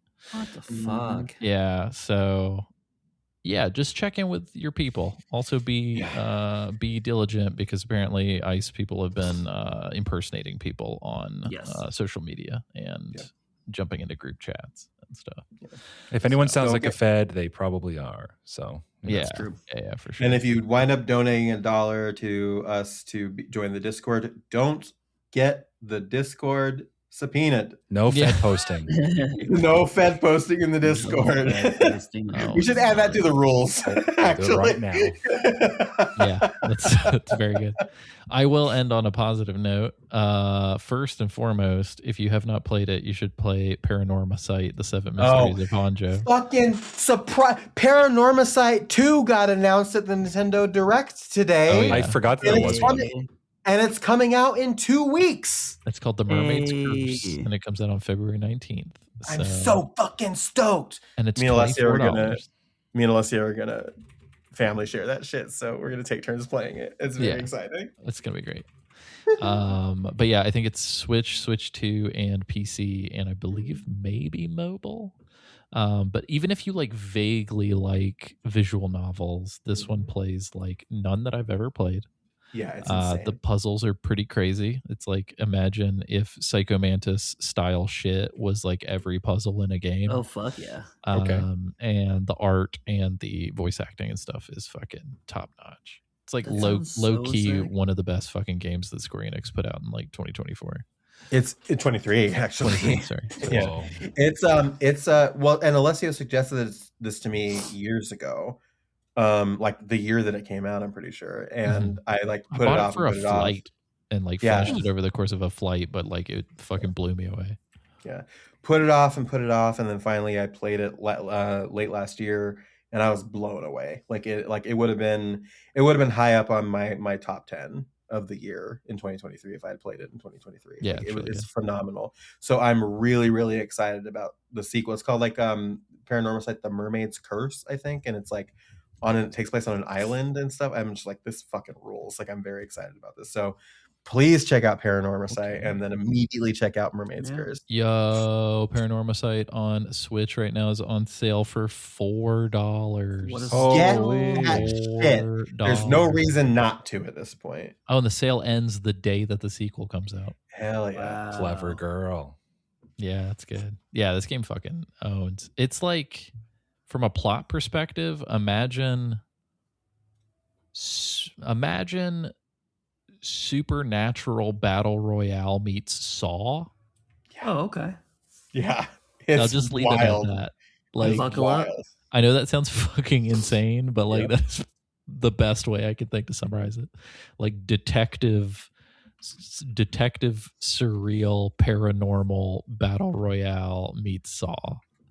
Fuck yeah. It's like definitely an M-rated game too, so this isn't like a weird because it's on a Switch and is a visual novel. It is not like a kids game. So yeah, and it's one of those ones too where it's like you like can make some choices and there's like branching paths and you like it's good. Paths lock and then you go back to other paths to get like information to use in future. Like it's really good because the conceit is this guy named the storyteller is like walking you through this story and you're this person that's kind of like observing the story from like a top down perspective basically, and so you're able to see all the elements and the webs of the story connecting and you get to jump around in the story to like solve the mystery. And it's spooky. Like if you like spooky it's legitimately stuff, scary. It's got there's legit some pretty like creepy, chilling moments throughout. So it's really good. Yeah. I think at some point I did say this to you, Chad. I was like, this is my 13 Sentinels. Yeah. Recommendation. You saying this. Yeah. Okay. Yeah. You like shit like Aegis Rim, 13 Sentinels, or vice versa, 13 Sentinels, Aegis Rim. I can't remember the title. If you like that game a lot, this is very much so like that game, except swap like RTS with like puzzle, like brain twister. God, okay, that's a good sell for me right there. You That's need 13 Chad. Sentinels You specifically need to play. You need to play this Chad. game. It sounds right up my alley. Yeah, you would like it a lot. Danielle would love this game. That's it does sound like a Danielle joint. That's true. Like I said, it's on mobile and PC and Switch. I would say actually playing it with like a touch interface, which is how I played it for the first time. I thought it worked really, really well. But I'm sure it's just as good on a controller. I played it on PC, but I played it mostly on my Steam Deck, and I tried both. It works fine, just like on a static, but a touch interface is also pretty good. Nice. Like preferred, but if you're gonna if you're gonna play it with Danielle, then the screen works great. So if the Vanessa Marshall thing works out, we will probably put that out just whenever it's ready to go. We probably won't hold on to it to do like release slot.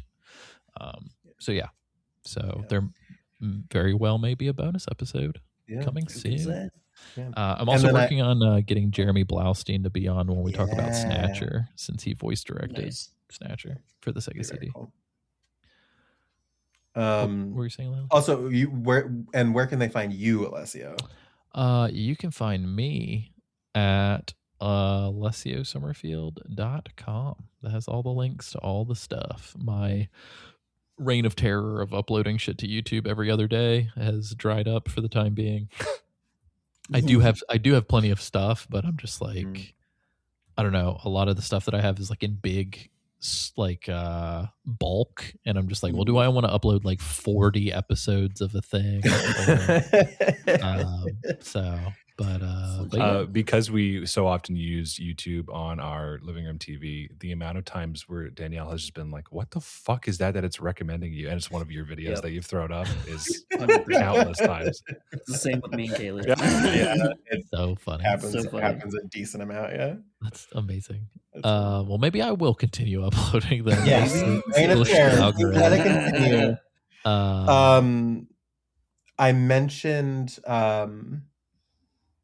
I mentioned that we might have a crossover going on. I hinted at this in the PRGE episode as well. If you remember, in the PRG episode, we met a cool group of folks from the fucking bright lights. I'm trying to hold up the card on for the $10. Oh, there you go. The Gaming Theater Podcast. I've been in touch with Brandon from the Gaming Theater Podcast, and we've been like working to coordinate a little crossover cultural exchange of podcasting at some point. And so we are going to be recording an episode of their podcast. Me and Alessia are going to jump over there and talk about espionage films and how they influence Metal Gear. Cool. Something that we are very well versed in. And then they are going to come on our podcast, and we are going to revisit the fan fiction episodes. We're doing fan fiction part 2 of the Gaming Theater Podcast. So that will be likely drop after our coverage of Metal Gear Solid 2 is over. So we're doing a little Chrissy Crossy, and we're very excited about that. So James, we're going to need new haiku. Yeah, new haiku. I got a haiku for you. Oh, shit. Y'all want to load it up right now? No, not loaded up, but it's percolating. I feel it. From the old brain bucket right here. Nice. Yeah, we'll keep you guys posted on all of that. As I have things to share with book stuff, I will let you guys know. My goal is to try to start reaching out to agents next week. Hell yeah. But that's going to require me to have pretty polished, like 20 pages. So I'm just working on that right now. But yeah. And again, I'll just say again, just not to belabor the point, but if you can, Liliana Dawn, linktree.com/Liliana Dawn. That's where my stuff is as a reminder. So please check it out at least. Tight. Well, on that note, we found out Pliskin's favorite thing this episode that he would die for is not another human, but his love for boxes.